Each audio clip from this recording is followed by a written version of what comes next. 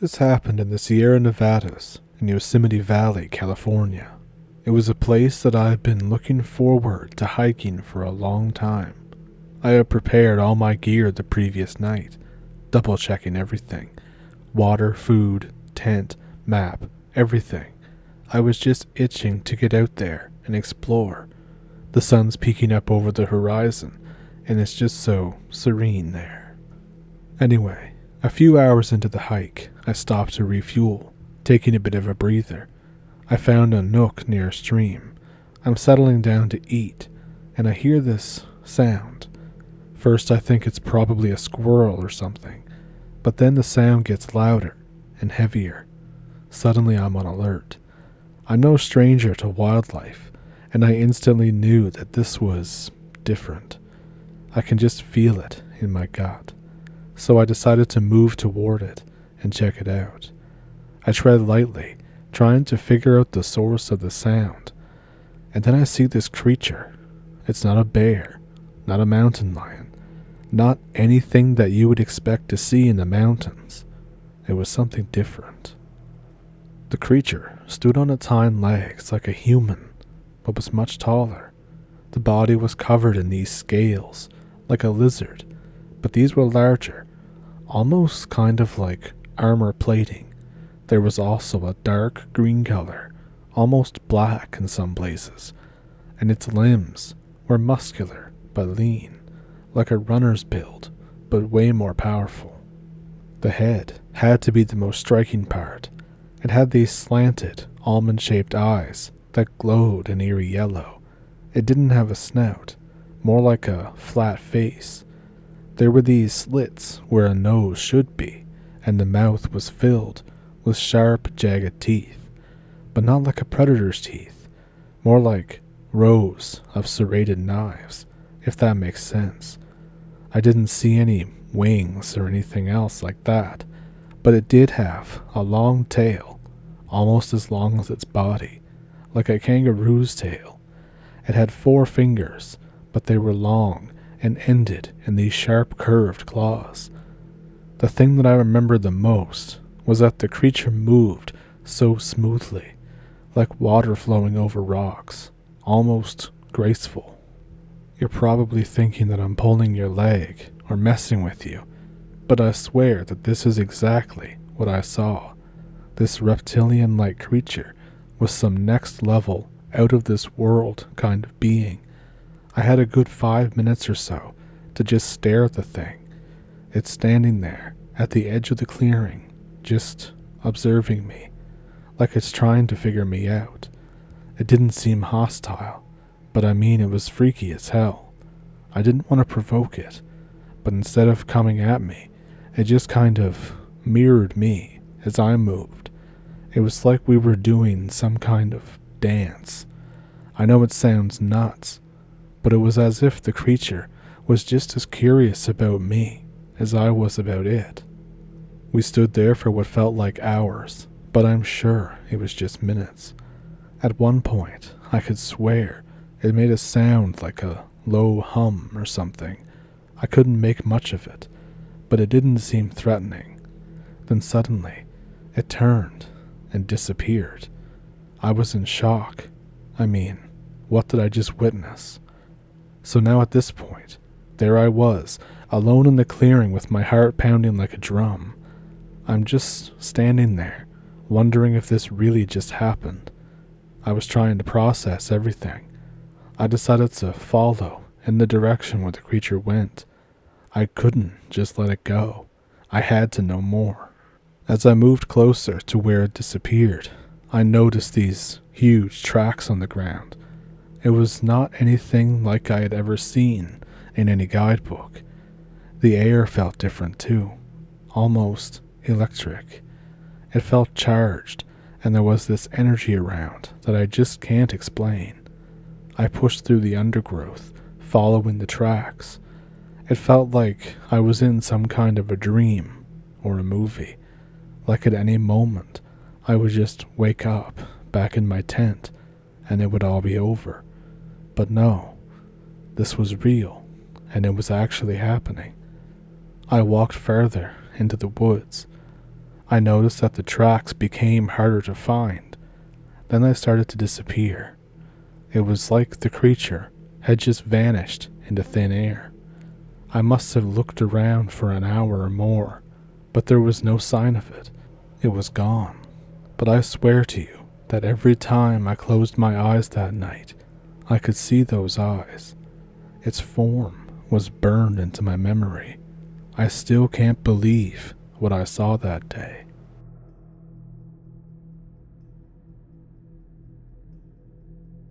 I would like to share what happened to me in mid-April 2015. It was the end of the afternoon and the light was still good. I had decided to take a little walk in the Jura mountains. This is in eastern France, where I live, with a friend and my little dog. We chose a place where I had parked my car and began to walk in. It didn't take long before I began to feel nervous. As we were walking, we heard a horrible noise. It sounded like doves, but they were not singing. They were screaming. It was the first time that I had ever heard a noise like this. I laughed and said to my friend, "I feel like they don't want us in the forest for some reason." We pushed on, and the path was wide as we got further along. Suddenly, I noticed something moving down the track to the side of us. I realized it was an animal, and I thought that it was a large dog. The color was very black. I was upset, and I told my friend that I'd rather go back to the car. I didn't want my little dog to cross what I thought was a big dog off of its leash. Luckily, mine was on a leash. I started to turn around and return to the car, but my friend stayed and watched to see if she could place the rogue dog without an owner. I was walking for a few minutes when I heard my friend screaming, "Run, run," without looking back. I accelerated my pace and arrived at the car, out of breath. I put my little dog into the car. Before I got into the car, I looked down the path, and I saw a deep black-colored creature walking into the forest, away from us. I was so surprised and shocked that I couldn't believe it. I could only see the top up to the shoulders of the creature. My friend who joined me at the car explained to me what she saw. She said that this creature moved by slipping at a high speed along the side and then seemed to get its momentum and then straightened up to run on its hind legs. My friend told me, and this is what I can confirm, that the thing was over 2 meters tall. We couldn't see its eyes. The creature stopped when it saw my friend. They looked at each other for a few seconds, and then the creature decided to turn into the woods. My friend told me that it had the head of a dog, and the ears were pinned way down. This creature had a muscular body, torso and thighs, that was covered with deep black hair. We were shocked. We later decided to go back to the forest and see if there was some kind of explanation to all this, but I didn't notice anything strange that would answer this puzzle. And then I told my friend that we should try to get back to this place before nightfall. So we did this 2 weeks later. It's strange, you see, because when we got out of the car on the evening visit, we immediately felt something was wrong. The atmosphere was very different. There was complete silence. We began to walk, and after a few minutes, I felt that anxiety again. I decided to go back, and my friend tried to push on into the trees, but she also came back running. She said the creature was there again. It was standing in the woods. It was looking at us. Thankfully, I had not seen the creature this time. We would like to be courageous enough to take pictures of the creature. I know that we are not the only ones who have seen this dogman or werewolf or whatever it is. We learned that someone else saw it as well a few days later. So I tell my friends to be careful if they decide to go into any forest, especially if the forest is abnormally silent.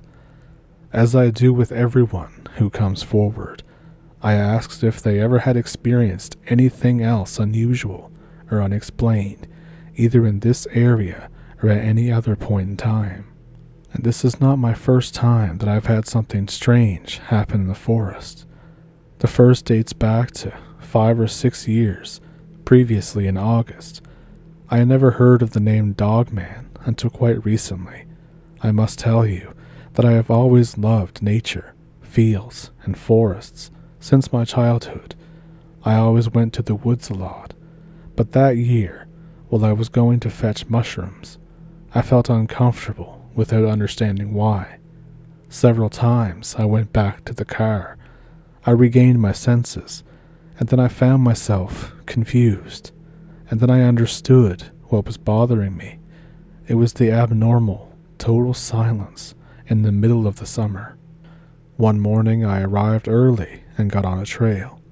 I saw a black mass at the end, and I thought that it was a tree stump.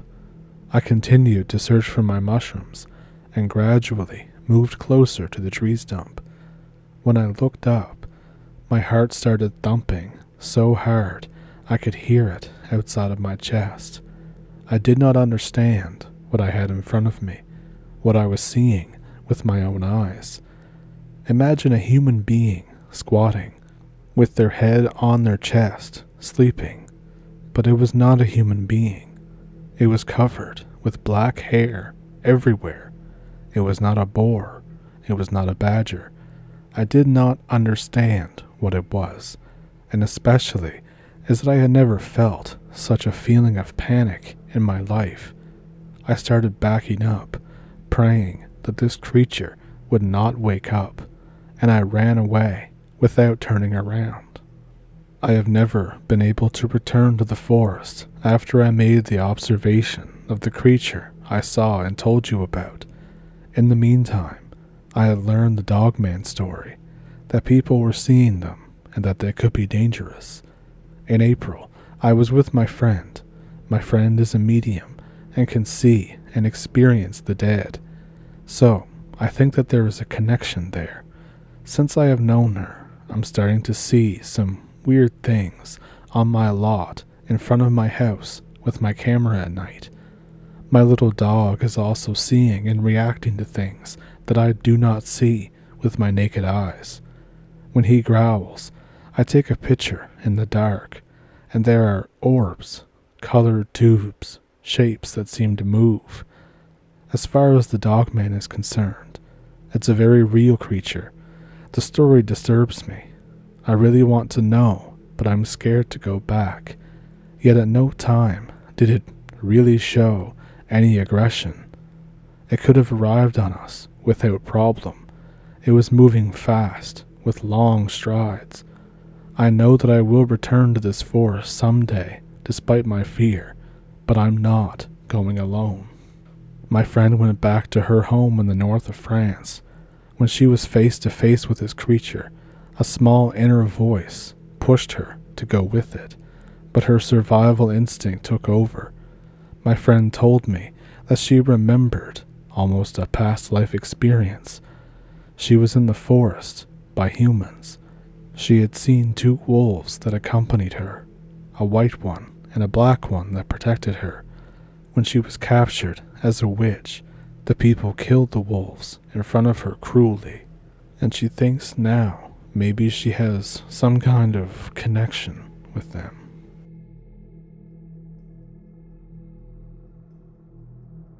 So I have a story from when I was in the military. Believe it or not, it doesn't matter to me. It was 2015. We were the best platoon in the regiment at playing laser tag, Op 4. We got selected as Op 4 for Delta Force in Utah. It was going to be a week-long affair. 12 of us were going, but it was a free plane ride. We ended up at this base that's way out in the middle of nowhere. We get warned on the way that cell phones are prohibited outside of the lodging area. We also find that the base was a testing site for a shit ton of horrible chemicals. Day 1 is basically just orientation. We get issued these shitty uniforms because it is the army after all, and we head out to the facility. Our platoon is split up into 2 groups. One group is at a small shack on one side of the mountain, next to some dark mining complex.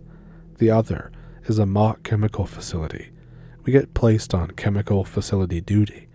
We're bored due to nothing happening. And then suddenly, we hear gunshots in the distance. Our whole group has visible confusion. It turns out that there was a live fire training in the city complex less than a mile away. Suddenly, we get transported back early to lodging. The guys in charge meet up with guys in black cars at the lodging site.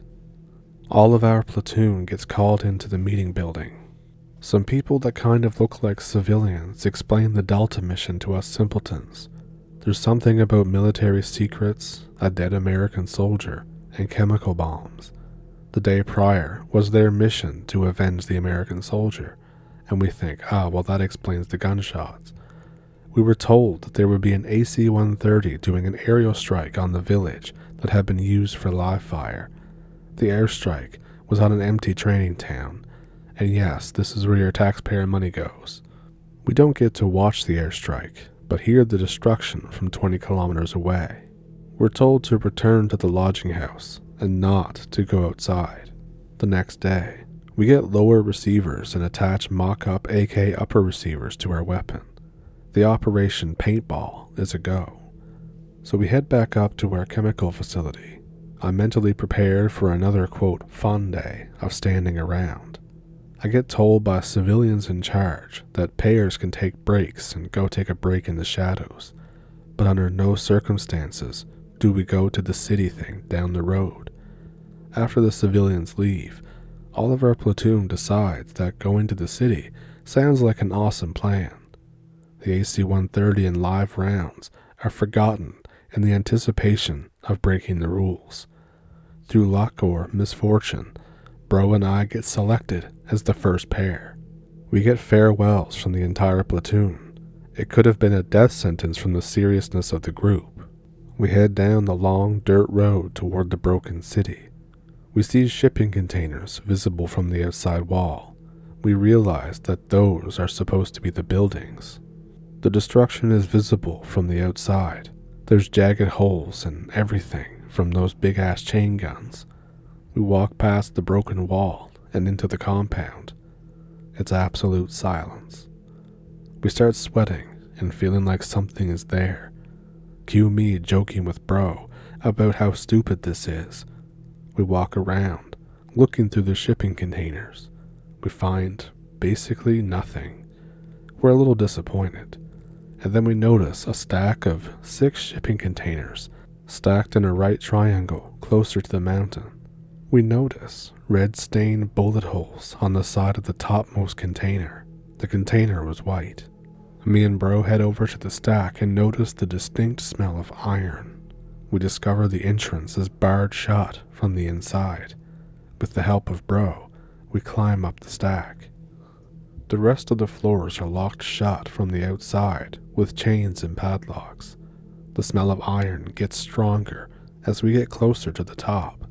It's definitely blood at this point. The sweating gets worse, and the presence is definitely there at this point as well. Bro wants to know what is in the containers, but we're unable to proceed now. We explored the city further, discovering an actual building further in. It has no roof, and inside appears to be some kind of fake drug lab. There's flour, tools, and various appliances scattered around, damaged or destroyed by the barrage from the previous evening. I notice a giant board in one corner. Bro helps me move it. It reveals a tunnel that goes down 10 meters and veers inwards. I want none of this, but my bro jumps right in and confirms that the inside is too dark to traverse. There's no lights, thanks to the no cell phone policy, so I think, cool, let's just leave, let's not be here anymore. But he climbs back out and begins searching through the destroyed stuff, and triumphantly pulls out a matchbook. He says time to nut up or shut up. Now at this point I knew I had to go, because me going back without Bro would get me laughed into an early grave, and I don't want to do that. So I descend into the tunnel with him, noting the damp and earthy smell, and something else that's extremely faint. We light a match and hold it up. There's an intersection The left heads back towards the stack, the right toward the mountain, and forward seems to lead to the other exit, the opposite one we assumed. Bro still wants to know the mystery of the container, so we push forward. I wearily note the steel door on the opposite side of the tunnel, with a bar holding it shut. We turn toward the other end and begin walking in the direction of the crates. We forget to watch the match and I wince when it burns my fingers. I drop it and the flame is extinguished. Cue visible cussing and visible distress as we struggle to light another match. After striking the second match, I continue at a brisker pace toward the other end. We find this metal ladder that heads up into darkness. Bro takes the matches and climbs up the ladder. I notice the flames sway and I glance back. The bar has shifted and the door is barely cracked. I'm thinking, what the F? The faint smell becomes stronger, a musky scent of decay. I set world records tossing the match behind me and legging it up the ladder. Bro has already made it to the far end of the 3-box room and undid the bar on the inside. There's faint bits of light in this box due to multiple bullet holes. He says, let's go check out the top floor. I mention the door and he waves me off. Despite every fiber of my being screaming to get the hell out of here, I follow him up 2 sets of stairs to the top container. The smell of blood is definite at this point. Bro is visibly spooked as well. I already passed that point ages ago. We notice a tattered uniform on the ground, ripped to shreds by something inhuman. Blood soaks the uniform, and there's bits of stuff that's stuck to the floor and the walls. Whatever had gotten shot up in here was in this room. We hear a sudden bang as the steel door in the tunnel slams open. Never again will I slide down ladders fireman style as fast as I did after that. I landed on the first floor. Bro and I hear pounding coming from the tunnel. Heavy breathing and dripping could be heard. Both of us were mentally pissing ourselves. We sprint down the room and burst into the open sunlight. Sounds could be heard, which made both of us kick our legs into overdrive. We set personal records that day, sprinting back to the chemical facility. The rest of our group asks how it was. We explain what happened. We're met with laughter until they realized how serious Bro and I were. 2 more pairs went, and both said that they could feel something watching them, but none of them went as far into the village as Bro and I did. So fast forward to that evening. We're patrolling the facility in fear. Everyone is within spitting distance of another due to the fear of whatever that had been. And we notice something in the darkness. We scream for help and prepare to fire every last paintball round that we have futilely at the thing. The rest of the group sprints around the corner. We can see the darkness shift back and forth. And suddenly, a resounding gunshot rocks the area. Cue all of us jumping because we're all nervous and terrified. And then a sudden, horrifying scream fills the air, and whatever was moving in the darkness vanishes again. All of the group stays in the entrance of the chemical facility because that's where the lights are the brightest for the remainder of the evening. The next day, we're brought into the leadership building. We're questioned about why we disobeyed direct orders and headed to the city. Truthful answers all around. Finally, the platoon leader asked the golden question. What the F was that scream? We're met with, classified. The Delta Force mission will happen this evening. Everyone returns to lodges, still stressed and upset about the thing. The mission happened without a hitch, and then days later we finally did our Op 4 and got our asses kicked by Delta Force guys. We were pretty much told to sign all kinds of forms. The other group apparently saw something disappear into the mine they were guarding, but no one tried to explore the place or go in after it. Probably for the best. And like I said, we didn't exactly see anything ourselves. It was just a lot of weird stuff. So, believe it or not, I don't care. That's what happened.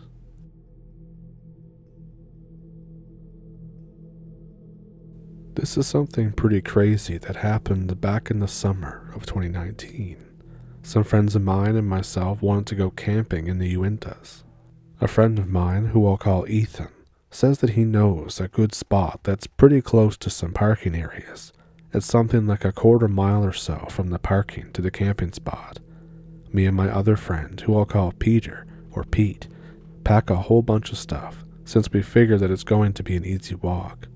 But when we get to the camping area, it turns out that the parking area is about 1.5 miles from the campsite, so we decide that we're just going to make multiple trips to make things easier on ourselves, since we've got nothing but time. We eventually make it to the campsite and start setting up our stuff. Pete and Ethan decide to just set the tent on the ground, but not actually set it up. I warn them that it's supposed to rain, and we should really set it up all the way, but they insist it'll be fine. So we start hiking back down to the cars. About halfway down there, it starts to drizzle. Pete and Ethan decide to keep going, so I follow them. About 3/4 of the way to the car, Ethan hits me on the shoulder and points across the ponds to the birch grove and says, "Do you see that, man?" I look out at where he's pointing, and I see something very tall and very skinny, with skin as pale as the birch bark around it. It's standing slightly to the right of a tree, and it has something on its head. It seems to be topped by what I can only describe as pale branches or antlers or some kind of stuff. We tell Peter about it, but he can't seem to see it. It's weird, but we decide that it can't be anything too strange because Peter is completely oblivious to it. We make it to the car, grab some of our stuff, and start the trip back. About halfway, Pete stops, dead in his tracks, and says, "Holy shit, wait, is that the thing you guys were talking about?" and points. We see the same thing as before, the same creature, but this time it's a bit closer to the shore of the pond, but still standing in the grove of birches. I'm still a little freaked out, but we all took paid time off for this camping trip and really don't want to miss out. Plus, I have a handgun. Peter and Ethan both have big-ass knives, so we figure that we'll be alright. We make a few more trips back to the car and back to the campsite. We see the creature every time, moving between trees in the birch grove. Finally, we set up camp. The tent is completely waterlogged. I basically tell Pete and Ethan, "I told you so." But we start cooking the food we bought and start drinking. Eventually, we just kind of forgot about the creepy creature and get into the camping mood. Once midnight hits, we decide to turn in. There's a bit of a dry area in the corner of our big 12-man tent, so we crowd ourselves into it. My hand is in a puddle of water the whole time, so I have trouble sleeping. Ethan and Pete are hammered and fall asleep pretty much right away. I always have a hard time falling asleep, so I'm up for a little while. Around 1 a.m., I start to hear what sounds like deer walking near our camp. We're in the middle of the mountains in Utah, so it's not that strange to see deer, elk, or even moose. I ignore it and try to fall asleep. As time goes on, it gets louder and louder, and I hear more and more footsteps. Peter and Ethan are still out cold. 20 minutes later, after I first heard it, it sounds like there's a stampede of deer outside.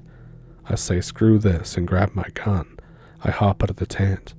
The second my feet hit the ground outside, the footsteps stop. I scan the camp and nearby trees. I don't see anything. So I sat down next to the embers of the camp and take another drink of whatever Pete had left out by the fire. I get back in the tent, and I eventually manage to fall asleep. The next day, I tell Peter and Ethan about the footsteps. They're a little spooked, but we have some friends meeting us at the camp that day, so we decide to stay. When our bigger friend group gets there, we decide to go check out that grove of birches. We don't see anything that could have been mistaken for any kind of creature. No fallen trees, no weird modern art, no homeless meth addicts standing in each other's shoulders. And these trees are tall, 12 plus feet, and the creature, whatever it was as tall as the tallest trees in the grove. We're all freaked out, but whatever it was didn't seem to want to harm us. It seemed more curious. So we stay the whole other 3 nights, and we don't see or hear anything else that's weird. It's a bit anticlimactic, I know, but it was one of the weirdest experiences I've ever had, and there were 2 other people there to see it. I'm not sure what to call it, except maybe a Wendigo, but more in the sense of the modern internet stuff. I don't know, it's just weird.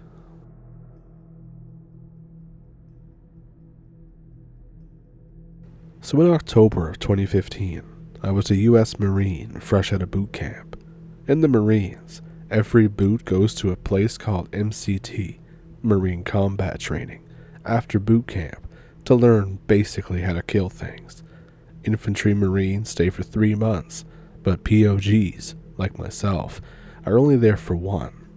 East Coast Marines go to a place in North Carolina called Camp Geiger. So by the time of all this, I was almost done with MCT. We were at this small base out in the middle of the woods for the last part of our training. People had been spreading rumors about a ghost named Molly that would walk by the front gate between 3 and 4 a.m. It's supposedly a little girl. One night, my buddy had ammo watch. Some of us were put on different guard shifts every night: armory watch, ammo watch, gate guard, etc. So each sentry was given a radio to check in with the sergeant on duty every hour and to call in case anything happens. Each radio is on the same channel so you can hear the other sentries when they talk. Ammo watch was this little shed that had all the ammo in it. Obviously, it's out in the woods. There's just 2 of them, far away from the gate and everything else. It's 3:30 or so in the morning.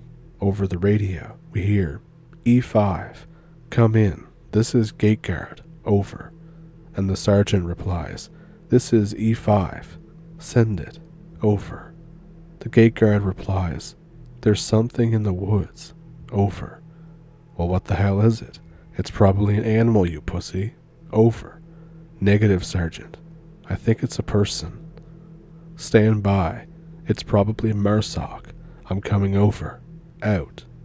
MRSOC is like Marine Special Forces who train over there sometimes. Sometimes they show up to mess with us, beyond operator. The next morning, my buddy tells me about what he had heard on the radio. Him and the guy he was with thought it was Molly. I'm already a little interested in the paranormal, so I say, let's go talk to the guy about it. The guy tells us that he swears it was a little girl standing out there in the woods. The sergeant went out and couldn't find anyone. Sergeant didn't think that MRSOC was out there training either during that time. He says that this isn't the first time this has happened. He said it's probably Molly. The sergeant also mentioned that Molly was a thing even when he was at MCT, but he thought it was a rumor until he became a combat instructor and some of the other instructors said they saw her. Other weird stuff would also happen there every once in a while. He just stayed out there with this dude for the rest of his shift because all 3 of them were freaked out, including the sergeant. Anywho, a few days pass. There's more training and more exercises. The hurricane comes. This is already shitty enough here, so it just gets worse. It's just rain and storms non-stop. The whole place is basically flooded. We finally get to the last exercise, called BSRE, and I don't remember what that stands for. It's basically a 3-day-long simulated battle between each of the platoons. At least that's how my cycle did it. My cycle was bigger than the normal ones, just more Marines to train for some reason. There's a big fake camp that's supposed to be like one that would be in Iraq, right inside the base. During the op, one platoon had to defend it each day. There were these 4, at least I think there were, long shitty huts that were in there that they had us sleep in. They said normally there's one they don't use, but since our cycle was bigger, they said they had to put us in there. And I thought, well, alright then. So there's sticks and spiders and mud everywhere. They had us sleep on the concrete ground. It's still pouring rain. And this is one of the moments where I'm thinking, why did I sign up for this? Anyways, I'm sleeping, or at least trying to. A buddy, a different one from before, but my closest friend by far, is standing watch. He shines the flashlight in my face, and I think, man, F you. It wakes me up, but he's freaked out. I say, what is it? He says that there's a little kid out there, but it wasn't a girl, it was a boy. I roll over, tell him to F off, and assume that he was messing with me. He says he's dead serious. I look at him again, and I saw by the way he was staring at me, and by the way he sounded, that he was genuinely scared. So I say, okay, fine. I get up. It's still storming out. I looked outside, and I saw a lightning flash, and I felt kind of freaked out. There was just a weird, creepy vibe in the air. Everyone is passed out. I hear my buddy make the weirdest sound ever, a sound of pure fear. I look over, shining the flashlight at the ground. I see tiny wet footprints. My heart drops into my stomach. It looks like this little boy walked perfectly around him. I audibly say, oh my God. He is really freaked out. I'm trying to laugh it off, just saying that he's about to shit himself, isn't he? Trying to tell him to relax. I didn't even bother asking any of the exterior guards if they saw anything. I just stay up with him, just talking the rest of his shift about anything other than what we saw, trying to get our minds off how creepy the atmosphere is and how freaked out we were. It works. He gets relieved, and we both go back to sleep. We don't even tell his relief about it. The next day, it's finally stopped raining. We don't tell anyone. We don't want to freak anyone out. No one believes us, and we didn't want to spread more rumors. We now say that we regret how freaked out we were, and we wished that we went after it. But in our heads, we both knew that we were terrified. The day goes by, typical Marine Corps BS, stand by to stand by and all that. The next night is 12 of us volunteered to go to our motivated sergeant, a different one from before. We'll call him Sergeant Smith, to go recon out in the woods all night since the storm had passed. The woods in this part of North Carolina were all pine trees, mud, and swamp. We just patrolled around the perimeter of the woods for maybe 2.5 hours, and then we get out deep into the woods. We set up a place to chill out on higher ground where it wasn't as wet and muddy. Sergeant Smith tells us his life story and stories about when he saw combat. We all get into a really deep talk about life and such.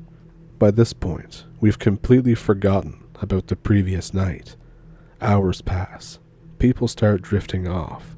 Sergeant Smith tells us to go to sleep, and he'll take watch. And the fact that he took first watch made me love him even more. Before I pass out, I tell Sergeant Smith that I'm going to take a piss. I'm good to go. I walk down this hill into kind of this thick brush area. It's too dark to really see anything. I step into what is the beginning of a swamp. Only my foot gets soaked, and I think, shit. I take a few steps back, unbutton my trousers, and start to do my business. I hear what sounds like somebody walking through the water in front of me. Big sticks are snapping, like it's something huge. It's still dark as hell out, but I can make out something white, like a baggy white dress or something. But I really couldn't tell. I'm getting chills just typing all this out. I cancel going to the bathroom. Honestly, my first thought was that a combat instructor had heard us and dressed up like a terrorist in one of those white robes to come ambush us. I run up the hill and tell Sergeant Smith we're about to get ambushed.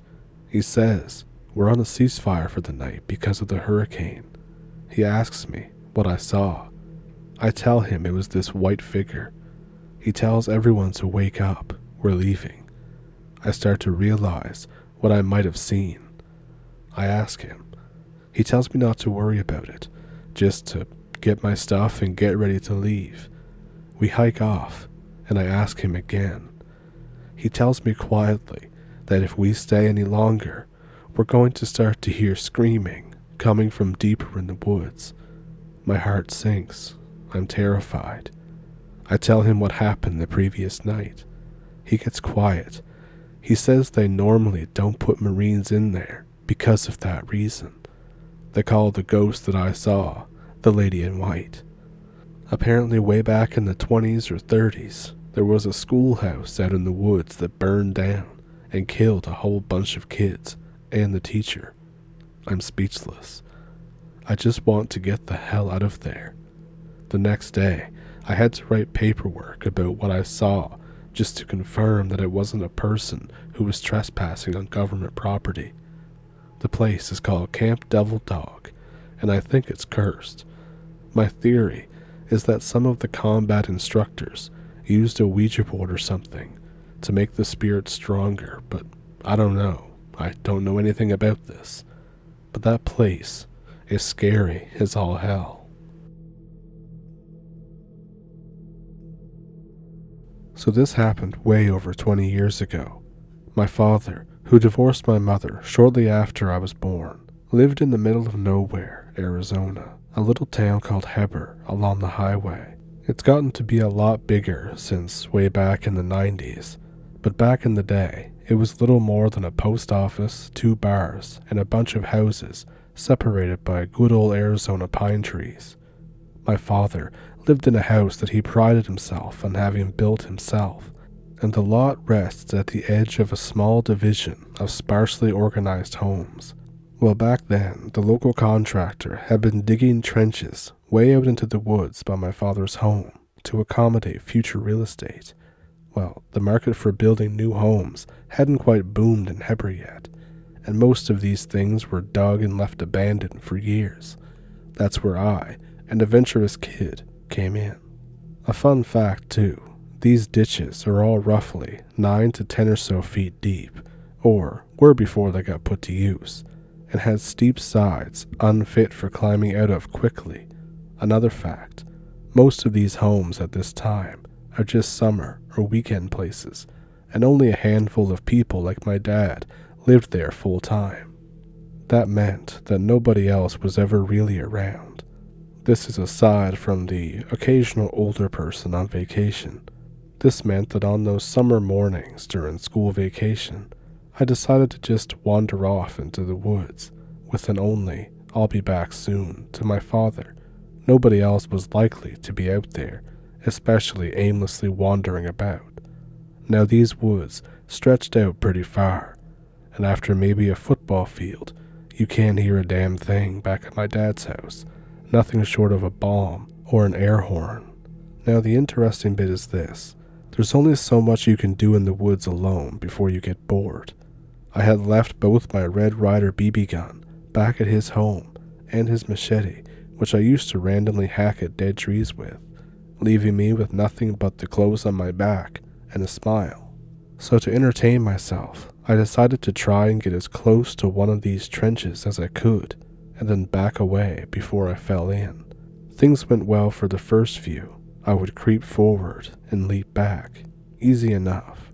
But this one in particular, dug on a steep incline overlooking a small valley, was particularly nasty, while the dirt near the edge gave way and I had gotten closer than I thought, and only thanks to the fact I had managed a firm grip on the edge before slipping down did I manage to cushion myself enough to avoid breaking both my adolescent legs.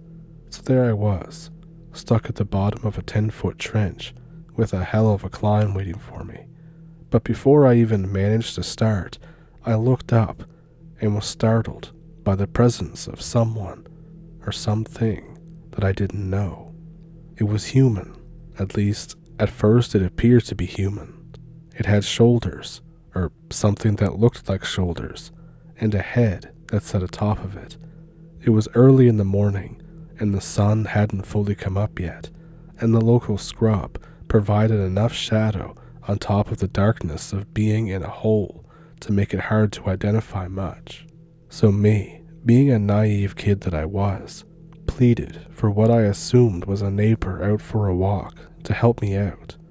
What it replied with was a screech more fitting for a horror movie, a monster movie, or something like that.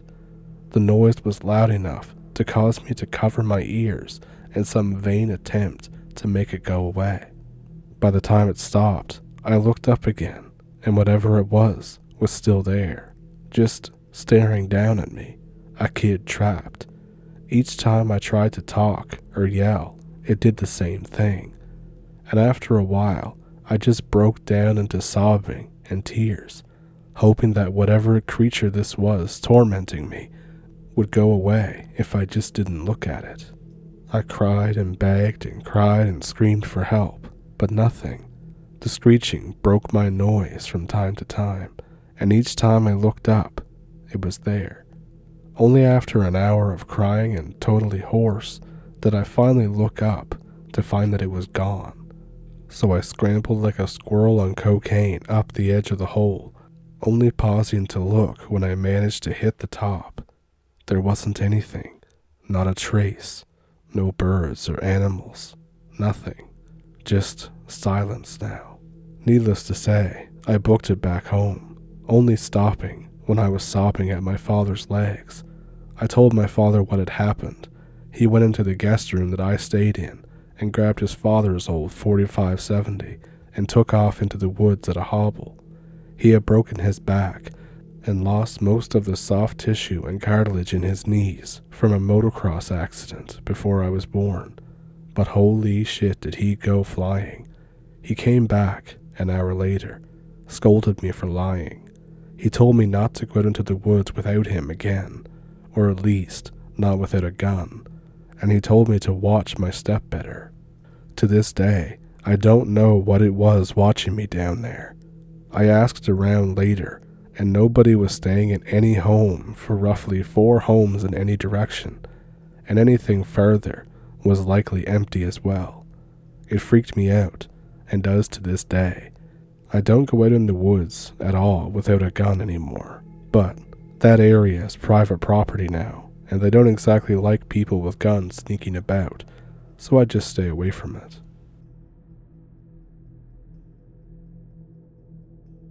A few years ago, I was a camp counselor at a Boy Scout camp up in Michigan, and as you can imagine, the camp is way out in the middle of nowhere.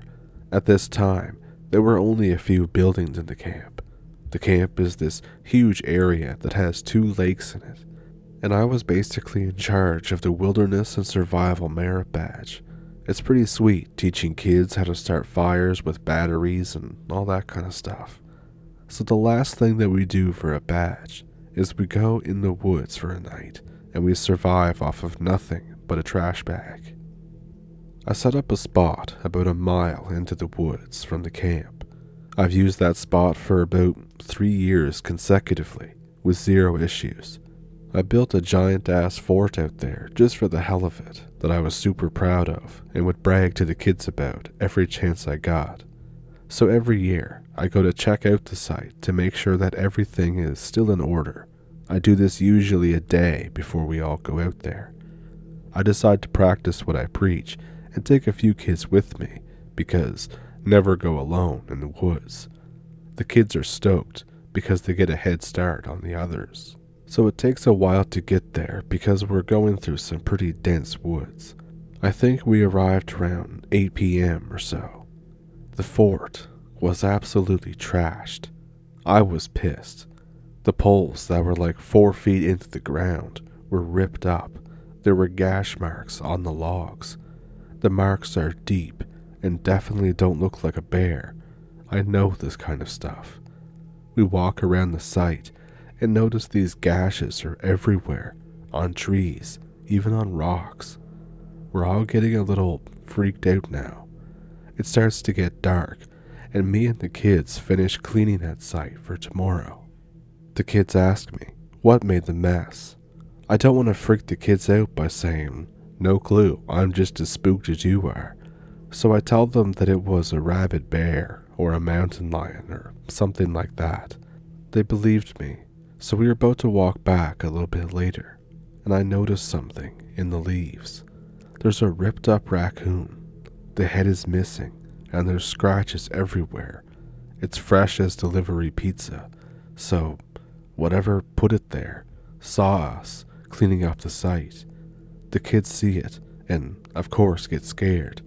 I tell them that we have to make a lot of noise when we walk back, so whatever this is knows where we are and hopefully will stay away. Boy Scouts of America doesn't allow any guns, but I do have an M9 bayonet that I bought off Army Surplus. We make it halfway when we hear a howl. It's deep as hell. It's not a wolf, not a coyote. I get chills all the way down my spine. I tell the kids to start walking faster. I hear the howl again. We all heard it this time. It's much closer. I start power walking with the kids. We reach the main pavilion right as it gets dark. I send the kids back to their respected campsites. I stay in the kitchen pavilion all night. Every now and then, I swear I can hear scratching at the door. I don't sleep a wink. I tell my boss the next day that a bear just totaled my campsite. I say it's too dangerous to go back that night. He believes me, and I just set up a, quote, survival camp in an unused campsite that's right nearby the pavilion. The kids are actually happy that they don't have to go back out there to get the badge, but there are some of the kids who were a little less enthusiastic and wanted to go back out there. But for the rest of the week, not much happens. I pass the kids that went with me, even though they didn't do some of the requirements. This isn't the first thing or the last thing that happened to me during my many years in the camp, but it was the one time that I felt the most in danger. But I have another story though. So I was still camp counselor. I don't do wilderness survival by this point. I do what's called the Indian badge or native badge, depending on where you are in the US. It was the 2010 anniversary, and I decided that it was a really cool badge to do. I was super into Indian legends in Michigan. The kids I teach just do the badge because it's a limited edition, which, whatever I guess, but they're still learning about it. One kid is really into this stuff. I talk to him a lot about it. He is really cool. We all take to calling him Little Bear, but he wasn't little. He was, not gonna lie, really fat. But he was 13, and he wasn't like a lot of the other 13-year-olds. He was calmer and would listen, and didn't have the attitude. But he's in wilderness survival. One of my friends does the night hike now, and I convince him to bring me along. I have to bring along the astronomy kids to go with us. This is due to prior incidents that I won't get into right now, but it was an absolute shit show. Every 10 minutes we have to stop and look at the stars and point out constellations. After a while this becomes very monotonous and annoying. The kids who are not doing the astronomy badge seem to be getting a little restless, so I take them and I continue on toward that other campsite. The spot was only about a half a mile away anyways by this point. And this campsite is on the opposite side of the property from the one years ago, for the reasons above. So the forest gets super quiet, no bugs or coyotes yipping like normal. That wilderness survival doomsday prepper instinct starts tingling. Something is wrong. I whip out my knife from my new leather sheath. The leather making was under the same pavilion as the Indian badge, so I got it for free. I take out my knife and my flashlight, and I'm feeling like Solid Snake right now. And then something hits my foot. It's a rock. I walk for a few more minutes. A kid complains that another kid is throwing rocks at him. The other kid denies it, and a fight breaks out. We break them up and try to calm everybody down. And then another rock hits me in the back. I shine my light. There's no one there. We get to the camp area that we were headed to. It's the version 2 of the aforementioned fort from the first one. I help the kids build their shelters, and then we sit by the fire. There's still rocks, now and then. They hit us, or around us. I was starting to think that it was the astronomy kids that we left in the forest screwing with us. At about 2 a.m., the rocks are still coming in now and again, but at this point, it can't be those kids. We're all kind of quiet, kind of spooked. Little Bear is convinced that some spirit or mystical animal or something from a tribe nearby is screwing with us or is angry with us. He freaks out the other kids. And with the other kids freaked out, that makes my job a little harder. I have to end up letting all 15 kids into the big fort at night, and they didn't sleep in their shelters. Me and my friend attend the fire until dawn. Around 6 a.m., the rocks being thrown finally stop. And no matter how fast we shine the light around, no matter how fast we took off in the direction of whatever was throwing these rocks, we never saw anything throw them. At around 7 a.m., we pack up.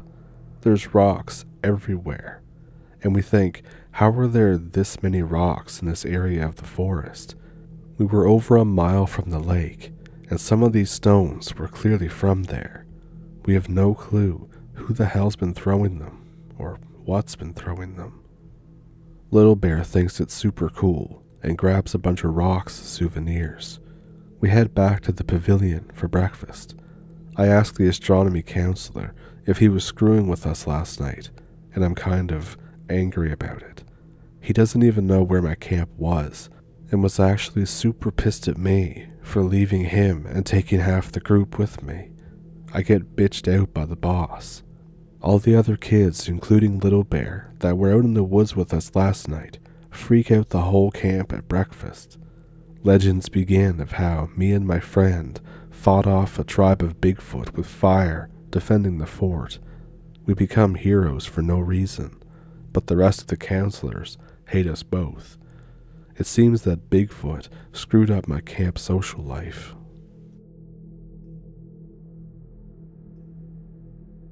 I'm going to translate some of my stories from Brazil into English, so here we go. I was 7 years old. I was at home along with my sister and my grandma. I was watching Rugrats with my sister on the first floor of the house where I used to live. It was already nighttime. I decide to go to bed, so I go upstairs. I used to sleep with my grandma because I was afraid of sleeping alone. I lie down next to her. The bedroom door is open, and there's a room next to the bedroom with the lights on. The reflection of the light keeps hitting the door. I'm having a hard time falling asleep. I look at the door, and I see something. A giant shadow. But it didn't look like a human. It looked like a being with a crocodile mouth, long hair, and a slightly chubby body. It looked almost like that thing from a show that I've never watched more than 5 minutes of it. I used to hate it, but it looked like Cuca from Cito de Pica-Pau Amarillo. And it wasn't my sister standing weird or wearing a costume, because I always hear when someone is coming up the stairs. I try to wake up Grandma. She grumbles in typical old person fashion, being woken up, but wanting to sleep more. She wakes up for a bit. I ask her if she sees the shadow. She says that she does, and then just rolls over and goes back to sleep. I kind of laugh about it now, but I was terrified in the moment. I crawl to the edge of the bed, which was in front of the door. As I get close, I get more and more scared, and I go back. I hide under the blanket, but then I blink, and it's already morning. Everyone is downstairs having breakfast. My family starts talking about random things. I join the conversation and ask my grandma if she saw that thing from the night before. She told me she did, and that it's best not to talk about it. She said some other things, but it's been so long that I don't remember what they were. I always forgot to ask about this situation again. Next time I talk to her, I should. I'll try to remember. Another one. This is not from me, obviously, but it's from the 1970s. It's a story that I heard. So, my father was waiting for his workplace to open. The place in front of the construction site where he works is a cemetery. The guard becomes friends with my father, but insists that he already knew him. My father denies it and says that he is new to this city. Sometime later, the guard tells him his story of disgrace. The guard recounts that when he was young, his father asked him to buy something. On the way, a voice tells him to bet on some gambling game. He obeys and places a bet according to the animal indicated by the voice. He arrives home and keeps the bet ticket in a small box and buries it as the voice instructs. He gets beaten by his father for not buying what he was supposed to, but he doesn't say anything about the ticket. He goes to sleep. He wakes up to heavy rain and gets upset from being beaten and losing the ticket, as the rain undoubtedly destroyed it. In the morning, he digs a hole, and the ticket is intact. Later, he discovers that he won. The voice continues to appear, and he keeps winning a lot of money through games and coincidences.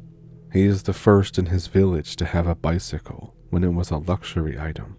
One day, the voice says that it will give him the final prize, and he will be rich forever. He just needs to sell his soul. He refuses this, and then he loses everything and lives as a poor man for the rest of his life. In middle school, around 1997, my philosophy teacher told a story about a family friend named Z de Tamanaco, something like Sabat Johnny. He earned this nickname because he worked with wood, making sabots. One day, he had an awful fight with his wife, and it escalated and escalated, and eventually he gave her a few sabat blows and accidentally killed her. My teacher's family helped hide the body to prevent him from getting arrested. During the altercation, she cursed him while taking the beating. Over time, Z started seeing 12 heads with tails flying around him, threatening him. They claimed to be the 12 apostles, saying that they would enter him. So he spent his entire life making movements as if shooing away flies. One day, a war started somewhere, and Z described the entire political situation despite being illiterate. According to my teacher, this is pretty much what made his father believe in Z's abilities. What cemented it, according to my teacher, was that his father lost a brand new saw once, and after spending a whole day with Z, he suggested asking the demons where it was, and they told him that it was near a coconut tree, and they found it exactly there. Another story. I was 20-something years old, living with my mother. I woke up in the middle of the night with a strong pain in my arm. I quickly realized that I can't move it. No matter how much I try, I can move the rest of my body, but not my arm. I feel it being forced more and more against me. My arm is completely twisted now. Very intense pain. I begin to scream and cry. I get up and try to run to the door. My mother wakes up and rushes to the door of my room, but for some reason, she can't open the door, and I can't reach the door. My mother is trying to force the door open, and I'm struggling to escape from whatever has my arm. I tell my mother that it feels like that there's somebody in the room with me. She, in tears, starts praying. Eventually, I break free from the thing. My mother manages to open the door. We spend a few days traumatized and not sleeping well. I've told this story many times, but it's still one of the strangest things that have happened to me. Another one is one night I came home at 4 a.m. I was quite drunk. I turned the corner of the street where I live. I saw a flame. I put on my glasses to see better. It's a candle, a single candle, on the sidewalk, lit, alone. I start tearing up for some reason. I get this irrational fear that I'm not alone. I run the rest of the way home. I enter my house, all dark. I go into my room, and I feel like that I'm going to turn on the light and encounter myself lying in bed. I get extremely freaked out. I turn on the lights and nothing happens. I look at the shelf near my computer. A cat with human eyes is staring at me. I yell out the equivalent of, "What the effing hell is this?" The cat hisses and jumps out the window and runs away. I still really have no explanation for that one. But a friend of mine works at a funeral home on the night shift. He gets a call saying that there's a body coming up. The van arrives and delivers the body for preparation. It's a man appearing to be around 50 years old. He places the body on a stretcher for cleaning. He has this habit of talking to the bodies while doing the job, so he engages in conversation with the man's body for about 10 minutes. He finishes draining the blood and cleaning. He puts cotton in the mouth and nose and arranges him in the coffin. He says goodbye to the body before closing the coffin. After the end of his shift, he goes home. It's time to sleep. In the middle of the night, he wakes up with severe sleep paralysis. And then there's a voice saying, "Thank you for the conversation. I really needed that." And then he's able to go back to sleep. And for this one, it happened in December of 2022. My family decides to visit one of my uncles. My grandfather lives nearby. His house is a 30-minute walk or a 10-minute drive by car. I decide to spend a few days with the old man. Basically, we just chat, play cards, eat, smoke corn husk cigarettes, and drink. It's a few days before Christmas. I wake up in the middle of the night to a strange noise. The noise sounded like several stones falling on the roof. I wake up my grandfather. He gets worried about this noise of the stones on the roof and grabs his shotgun. It seems like several people are dropping or throwing stones, but we didn't hear any footsteps, nor were there any voices. My grandfather fires off warning shots, but nothing changes. The stones keep falling off the roof for a good while, and then, right as the sun comes up, the stones stop. What the hell could have happened? These stones seem like they were chunks of gravel that are used in construction, but we don't know where they came from, or better yet, who or what was throwing them. And this one happened to a friend of mine a few years ago. My friend with only a high school diploma and a few years of odd jobs. He was looking for a job in really any field. A cemetery hires him as a gravedigger. On the first day of work, he goes there at 5 a.m. The cemetery is empty. There's only a few random employees at the entrance. He goes to the locker room. The locker room is quite far from the entrance.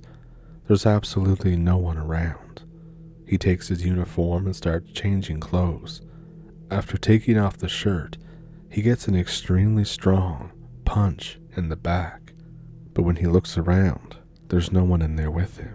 He runs away with all his might, running shirtless through the entrance, leaves the shirt and his other belongings there. He never had the desire to ever go back for them. When I was 15 years old at school, it was mid-year. I went to the bathroom. There was a kid in a school uniform that I had never seen before. He was crying in the corner, absolutely sobbing. I say to him, "Is everything okay?" He looks at me, says nothing, and then puts his face on his lap, continuing to cry. I shrug it off, do my business, wash my hands, and go back to the classroom. I tell everyone. I describe the kid. Nobody knows who he is. A friend of mine goes to the bathroom immediately to see this strange new kid, but there's no one there. The year goes by. I never see that boy ever again. I ask everyone around the school to see if they knew him. Not a single person has ever seen him, or heard of him for that matter. Not even teachers, janitors, or the principal. The strangest thing is, this school was tiny. In my class, for example, there were only 10 students. Everyone knew everyone. It was impossible not to know. This one happened to my grandfather. So, he was alone at home. He was on an isolated land in the middle of nowhere. I have no idea what year specifically that it was. He just said a long time ago, so I assumed the 70s or 80s or possibly the 60s. It was a calm summer night.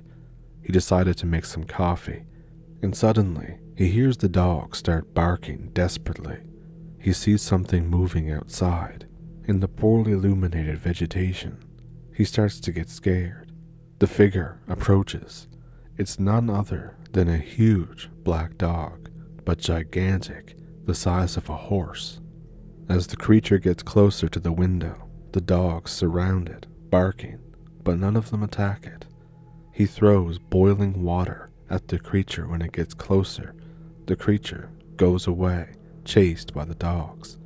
He was going to tell me more, but then my uncle suddenly arrived out of nowhere, interrupting the conversation to talk about some boring old people stuff, and I didn't get to bring up the subject again when I was visiting him. For this one, it's 2005. I was coming back from school, walking alone. When I'm almost reaching my apartment building, I spot a black thing hovering in the sky. It's a UFO in the classic saucer style. I'm in disbelief, staring for a while. I run up the stairs to my apartment to grab my binoculars, but when I look out the window, it's no longer there. What I found very strange about this is that it was vertical, not horizontal, like all the reports or images. Fast forward to 2014, it's almost 5 p.m. I was waiting for my friend in his backyard, and then I see two balls of light in the sky, flying at a very low altitude. One is quite large, the other is smaller next to it. This one I found to be more impressive than the first because I got to see it up close. It was a very strange light, and since it was still daytime, the light wasn't supposed to be like that. And it wasn't just me who saw it. People passing by on the street were also astonished. And I've told this one a few times, but I like talking about it. I miss when this used to happen. It was a few years ago, probably 2013 or 14 again. I had the habit of staying on the phone with this girl until one of us fell asleep. We were both practically falling asleep and silent due to fatigue. Suddenly, I hear the scream of a desperate woman, as if she was right beside me. I thought that I was just hallucinating this due to my sleepy state. About 10 seconds later, the chick asks, "Dude, did you scream?" I say no, but I clench up. I'm 100% awake now because of fear, and I get the hell out of that room. A detail that might be useful is that in my house, we jokingly call this room the mess room. There was the computer, an old sofa where I was laying down, and lots of junk. Cabinets, wardrobes, and all that kind of stuff that we didn't use, books, and other things that we were unsure whether to throw away or not. They say that having all of these things can attract spirits, but I'm not sure. As the days went by, I started seeing some strange things in that room, but mostly hearing, not seeing. I spent all my free time in there, since the computer was in there. So I was watching TV in the living room, and I decided to grab a snack. I go to the kitchen, which has a door facing the mess room. I see a female leg, strangely similar to my mother's, walking in there, but I couldn't see anything else of the body except the leg. It's not like it was a floating leg, I just couldn't process the rest. I tense up again, but I notice that my cat is in there, and I rush in to rescue him. I run to get him off the couch, and I feel a presence that exerted a certain pressure on me. I start feeling someone watching me occasionally whenever I was in that room. Eventually, I get used to the sensation, and it stops bothering me. One day, while lurking in there, I see a woman standing next to me. She was extremely tall, wearing a blue dress, like those old maid dresses, had a hat on her head, like ones that you'd see on dolls. I couldn't process her face either. It wasn't a void, but I simply couldn't see it. However, I could see the rest of her body. I was scared of her, but her presence was very comforting and it calmed me down. To this day, I'm puzzled by this. I really want to know who this woman was and why she gave me this peace without ever having a word with me, at least nothing I heard. At first, I thought she was the woman that screamed, but now I believe not, because she was always so calm, while the other one was so desperate. I also believe that the legs weren't hers, as I saw the legs and not the dress, which covered her entire body. Any ideas what kind of spirit this was? And this is the last one I have for you. A few years ago, I was 22 years old. I was visiting my mother. I ended up sleeping there. A house without a fence, 5 huge trees in the backyard, on a deserted street. I sleep in the living room and leave the kitchen light that faces the backyard on. In the middle of the night, I wake up to something trying to force the back door open. I spend a few seconds trying to process what is happening, and then the thing starts pounding on the door. I'm scared, not knowing what to do. With each passing second, it hits harder and harder, with a thunderous force. The entire wall starts shaking. I start thinking, damn, this thing is going to break down the door. I'm screwed. I'm still on the mattress. I look around for something to defend myself, but I find nothing. In desperation, I only have the idea of hiding in the dark. My plan was to hide behind the door, and when it walks in, I'll attack. But when I get up and start walking toward the door, my body is frozen. I'm standing there trying to force myself to move, but I feel extremely groggy. Eventually, I use all of my might to jump or something, and by this point, when I come back down in just that quarter of a second, I'm extremely exhausted, and the banging is no longer there. I stand there with my heart pounding for a few more minutes, waiting for the thing to come back and pound on the door again, but nothing happens. I also realize now that hours have passed. I go to my mother and stepfather, and I ask if they heard the noise of someone trying to knock down the door. Both of them, confused, say no. My mother tells me to pray. From then on, I always felt watched, trying to fall asleep, right through until I was 25, and I began to notice something. Whenever I would have this feeling, I would notice shadow beings near the wall. They would always start on that wall that I heard all the banging, and then they would come into my room, between my bed and my brother's. When I looked directly at it, it dissolved into the dark, but with my peripheral vision, I was able to see him more clearly. It was a man, my height, wearing an overcoat and a hat. At first, I wasn't afraid.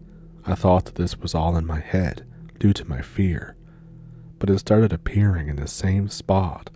Eventually, I began to pray out of fear, and the thing would always disappear.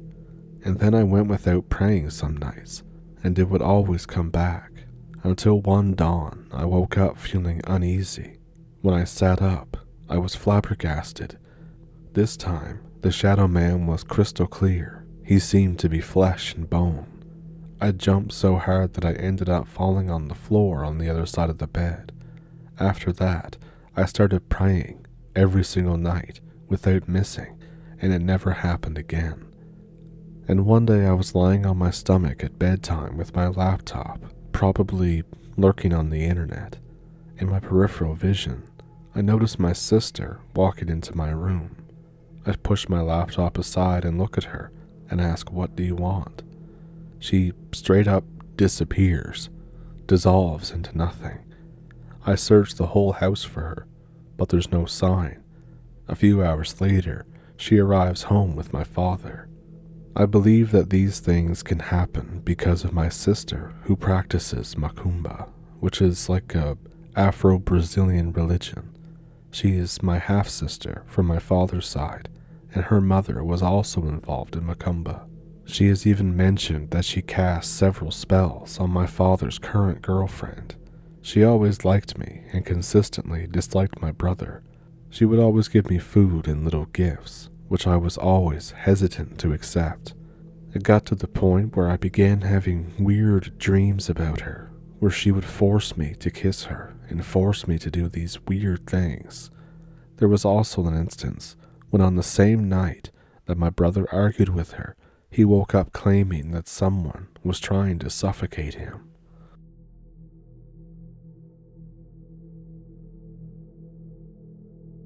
I've got one story that an acquaintance told me. It's involving a research trip in Brazil. I didn't know the guy very well at the time, so I can't exactly vouch for his trustworthiness, but he definitely seemed shaken up by what he told me. I'll tell it from his point of view, as it's easier for me in English. So I'm a 23-year-old ecology student. I get the opportunity to study abroad, fieldwork in Brazil. We'd be camping in the Amazon for 2 nights, staying another night with a small tribe that the university occasionally worked with, then camping one more night on the way out. It took a day to get there by ferry. When we finished, we'd return to the university and finish up our research there for a total of 2 weeks worth of work. The boat trip into the Amazon was fun. Drinking and dancing. Almost got laid from a Brazilian student, but I decided against it. I'm Colombian heritage, so I speak Spanish. I overheard the crew talking at one point. They're wondering nervously if they should turn around, but when they see me, they all look away and stop talking. The next morning, we reach the place that we'll be disembarking from. The first day of hiking was difficult, but incredible. So much plant and animal life. It was a budding ecologist's wet dream.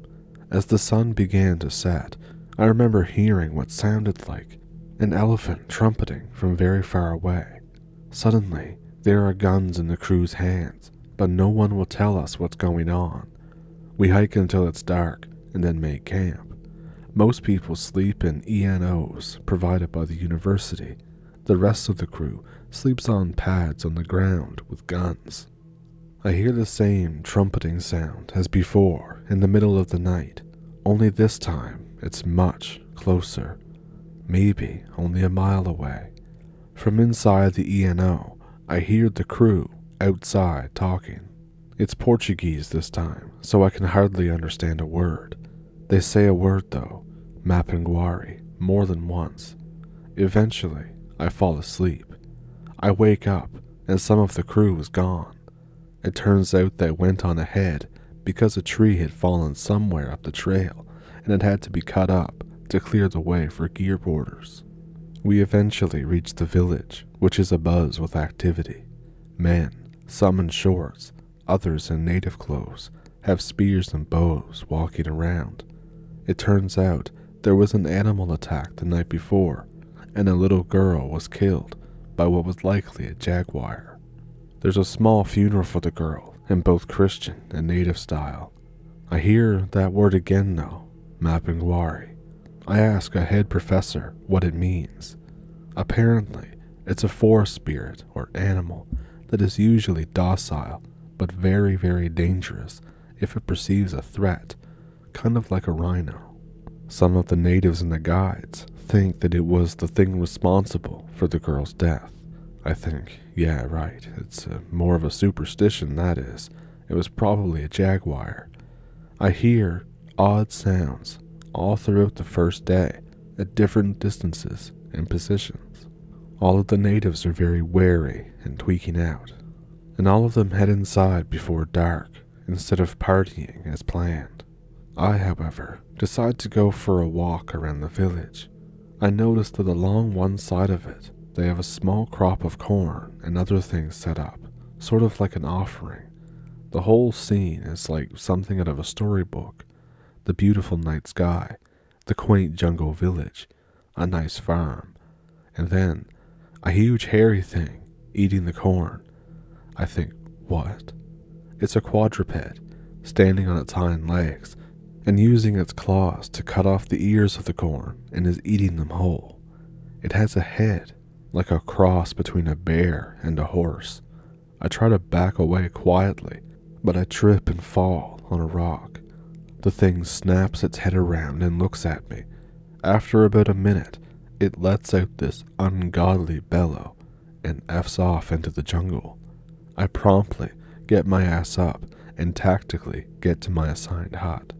The next morning, the villagers are freaking out, saying it was a Mapinguari again.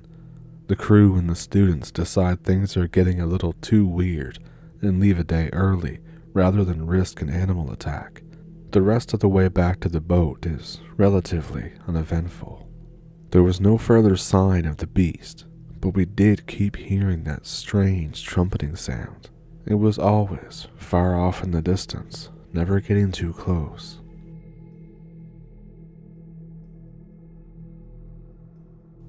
So, gentlemen, I've managed to find the cable for my cheap photo camera, and that means that it's time for some exciting tales. As I already said, my late grandpa served in the militia. This is a name for the police forces in the Soviet Union and many Warsaw Pact countries. In the Soviet Union until the very end of the 90s. To be more precise, he was an inspector in the sole militia station in a small town near Moscow. He was very tight-lipped. He was a solemn man, but when you asked him about his work, he usually became more talkative. In my opinion, work was the only thing that he loved in his life. So when I was younger, I was interested in paranormal things even back then. I spent a lot of evenings in his kitchen, inquiring about the most interesting cases of his career.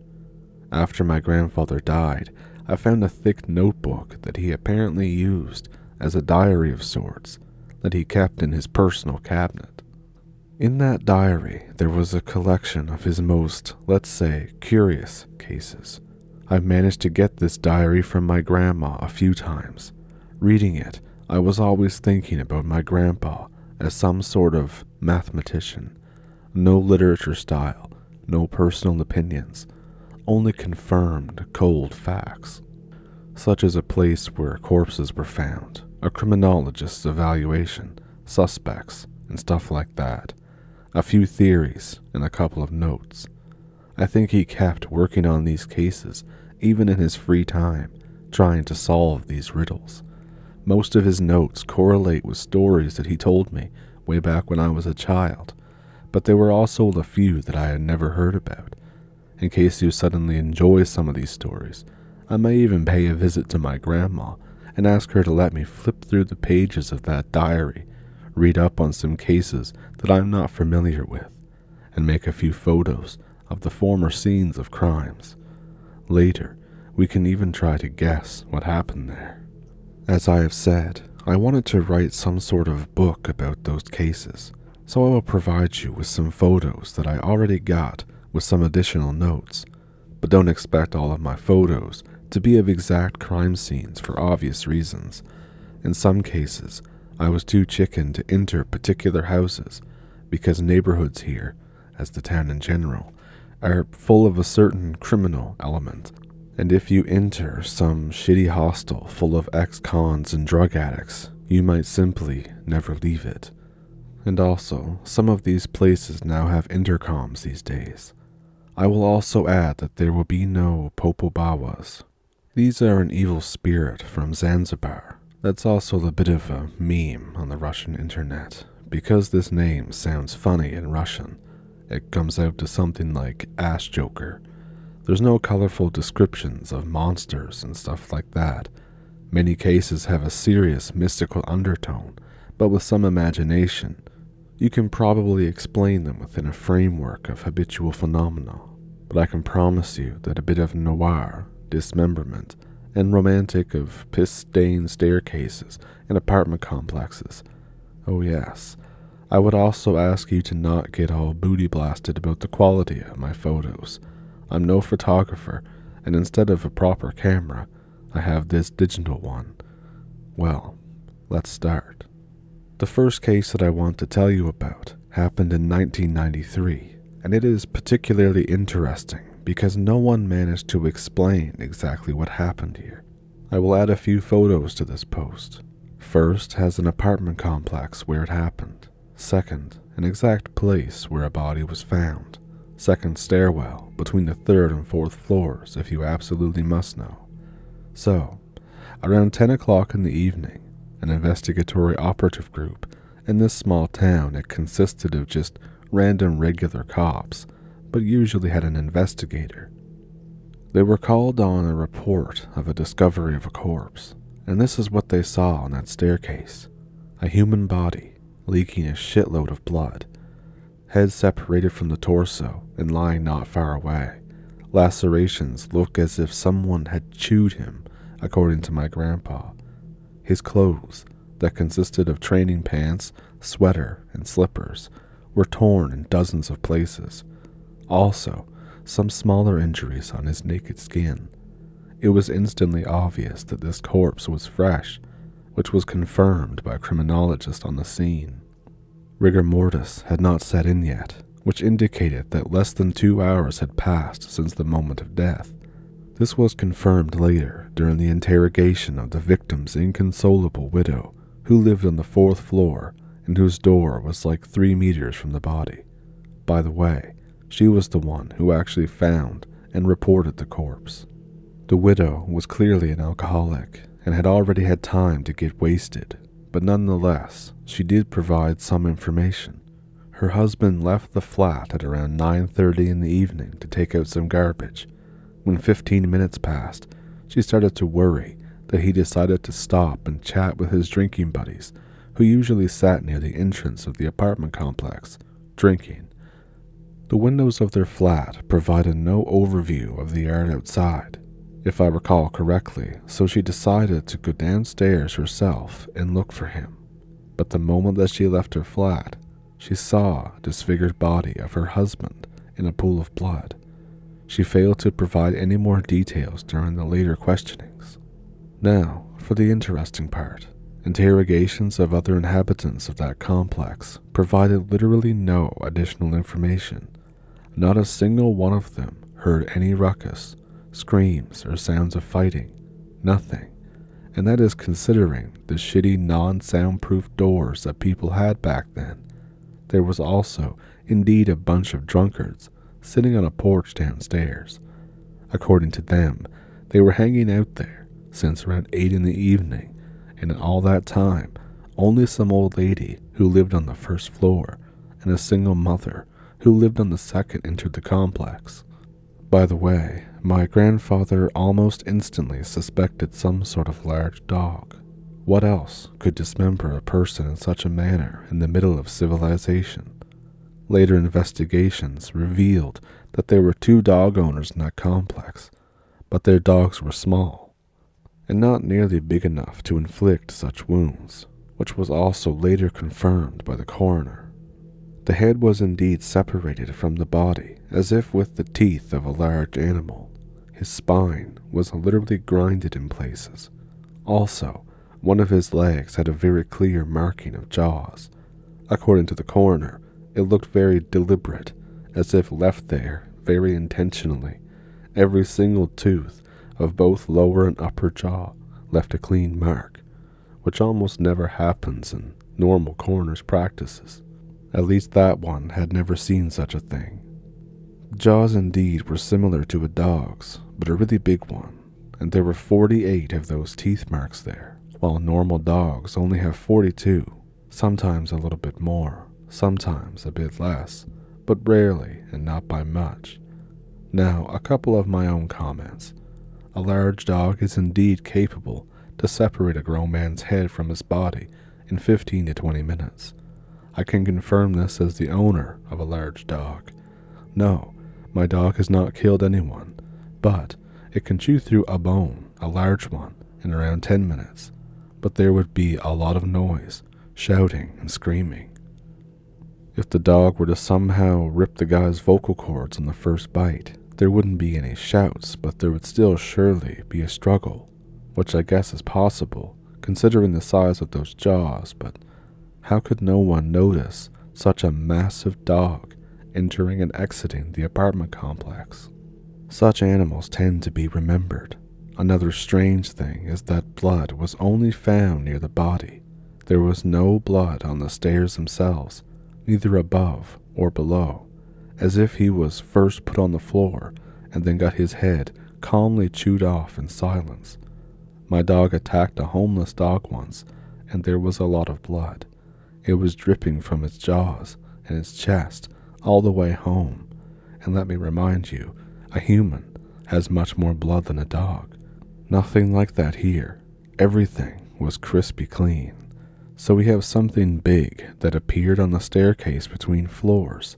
That house had no garbage chute, if you would like to entertain such a wild theory of its method of movement. Silently chewed through a grown man's head, left a dozen injuries on his body without any signs of resistance, and then disappeared. So it goes. Officially, the case was explained by a wild dog attack and then immediately closed down, not before informing all the local dog catchers that they should be on the lookout and do their job better in the future. This story also happened around 1993 in that same small town near Moscow. I tried and failed to Google anything about it, and I've never heard anyone discussing it here in this town, so I guess there's no reason to give away the name, to be quite honest. My gramps worked in local militia, as I mentioned, and I asked him about that case many times, so I guess I didn't completely imagine it, even though I was like 4 years old back then, and my memories are a little bit foggy. Back then, young women started to disappear in our town.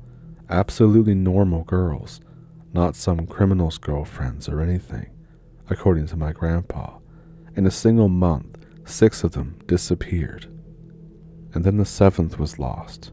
Her father was a trainer in a local boxing club, popular with both sportsmen and local thugs.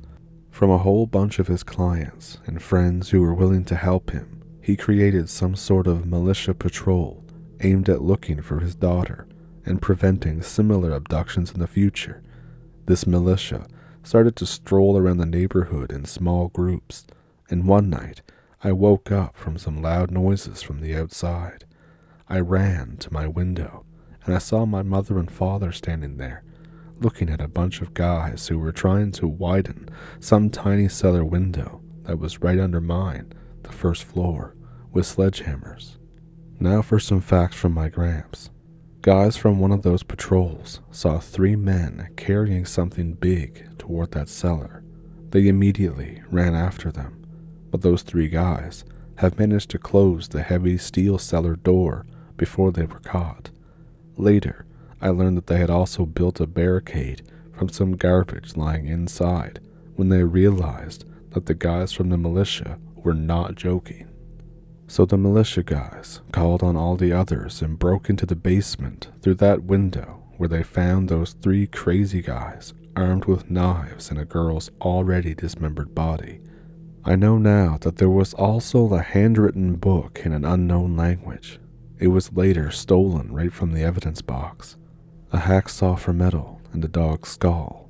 Walls and the floor were covered in some symbols written in chalk, which were mostly destroyed under the feet of 24 boxers who entered that basement, but nothing of value was lost.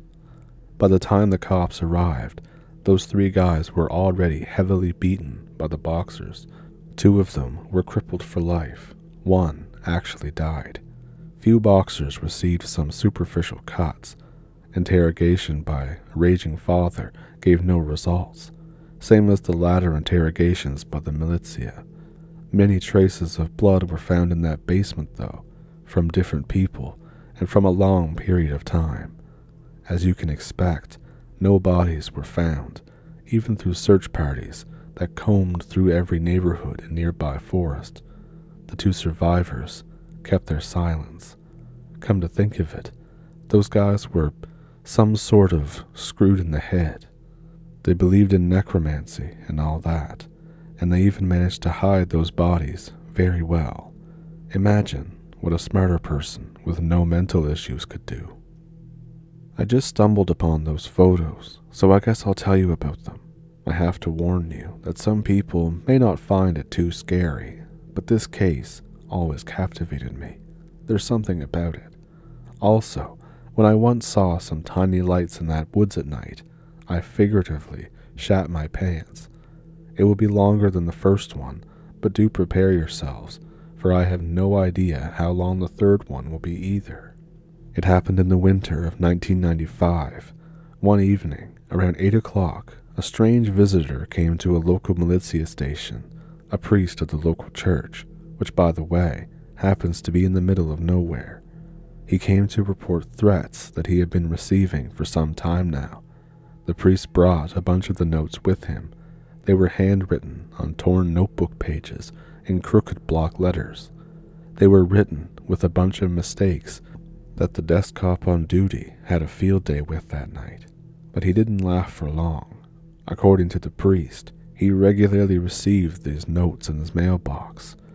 First, every 3 days. Later, every day. Which was the reason he decided to finally report them.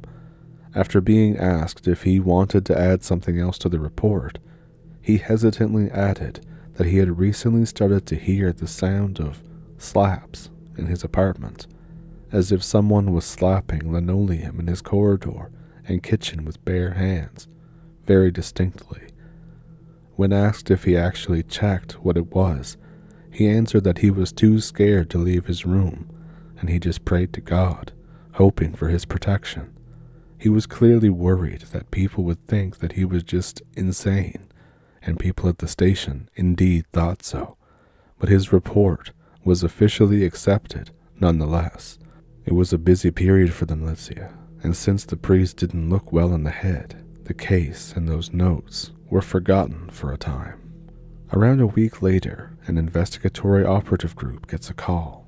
In the forest around 2 to 250 meters deep, a body was found, and not just some body, but as you have probably guessed, the body of that very priest.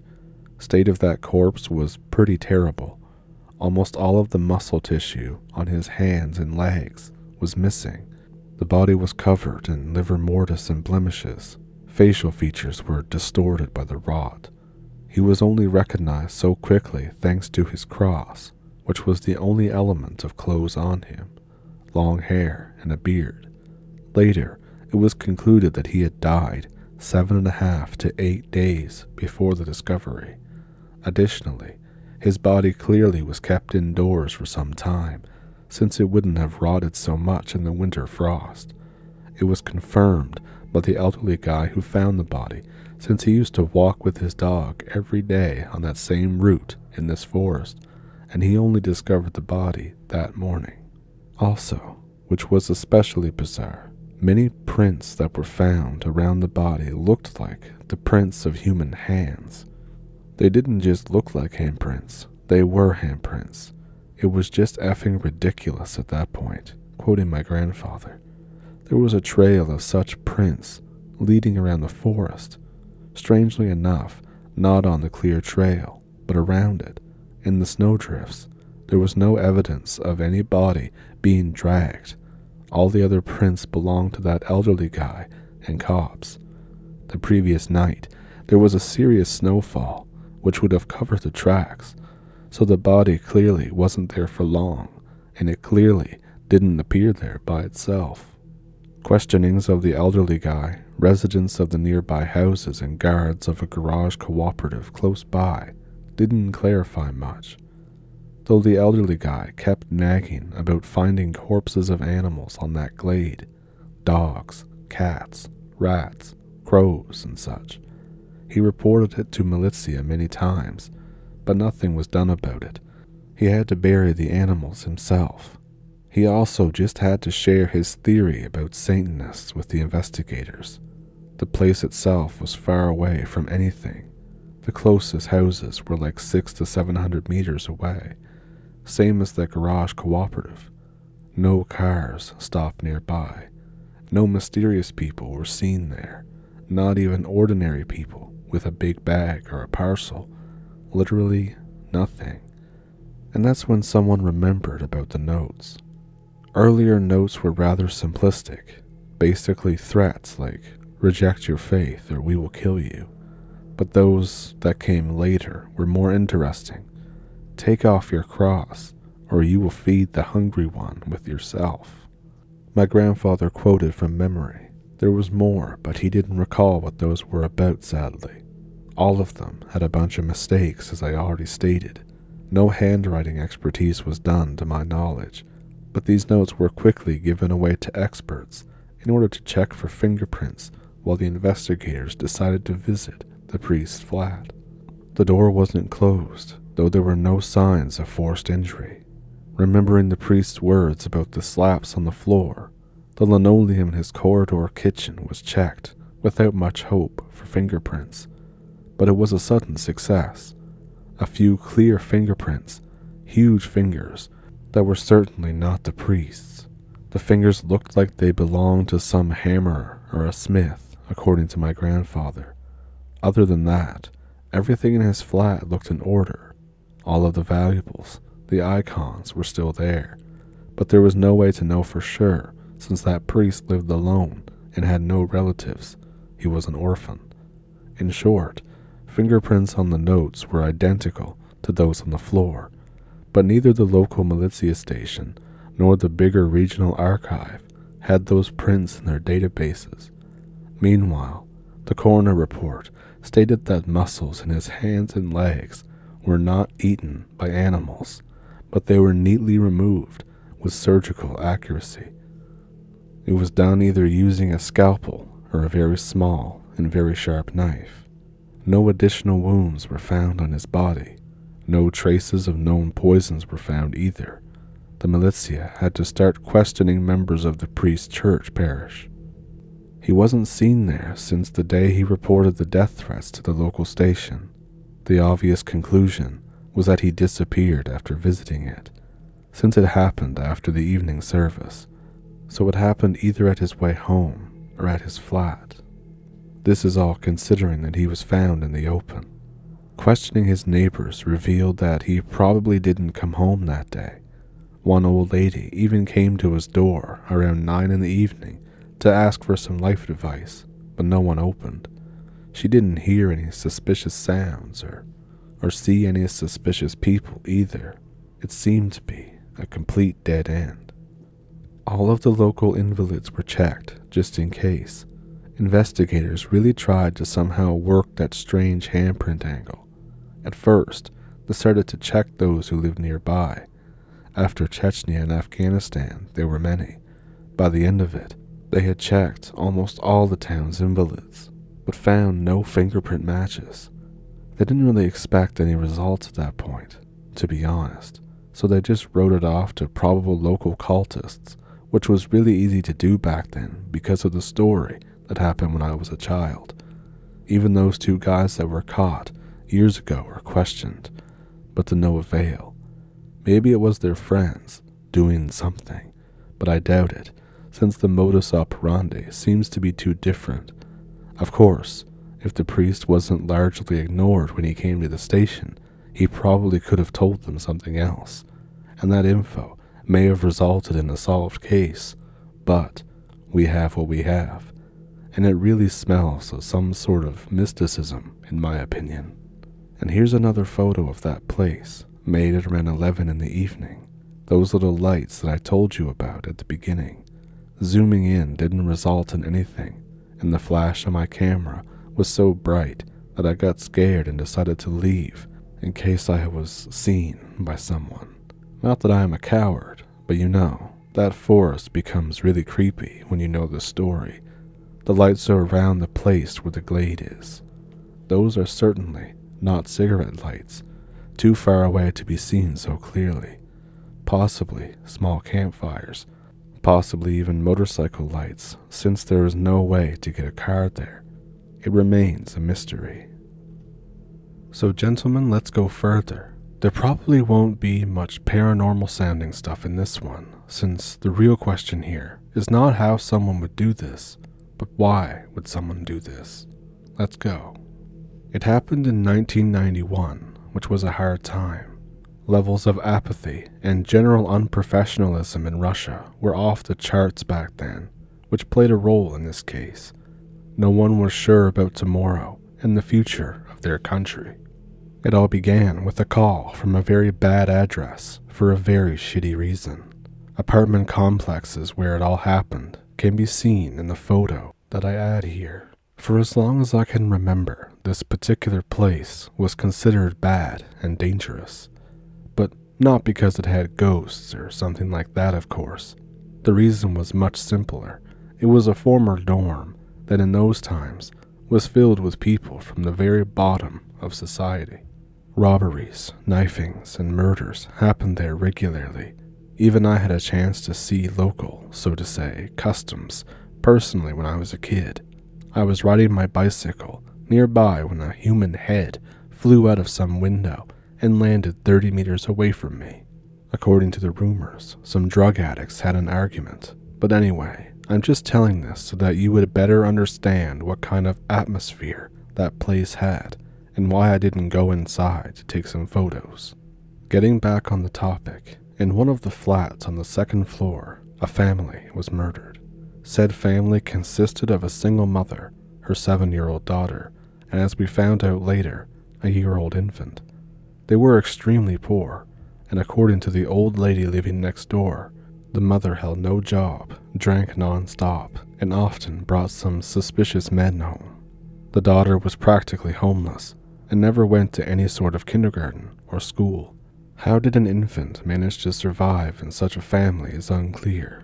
According to my grandpa, you should divide anything those old Soviet grannies say by 2 if you want to get closer to the truth, but it all looked shitty nonetheless. The door was slightly ajar, which allowed for bodies to be found, and as for bodies, at the first glance, it looked like a typical case of domestic violence. With some excessive force, though. Around 30 knife wounds on each body. The wounds were at least 2 days old.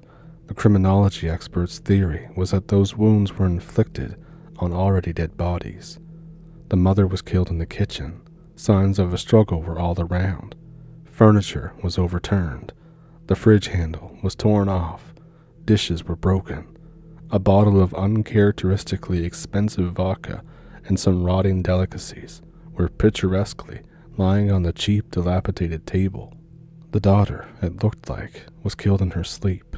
Because she was found in her bed in an embryo pose, there were no signs of resistance. As for the infant, no trace of him was found, except for a baby fence in his sister's room. The infant's very existence was only corroborated by that same old lady and later by other neighbors. No diapers, no baby food, no stroller, no birth certificate, nothing, which is, considering the social status of that family, possible. But even the surface search of the apartment revealed a lot of interesting things. Not only was the freezer chock full of expensive food and alcohol, there was also a large sum of money hidden in the icebox. Literally a few packs of money hidden inside cheap wrappings, which was a normal way to hide money and valuables from possible robbers in those days. But what were they doing there in the apartments of these piss-poor people? That raised some questions, because the connection between those valuables and deaths was obvious. Further questionings of the neighbors and local alcoholics in the yard clarified 3 important things. First of all, the murdered woman was popular here, if you know what I mean, and her door was usually open. Second, according to a score of witnesses, a strange man started to visit her in the last week. He clearly wasn't local, and even though descriptions slightly varied from witness to witness, they painted a certain picture. Uncertain age, completely bald head, always in the same 3-piece brown suit, patent leather shoes, and a bow tie. In short, he looked like he was loaded with some dough. No one could provide investigators with any distinctive details of his physical appearance, or even his face. Such people rarely, if ever, visited this place, and it is a whole separate question as to why didn't anyone try to rob or just beat him up, because that kind of people were not too popular in that house, to say the absolute least. Many people saw him entering the apartment complex and victim's flat, but nobody ever saw him leave. Another thing was the suspect's interesting and unusual manner of speech. According to people who talked to him, he was florid, artsy, old-fashioned, and extremely polite. Sadly, no one could quite recall what the man asked them about, although the witnesses could recall that he had some questions, which wasn't completely unusual in such places, since the inhabitants were usually drunk or something. He was seen at least 3 times in the last week, though by the time the militia arrived, he wasn't seen there for 3 days straight. And finally, the third and important piece of info. The moment this man started to come to this apartment complex, the victim stopped receiving visitors, and her flat, for the first time in years, fell silent. No shouts, no loud noises, no baby cries. So yes, the infant's existence was finally corroborated by the accounts of most witnesses, but no one remembered the dead woman ever being pregnant. Bodies then were brought to a coroner. When they were loading them into the car, it looked as if every bone in those bodies was broken, basically behaved like a couple of rag dolls. Further searches of the apartment didn't provide investigators with any additional details. No signs of forced entry, no traces of blood, except for those of the victims. The bottle of vodka and glasses on the table were, of course, checked for fingerprints, but only prints that belonged to the victim were found. Doorknobs in her flat gave such a wild range of different fingers that experts exhausted themselves to no end just trying to compare every set with what they had in their databases. In any case, almost all fingerprints belong to the local lowlives who haven't seen her for at least 2 weeks. Now, coroner's report was much more interesting. Indeed, injuries on the bodies were inflicted when the victims were already dead for around a day at that point. But this is not the interesting thing. The autopsy showed that every bone in their bodies, except for the skull and cervical vertebrae, became extremely brittle and were basically damaged by who knows what. They certainly weren't broken by the blunt trauma, since there were no traces of such damage on the bodies themselves, not to mention that it would be very tiring of a process, breaking every tiny bone in a human body. Also, the bodies would look like a couple of torn bloody bags after that.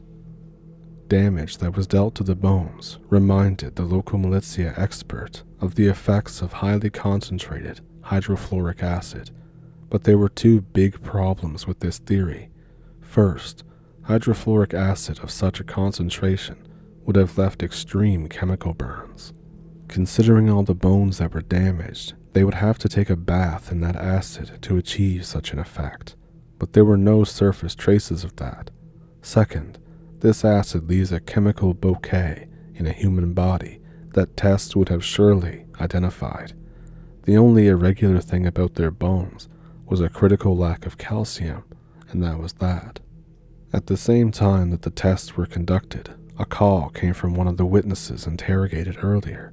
He saw the suspect entering a boiler house near the apartment complex.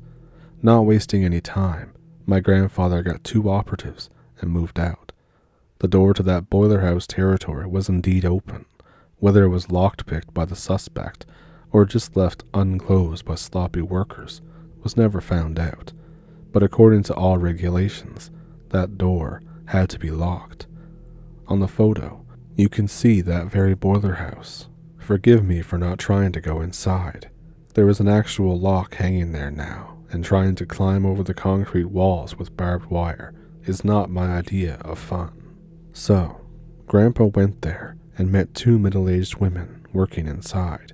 By the way, there was supposed to be 5 or 6 personnel working at all times, according to regulations. This is probably the reason why something blew up inside there when I was a kid. They were noticeably twitchy and were not normal, as if they were terrified.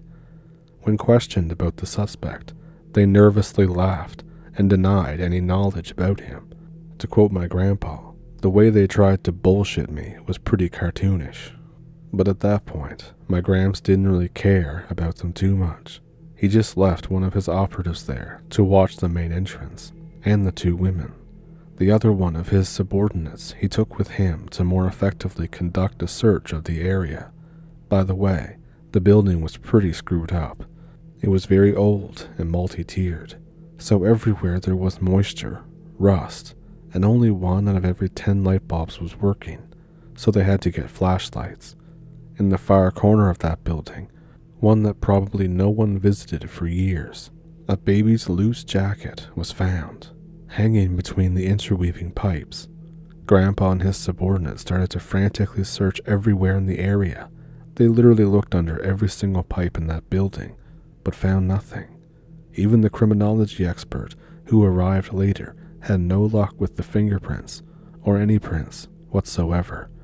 The baby's jacket had no traces of blood on it, or any other traces at all for that matter. It looked so clean, as if it was just recently washed. The 2 women were called later for questioning. One of them kept stating that she saw or knew nothing, and the other disappeared after the very first interrogation. As her melancholic drunkard of a husband said later, she just left home without packing any of her belongings. Despite all the numerous questions the militia asked her husband and colleague, despite checking all possible connections, nothing gave any result. For all intents and purposes, those women were completely normal. Even their fingerprints were taken and compared to those found in the victim's flat, but this naturally ended with failure. At that point, the case came to a grinding halt, and it seemed that there was nowhere left to dig. But then suddenly, a month later, another call came from the same apartment complex, from the same old lady who found the bodies. According to her, faint sounds of crying were heard coming from the now sealed apartment where the murders took place. An operative investigatory group answered the call. My Gramps told me that he almost physically felt surrealism of the situation. Sealed door of the dead apartment had no signs of forced injury, and Gramps indeed heard a faint sound of a baby crying inside.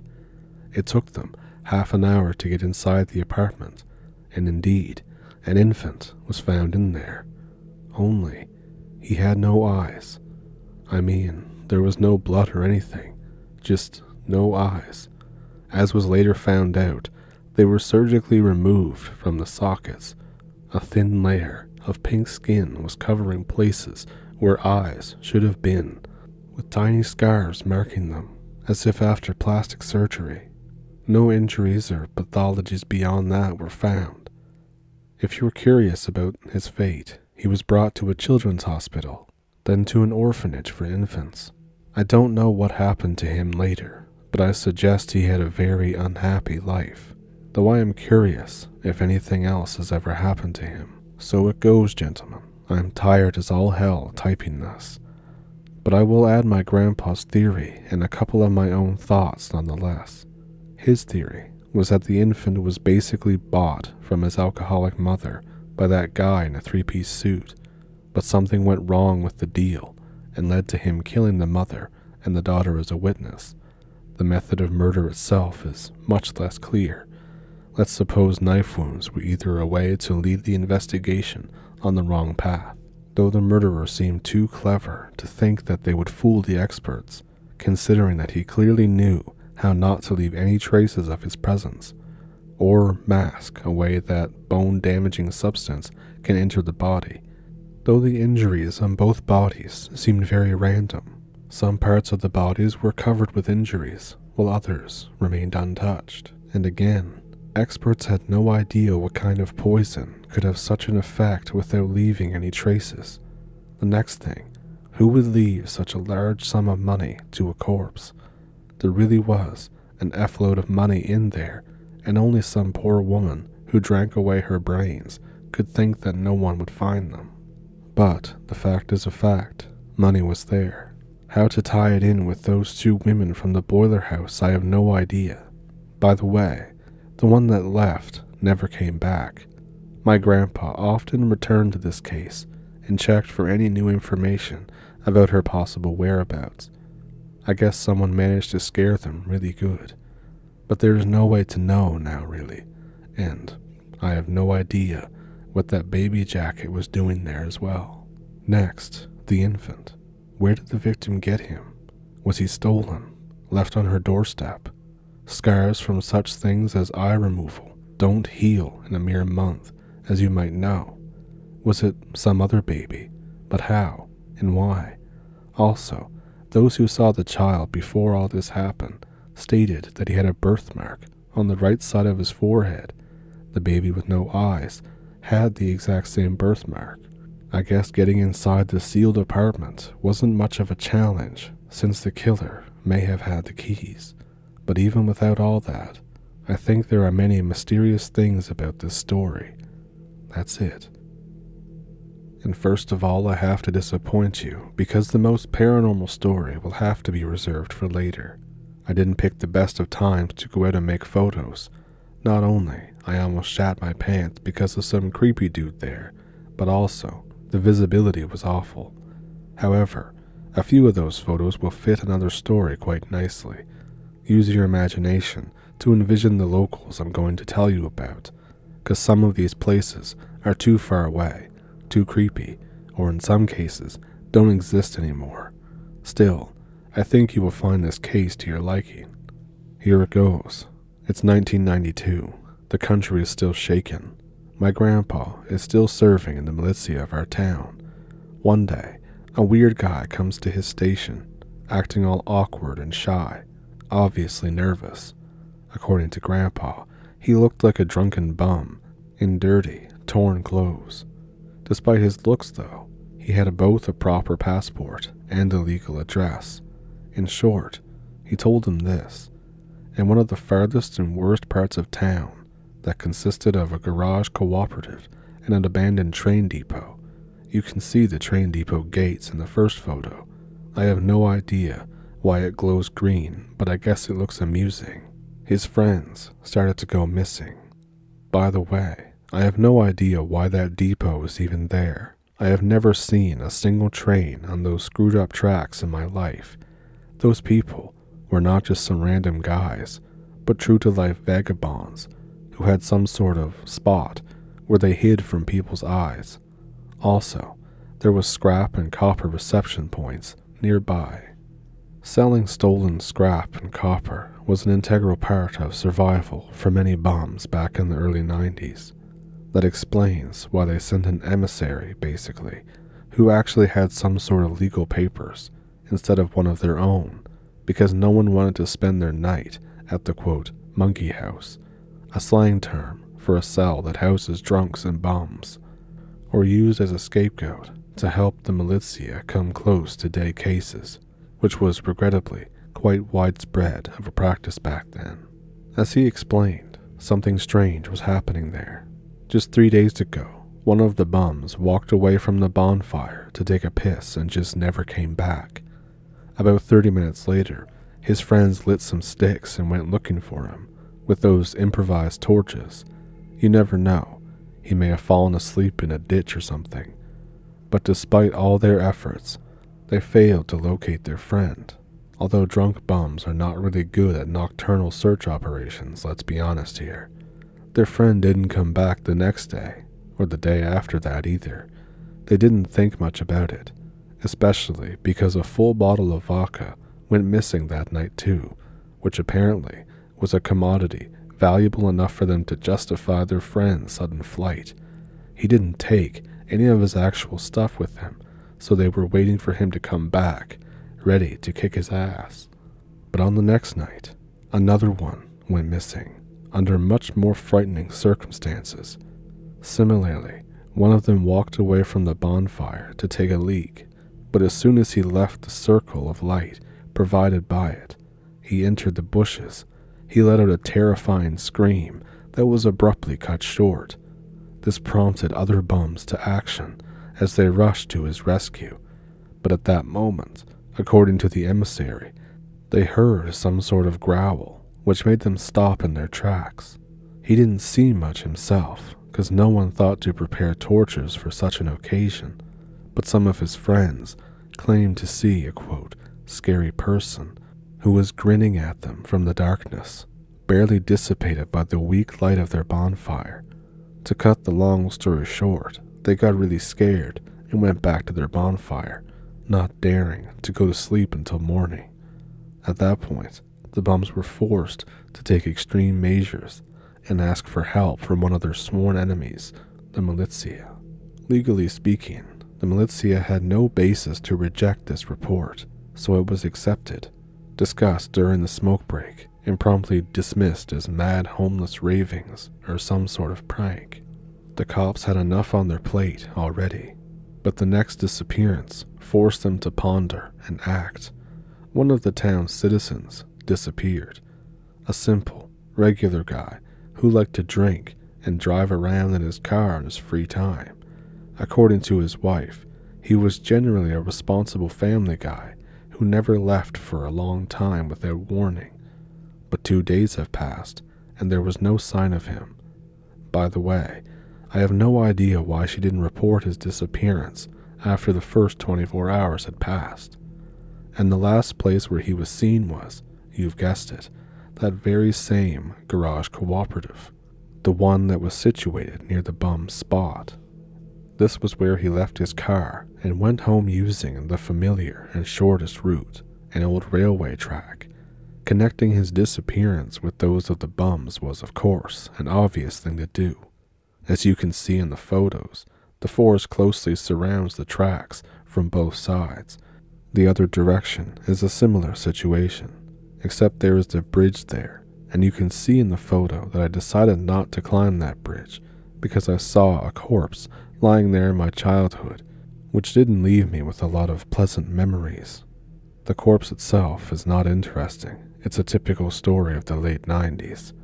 After the bridge, there is more forest, and on the right and concrete wall on the left, separating the railway from the old warehouses. They were almost all abandoned back then, and by the mid-2000s they were demolished. After that, some sort of building materials market was constructed there, but by now, it's abandoned too. I guess this place just has such a fate. And so it goes like that for 1.5 kilometers until it reaches more or less civilized areas of town. At first, they suspected the bums themselves, obviously. But on the other hand, if any of them was guilty, he would have run away after their, quote, emissary informed the police. But one operative was sent to question them anyways. Although either he was a dumbass, or the bums left their usual place because he couldn't find anyone. Meanwhile, my grandfather took a group of subordinates and went to visit these old warehouses, which were the obvious place to hide potential bodies. Besides, at that point in time, there wasn't even a single security guard working there. Skipping the boring details, what they found was a checkered shirt with some traces of blood that, according to the missing guy's wife, was on him when he left home. In addition, there was a lot of various trash and a couple of mattresses. The room they found them in was relatively clean too, in comparison to the rest of the warehouse. Experts immediately detected some fingerprints there, and that's where a certain surprise awaited them. It was revealed that the fingerprints belonged to 2 convicts who escaped from some prison near Solokamensk a whole 15 years ago and were largely forgotten about by that point. By the way, they were imprisoned for some pretty heavy stuff. One of them was local. The other one used to live in Moscow. The local one was a 62-year-old at that point. The one from Moscow, 41. The next logical step was to check the address where the local convict used to live. His flat was on the first floor in a pretty bad part of town. The apartment complex itself was in a critical state. It had been demolished by now, and the flat itself belonged to the town's housing fund for some reason. The convict would have gotten quite surprised if he chose to return home legally, I bet. But no one lived there anyway. It turned out that getting the keys wasn't a problem, since a door, a piece of plywood, was already broken into and the lock was torn out. Inside the apartment, or to be more precise, inside its bathroom, they found, without any exaggeration, pandemonium. The first traces of blood were found on the floor and walls of the corridor, and in the bathroom itself there was a bath full of body parts, belonging to 3 people in total, though the heads and torsos were never found, as far as I know. Apparently, They were chopped up with an axe that also wasn't ever found either. Those parts floated in dirty, cold water.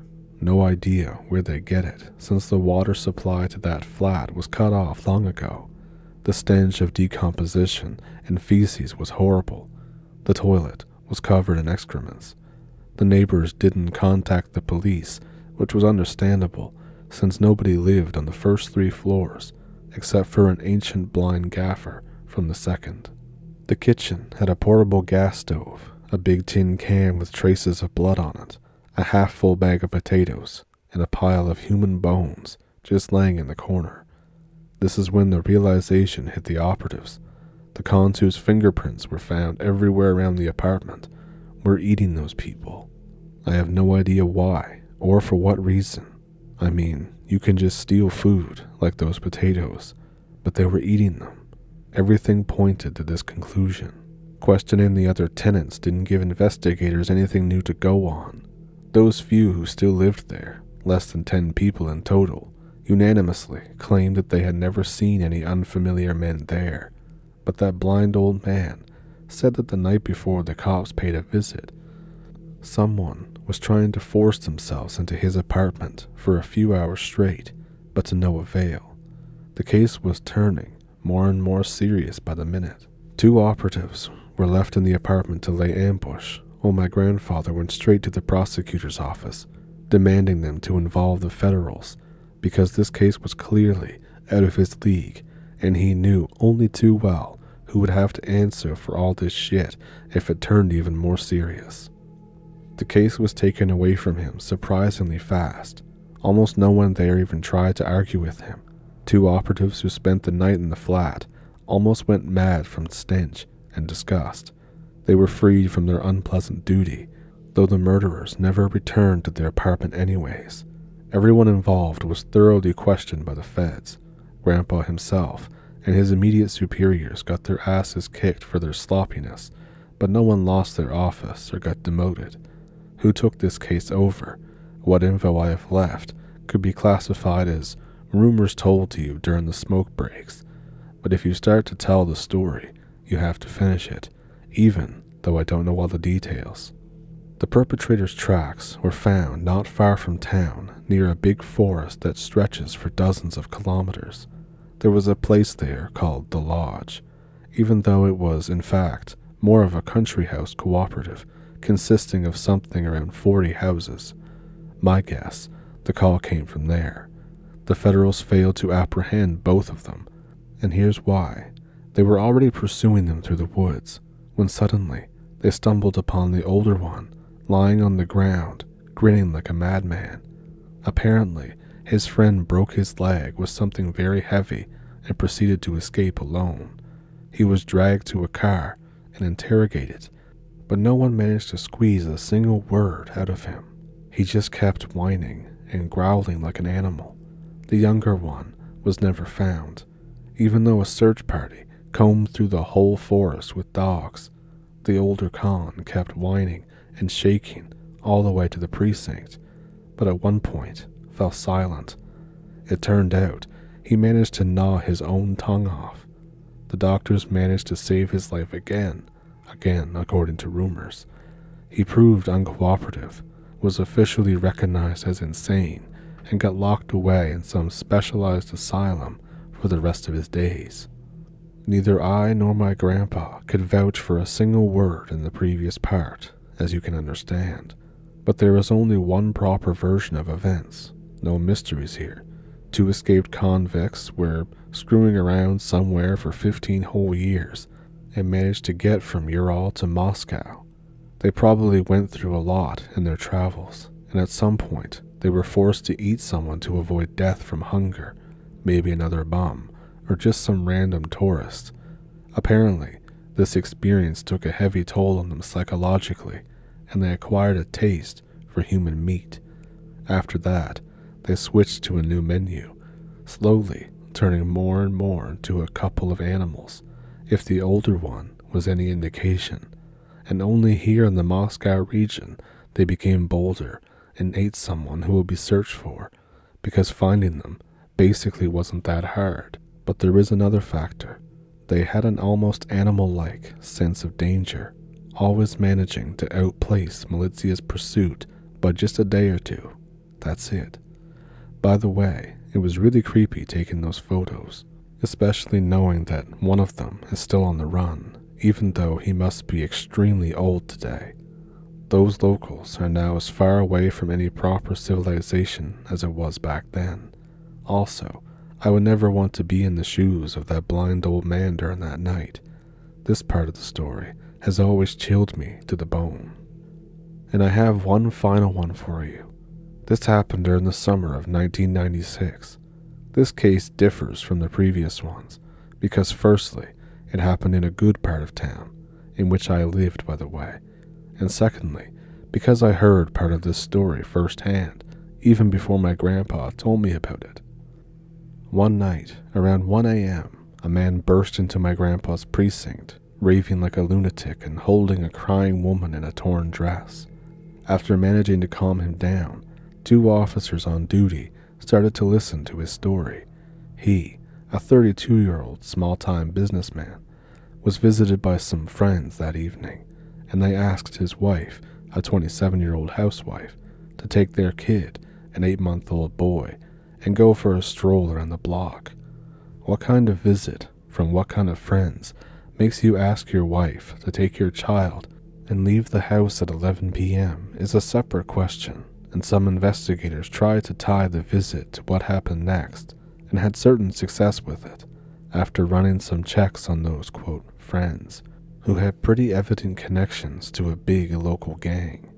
He clearly paid them protection money since both he and his business were doing fine, but I'll come back to it later.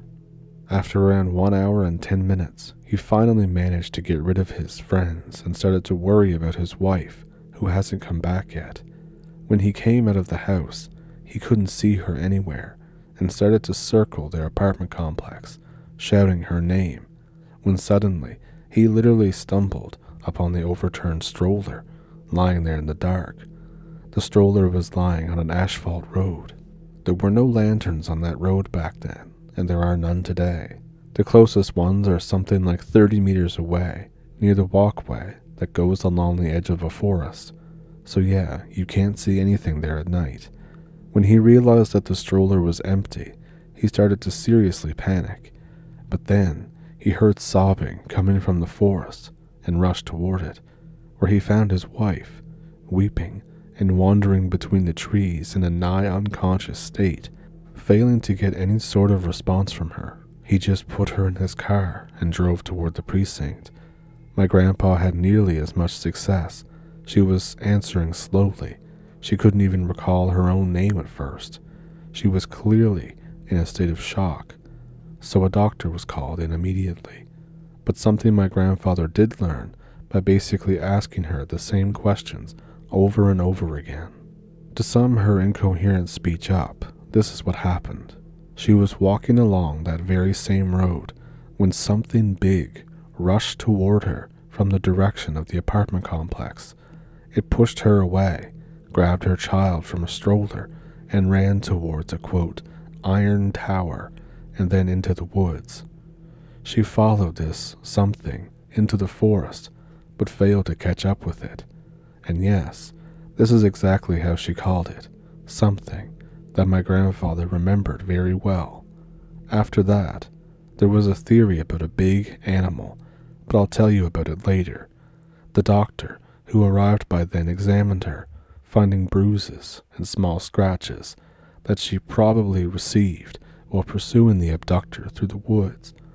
No further damage was found, but she was indeed in a state of shock. The doctor advised to give her some glycine or glycerol. I don't know what I have written in my notes there, so don't harass me about it, and let her have some sleep, and advised her to avoid stress. He chastised my grandfather for questioning her in such a state. He also advised to hospitalize her if her condition wouldn't improve on the next day. It was decided, without much hope, to conduct a search. Of course, while the trail was hot, with the help of a kynologist and his dog, the iron tower was found pretty fast. 250 meters away from the spot the stroller was found, there was an overhead power line, which you can see in the attached photo. During the examination of the stroller, some strange things started to happen. The dog, a long-haired German Shepherd, a huge male, saw that dog a few times in my childhood, and it was indeed enormous. The dog started to act erratic, growling at the house, pressing its tail, ignoring the kinologist's commands, who was pretty surprised by that behavior from an adult dog that never acted like that before. He was the one who proposed a theory about a large wild animal may have caused the dog, unfamiliar with hunting, to react that way. On the fabric that covered the stroller, there was a small torn gap no one paid much attention to. After all, it could have been torn during its fall on the asphalt, covered in small pebbles and pieces of broken glass. But my grandfather noted this anyway. Maybe he had some thoughts about it. There were no traces of blood that were found inside the stroller or on the ground around it. They even double-checked it during the day, and nothing. But the stroller was taken for an expertise anyways, which gave no results. When they finally reached the tower, despite the dog acting completely inadequate and outright refusing to pick up the trail, they started to ponder what to do next. There were no obvious tracks. The dog wasn't helping. So, the kinologist was dismissed, while the other operatives started to rummage through the nearest part of the forest with flashlights just to clear their conscience, but to no avail. In the morning, they had called the man whose child had gone missing, but he had reported that his wife had not become better and that he was taking her to a hospital. She was sent to the loony bin for some time, but even after getting released, she couldn't tell anything new, as if she'd totally lost her memory. There was only one connection left, the man's friends. But not to turn all this into one of the boring episodes of Criminal Russia, which was once a popular TV show documenting all kinds of crimes.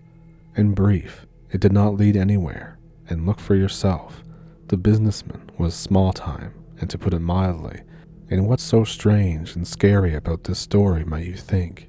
The fact that in a month's time, the same house had seen a similar case. Two brothers, the elder was 10, the younger was 7, played behind the house and rummaged under the windows, hoping to find something interesting. The elder brother, naturally, was tasked by the parents to keep an eye on Junior. The rest is taken from the elder brother's testimony after his father had taken him to the militia. It was a short while before 10 p.m., time to return home, when the older brother had suddenly noticed that the younger brother was standing still and staring into a dark alcove under the first-floor balcony. The elder brother tried calling the kid several times, but he did not react.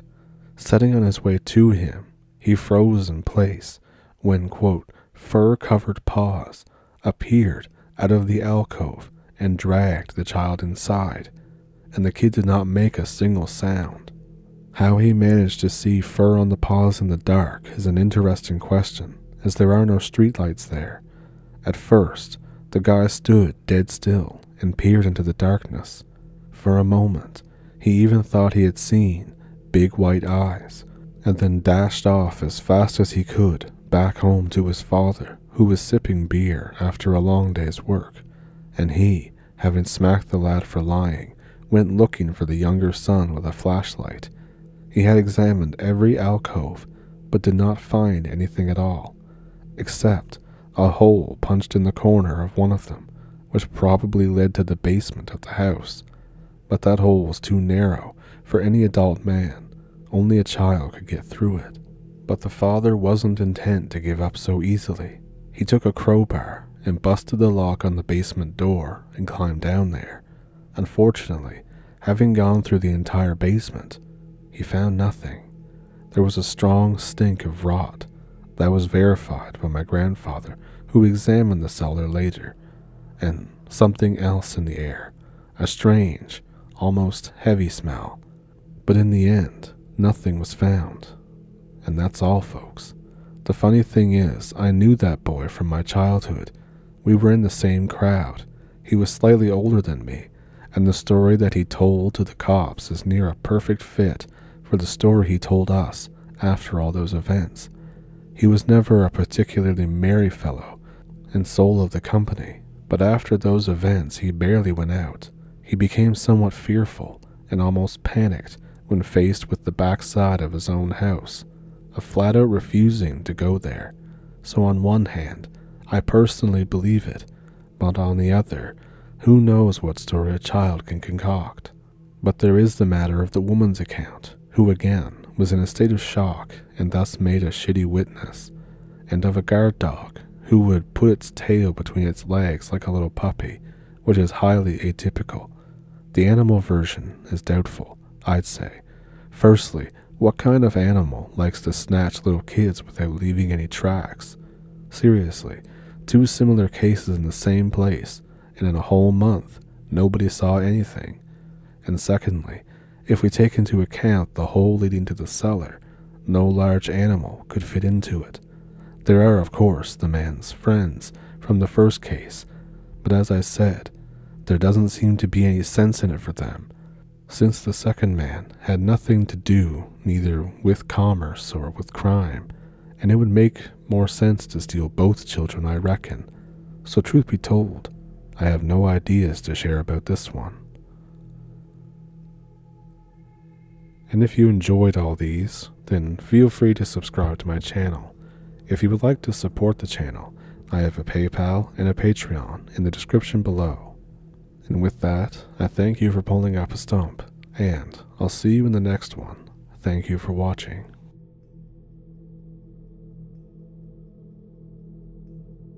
It's good that these days people can talk about paranormal things without writing everything off as crazy. So let me tell you my story. I was born and raised in Louisiana. I lived in a normal neighborhood in a normal house with normal parents. My uncle, on the other hand, lived deep in the bayou. I'm talking the type of shit that you see in movies, where there's a cabin on stilts with lamps hung outside in the middle of the swamp. I didn't even think they existed anymore when my parents took me over to my uncle's cabin for the very first time. But here I was, right in front of it. I was about 8 years old at the time, and my uncle used to tell me stories about an old hag witch that lived deeper in the swamp. He told me stories about how she would come out every now and then to snatch up people who wandered too close to her territory and eat them. Now, my uncle was that special brand of asshole that liked to scare little kids half to death, so he would do things like this all the time. I was scared back then, but we took another trip out to see him when I was about 15. I had brought my friend along, Tom, who needed a place to stay since his folks were abusive. Anyways, it was me, my mom, my dad, Tom, and my uncle. We would sit around his fire pit that he had in his cabin where he used to tell me his scary stories. And he started back up telling us the story about the hag he had told me about when I was a kid. I remembered it and laughed to myself as my parents made comments like, "They're a bit old for that now, aren't they?" We spent our time there without incident until we were ready to leave, but me and Tom decided that we wanted to stay over at my uncle's place for a bit longer since we were having a blast over there. My parents very begrudgingly agreed. There was a lot of crime going on under the heavy cover of the canopy of gnarled swamp trees, so my parents were naturally a bit uneasy about this, but me and Tom stayed with my uncle despite my parents' protests. Tom seemed interested in my uncle's story about the hag, much more than I was, so he asked him if he knew anything else about the story. My uncle, to my surprise, had more to say on the matter. He began explaining that the hag could be found if you walked down an old path through the swamp, but you could only reach it by boat. Then Tom had this crazy idea. He asked my uncle if he could take us to the path. I remember looking at my uncle, thinking that he was about to break the news to Tom about his story being bullshit that was meant to scare him, but to my surprise, he said, "Sure, we'll go tonight." I looked between the both of them. My uncle was smiling. He obviously had something even more devious planned for poor Tom. If only he knew. It was about 6 o'clock at night when we started getting ready to get going on our bullshit witch hunt. My uncle gave us each a backpack and loaded us up with survival gear. I had some reservations about camping out in the swamp, but my uncle was a crazy MFer. Once we got ready, my uncle grabbed his gun and we headed out. He got us into his boat and off we went. He guided the motor at the back of the boat while I sat next to him, Tom sitting near the middle of the boat, looking around at the surroundings that were dimly lit by a lamp on the front of the boat. I looked to my uncle and asked the inevitable questions. What did he have planned for Tom? Why was he going so far with the joke this time? My uncle just laughed and said, "You're gonna laugh your ass off." We must have been boating for something like 10 minutes before we came to what looked like a dock. It was old and rickety, in much poorer condition than what I was used to. My uncle had picked one hell of a venue for all of this to go down at. At least, that's what I thought. We tied the boat to the dock and made our way onto a narrow path. Tom was excited. This must have appealed to some sort of screwed up sense of adventure in his twisted little head, but I was scared shitless. And I wasn't about to be the target of the most cruel practical joke on the planet. With Tom far enough ahead, I got to asking my uncle where he heard the story about the hag. It was way too detailed for him to have just made it up on the spot, to which he replied that he had heard it from an old babysitter of his when he was a kid. He told me that there was a lot of history behind this part of the bayou, lots of murders and occult activity, but he was a relentless skeptic, so on we trudged down the increasingly narrow path. As we walked, I started getting uneasy. My uncle was too giddy with anticipation to focus on anything but naive Tom, practically skipping like a little schoolgirl in front of us. But I was all too focused on our surroundings. The trees in this part of the swamp just looked wrong. They were twisted in ways that seemed unnatural even for swamp flora, like they were growing on an uneven surface which had far too many rocks underneath. Their branches spewed out from the trunks to hang over us, like the trees themselves were hiding the ground here from the sun's gaze. As we walked further and further, my uncle stopped, as though something was wrong. He had a confused look on his face, and looked off to the right, scratching his head. He was looking toward a tree. He called out to Tom to hold up a sec, and we waited there for a few moments, looking confused toward my uncle. Save for my uncle's lamplight, which cast a dull orange glow on the trees that surrounded us, it was pitch black. It was a bad idea coming out here at night. I looked to my uncle and asked what was wrong. He spoke with worry in his voice. We were supposed to meet a friend of mine here, but he must be further up ahead. Come on, boys. Stay close to me now. He started walking forward. By now I understood what my uncle had planned. He probably had a friend to wait somewhere along the path in a costume to jump out and scare us.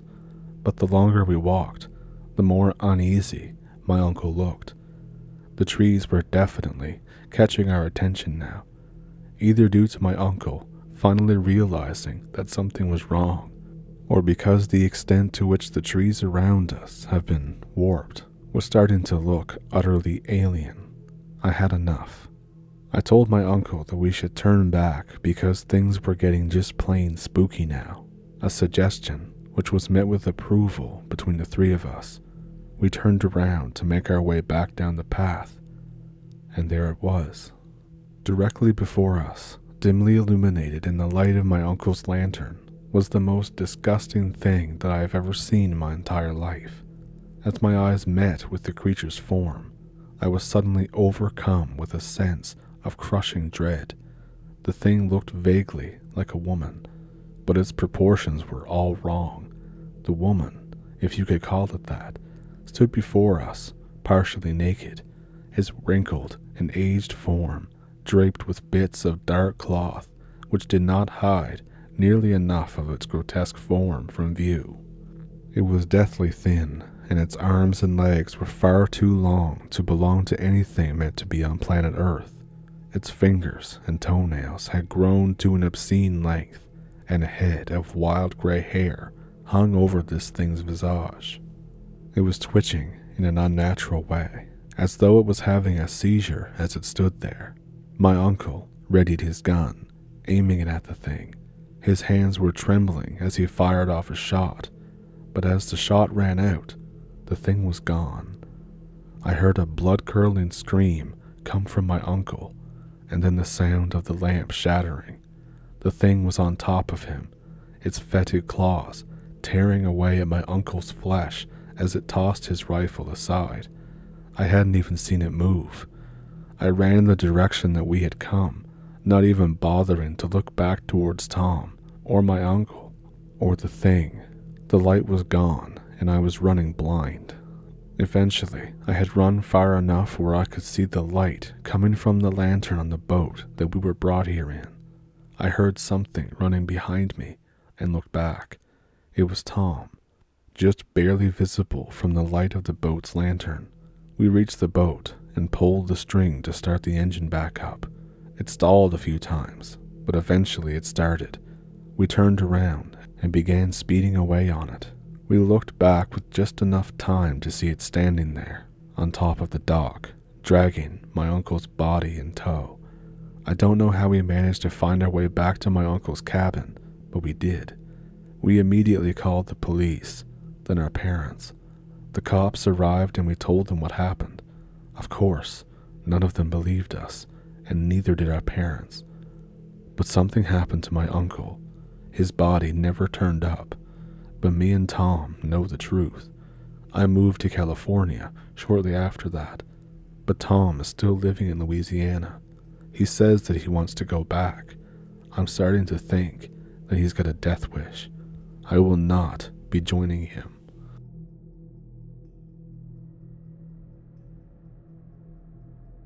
Finally, I have a chance to share my story. I have witnesses that can account to my stark fear the night it happened. Unfortunately, they still laugh at me about my claims to this day. I used to live on Davis Road in Loveland, Ohio. I lived in an old cabin with a friend. I cannot remember the exact date for the life of me, but I do remember it being December of 2013. It was approximately 10 at night, and it was one of the first snows on a fairly cold, almost freezing night. When I first moved in with my friend, I had no idea about frogman or mothman or Pope-lick monsters. Sometimes, when I was exploring the creek next to the cabin that led to a stone's throw distance to the Little Miami River, I found carefully stacked towers of stones in the creek. I felt it was very strange and had a leery feeling about them. It seemed like something a witch was doing, maybe for ceremonial purposes. Although I wasn't exactly 100% sure, I usually slept it off as something the neighbor kids were doing. But what was even odder and scarier is the very next day I noticed stacks of rocks would change and move to different spots. Sometimes there were more of them in certain areas. A part of my mind passed the notion off as seismic actions in the ground and a flow of water in the creek. Very peculiar, yet feeling like I was always being watched. I felt special and afraid at the same time. It was one of those things that I always hastened to mention until now, and till this day, I can show someone where it is. I moved in late summer, and the nights came with the sound of screeching, hissing, and growling animals, way in the distance at first. Here's where it starts to get scary. It seriously felt like whatever animal that was fighting or in pain was knowing that I could hear it from a vast distance. I would purposely summon the anguished screeches sometimes, and as the summer turned to fall, the screeching came closer and closer, huffs, hisses, and seemed to puff air and growls. This phenomenon was so similar to a raccoon in a fight that it was very easy to pass it off as just that, a fighting raccoon, or a raccoon fighting with a cat. But again, something was different, and that feeling of empowerment came with it. It got to a point that I felt like I had the power to sort of call it out. As fall approaches winter, the crying raccoon, or almost like a deer warning call, came and seemed to meander around the forest that surrounded the cabin that we lived in. I never really believed in ghosts and ghouls, so I'd pass it off as my mind playing tricks on me with the sound of the waves and the current of the Little Miami River. Then, as the leaves were almost all gone, there was the first snowfall that year. I was on the back patio of the cabin when the screeching animal sound was at the hillside directly behind our cabin in the backyard. At first, I was excited. Finally, I could confirm that the two red glowing eyes were a creature hunting and attacking a raccoon. But then the eyes looked directly at me. I thought to myself, no way is it looking at me. But it was. It was a black, dark mass. I spoke in a whisper and dared it to come at me. I was completely taken back and petrified when out of nowhere, one of the eyes lifted up really high and the other eye to join it. This black, massive object or thing seemed to be very curious at me and started tracing the hillside headed towards my way. It started a vertical path about 300 yards away. I even remember saying, no way is it really coming my way. But I knew it was. It got louder. It was big and thumped in the rough and got quicker and quicker. I challenged whatever this creature was and stood my ground until it was literally only a few dozen yards away, trampling toward me. And when it thumped closer, it got fast and seemed monstrous and huge. Yes, I turned and ran in excited fear for my life. So much fear that I jumped over my friend's motorcycle and ran into the house, slamming the door behind me. I ran inside and bolted upstairs, charging into my friend's room upstairs, where they were all playing video games and acting like nothing was happening. My one friend Jim went to the window laughing at me and said yes, that there seemed to be a gust of escaping steam in the cold winter night, shining against the light of the back porch security light. My friends joke at me till this day. They say Frogman says hi. They said it was a frog lady in love with me. I know what I saw. I am not crazy. I hate that nobody else was there with me, and I'll never summon that beast ever again.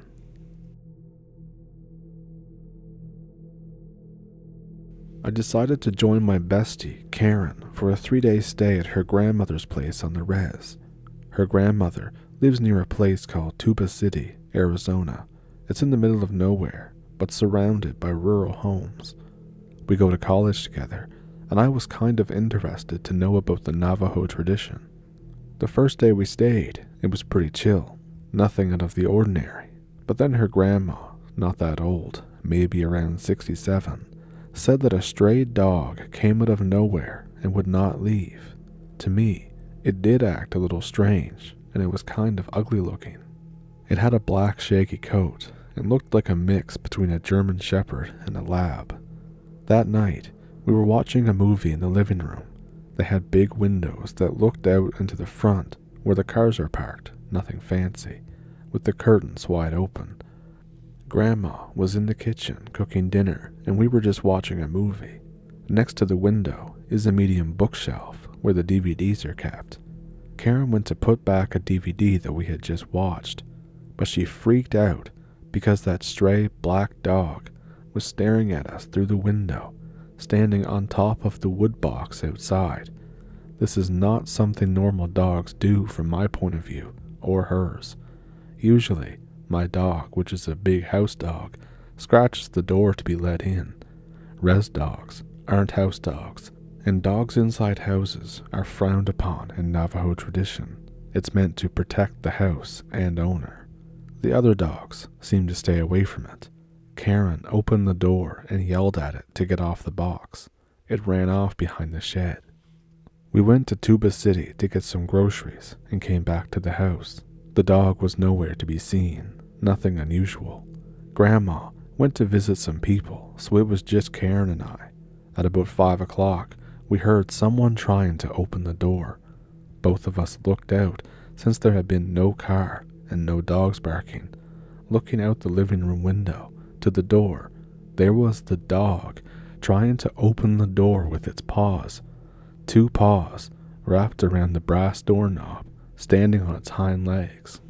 I thought that was really weird, but I wasn't freaked out. Karen was. She opened the door and chased it off. Grandma came back and Karen told her. Grandma did not like what she heard.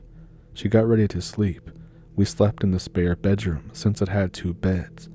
One window with curtains was open a little. We turned off the light, and there was a sound coming from on top of the roof. It was a pitter-patter of footsteps and scratching sounds and panting. It then sounded like something jumped off onto the large plastic water barrel they had. At first, we heard what sounded like barking, but as it grew louder, the other dogs seemed to be barking at something also. But all of a sudden, something was running around the house barking, and it was no dog. No, it wasn't. The barking sounded human almost, a very deep male voice, barking like it knew that we knew that it wasn't a dog. After doing this, it would pant again by the window. We started freaking out. Karen decided to, and in my opinion was stupid, open the curtains to look out. There was the stray dog on its hind legs looking into our bedroom this time. It stunk, and what I thought were 2 black holes in the neck were another pair of eyes. Think of those twinkling spider eyes. The paws were deformed-looking hands with overgrown, somewhat thick and sharp fingernails. Again, both of us started screaming and shut the curtains closed. Grandma came running through the door and seeing it. The first thing she did was grab ashes from the fireplace, load 3 shells into the shotgun from under her bed, blessed herself in Navajo, and went outside to shoot it. She was yelling in Navajo about how the thing wasn't welcome there and to get the hell out of there, for it to go linger somewhere else. Them both being traditional, the next day they called a medicine man to come over and put cedar in. He prayed over everyone with cedar smoke and an eagle feather, blessed the place, and made us eat bitter herbs called eagle's gall, or something similar to that, and gave me an arrowhead. Apparently, I needed to carry one for protection and a little pouch called a corn pollen. It seems to work pretty well. The medicine man said the dog was a skinwalker, but in Navajo it's a long word that they call them yoshis. The body of the stray dog, which was killed by the skinwalker, made an illusion so that we wouldn't know it wasn't a real dog. He also said that they tend to harm people by using some sort of human bone straw to spit at someone. Think like spitballs, only deadly, and then they get human bones into them. Doctors can't detect it, but the medicine man that day pulled a piece of human skull out of Grandma's right shoulder. It was pretty big, 2 inches long and 1 centimeter thick. It was real because we watched him pull it out of her. It was intense.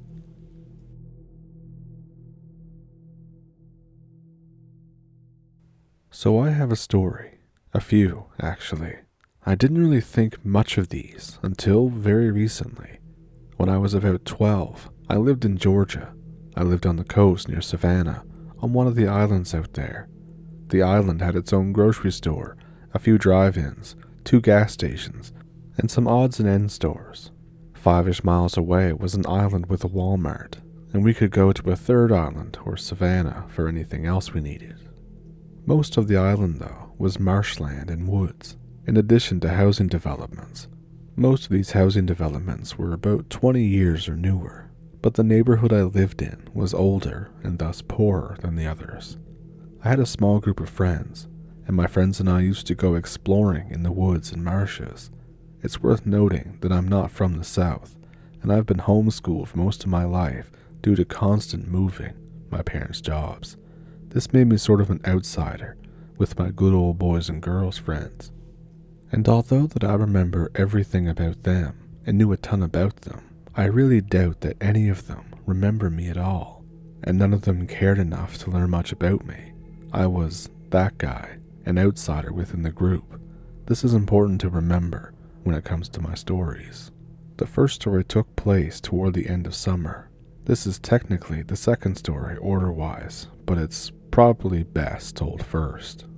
I had caught a head cold and spent 3 days sleeping non-stop in my room. And I only told my best friend Hank. I only told him over the phone for that matter. The weather had cooled down a lot, but it was still warm even at night, so we had taken to camping a lot in the woods near our houses, and sometimes further from home because it was the perfect weather for that. While I was sick, my friends went camping without me. What happens is now a retelling of what Hank and another friend, his cousin Andy, told me after I got better and left my house. Hank, Andy, and Hank's girlfriend Michelle, and 3 of their mutual friends had been hanging out all day and decided last minute to camp in the woods near Hank's house. So they pitched a few tents right beside the woods, nearest to a pond that was in between his house and the woods, and they got to goofing around. Shortly after dark, they heard loud splashing in the pond, like someone was swimming late at night, but they didn't bother to go check it out, as it wasn't out of the question that somebody would be swimming that late out there. A few minutes later, though, I apparently showed up at the campsite, soaking wet and acting kind of off. Apparently, I didn't say anything.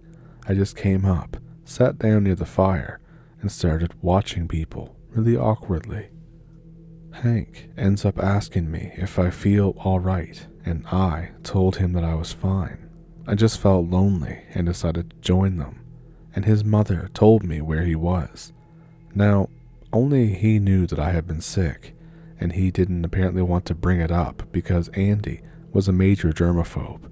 So he just sort of shrugged it off, and they went on with their evening to the best of their abilities, while I sat there, not talking, just watching them.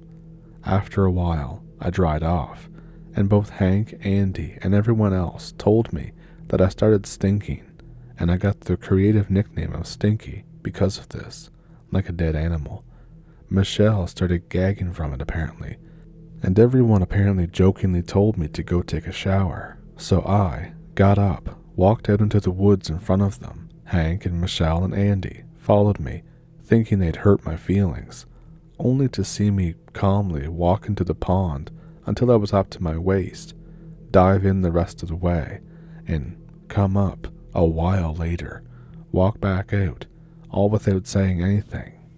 It's worth noting as well that I can't really swim, and I hate diving due to a fear of inhaling water and choking, so the chances of me doing that, especially fully clothed, are pretty slim.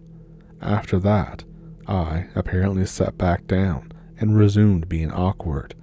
When I started smelling again after drying off, they kindly decided not to bring it up. Michelle told me later that I smelled like I was rotting, and she kept moving further from me because of it. So time goes by, and everyone decides to go to bed. Aside from me saying, I'm fine, I've apparently said nothing, and they've basically forgotten I'm there. Hank tells me to go home. He said he was basically insisting because no one wanted to share a tent with me, but I refused, and Andy and another friend, Corey, decided to share a tent with me, so they go in and apparently had to call me into the tent repeatedly, and once I did go in, I just laid down on the floor, facing the wall, nothing under me. Due to the stink, apparently neither of them could get to sleep very easily, and according to Corey, I just constantly turned my head really awkwardly and watched them. This went on to about 5 a.m. when I suddenly got up, standing as high as I could in the tent, walked out, and that was it. They didn't see me again until 36 hours later when I actually left my house finally.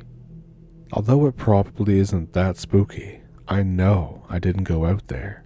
I've tried shrugging it off as a joke or me being delusional, but I'm pretty damn sure that I didn't go out there at all. I was sick, and I'm a huge baby when I'm sick. Hank even told me that it was weird that I wasn't bitching about having felt bad, and that I wasn't harassing Andy over his germ issues. And I clearly remember doing nothing but sleeping, playing video games, going on the internet on my dial-up ass internet, and watching the Sci-Fi Channel. In addition, my room was 3 stories up, and if I'd left it, I would have woken up my parents, who wake up really easily. Had they been asleep when I supposedly headed out there, and they weren't. I remember my mom coming into my room to watch TV with me at around that time. But on the other hand, I doubt my friends were smart enough to have an elaborate lie like that, or that they'd care enough even to tell it, and they seemed very sincere. That and Hank's mom later confirmed that I had in fact stopped by and asked where they were, and that she'd noted I smelled awful and seemed off, but she assumed it's because I was sick and hadn't bathed. His mom and mine, who had been friends, actually had a major falling out, arguing about whether or not I'd showed up there, and none of my friends ever believed me. I never thought much of it. I figured it was just a mean joke or something, until more recently. This is probably tied to an earlier event that had happened over the summer. Over the summer, we found that in the woods, there was this area that had been converted into a paintball fort. There were lots of elaborate tunnels and trenches and a few sheds and buildings. It was all really cool, but apparently abandoned. Some of it was even flooded, for example, and we had spent a good few afternoons playing out there, even though it was always sort of unnerving. You felt completely watched, you know. A good example is, I remember Michelle joking that some big burly guys could pop out from the tunnels, kill us, and kidnap her. She did it sort of nervously, like you do when you're trying to make yourself feel better by joking about your fears. One afternoon, we headed out there on our bikes and were goofing around, pretending to be soldiers or something like that. We did this for hours. Andy, Michelle, Hank, Corey, and a few other people. It got dark out, and I found myself alone in one of the trenches when I began to hear splashing from one of the submerged tunnels.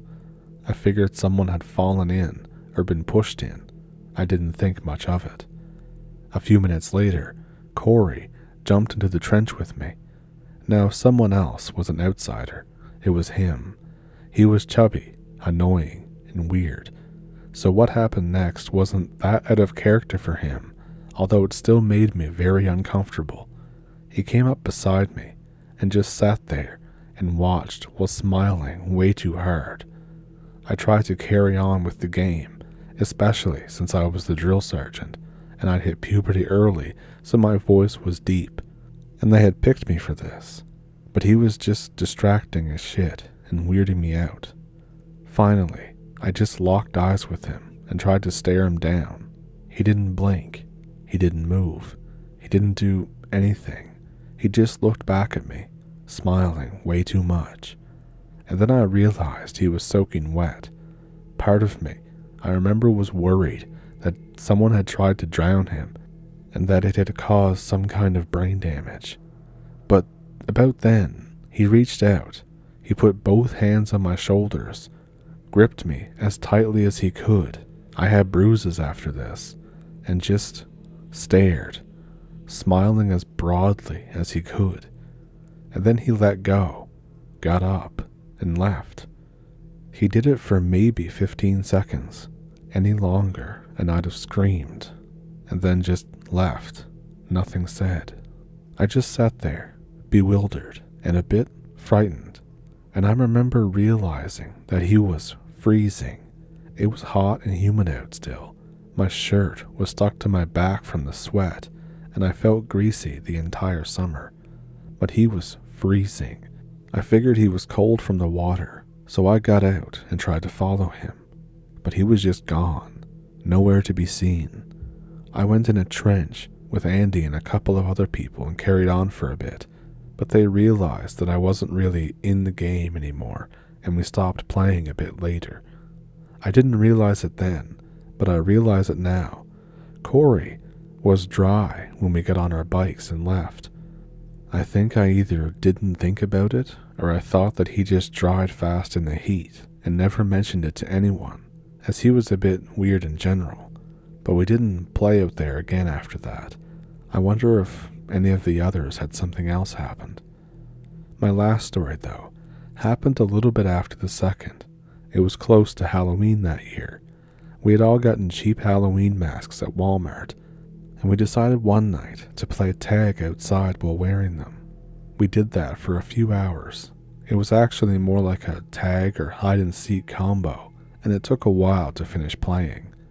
I remember clearly, though, that there were 6 of us out there, everyone mentioned plus Michelle's friend, and that at multiple times I saw a 7th person wearing a mask that we didn't have. I figured it was someone switching masks until later, when I realized that nobody had a mask like that. I then sort of decided not to mention it. 1, because I figured it was the weird girl who lived down the street, who actually would have been too short, thinking about it now. And 2, because I didn't want to scare anyone. Nothing really scary happened. We'd just be running, and I'd see them running in the opposite direction and go hiding or something like that. It was just weird. Actually, stuff where we'd come up with an extra person happened occasionally, but no one ever really thought anything about it. We just kind of thought that we miscounted and carried on. Those islands can be a very weird place.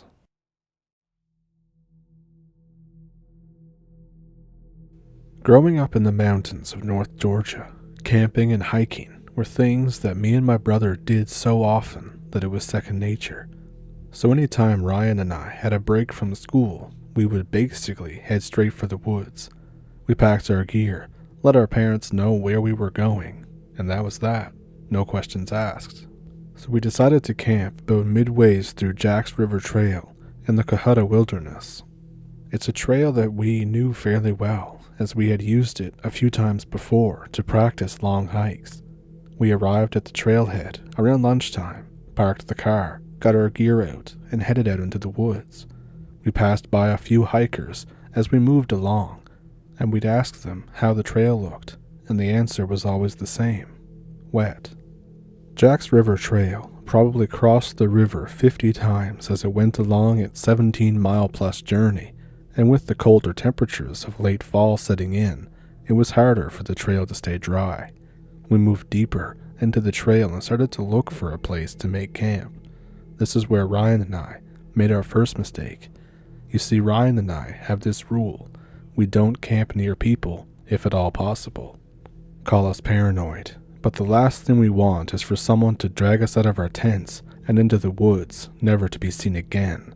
So we always camped a pretty decent ways off of the trail and in the area that wasn't super popular with overnight camping. Roughly 2.5 hours or so, we found what we thought was the perfect place to set up for the 2 nights that we would be out. We came up to a horseshoe bend and ventured about half a mile off the trail and into a clearing and set up. We built a teepee fire for that night, and we pitched our tents on either side.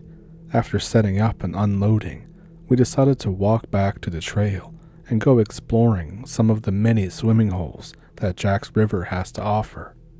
This was all during Thanksgiving break, and I remember being surprised at how few people were on the trail. Maybe it was the weather, or the fact that it was really early in the week, but there didn't seem to be anyone hiking, much less anyone staying the night. Around 5 o'clock or so, Ryan and I headed back to camp to start our fire, make dinner, and settle in for the night. Just as soon as the sun began to set, the cold rushed in. We added more wood to the fire, sat close, and just enjoyed conversation.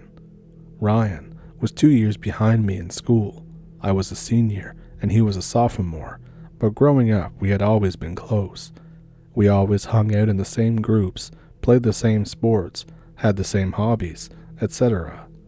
Come 9 o'clock, we were settled comfortably around the fire. I had just texted our mom to let her know that we were safe and getting ready for bed, and I remember we were talking about dreading going to our grandparents' house for Thanksgiving and having the same awkward conversations we had each year with family that we only saw on the holidays. And then things started to get strange. We were no stranger to sounds in the woods, and these woods were full of animals, from deer to black bears, and even the random wild boar. If you were in the woods enough, you learned to distinguish certain sounds, and what we were hearing I could only chalk up to as odd. What Ryan and I heard was what sounded like someone sneaking around slowly, just out of eyesight.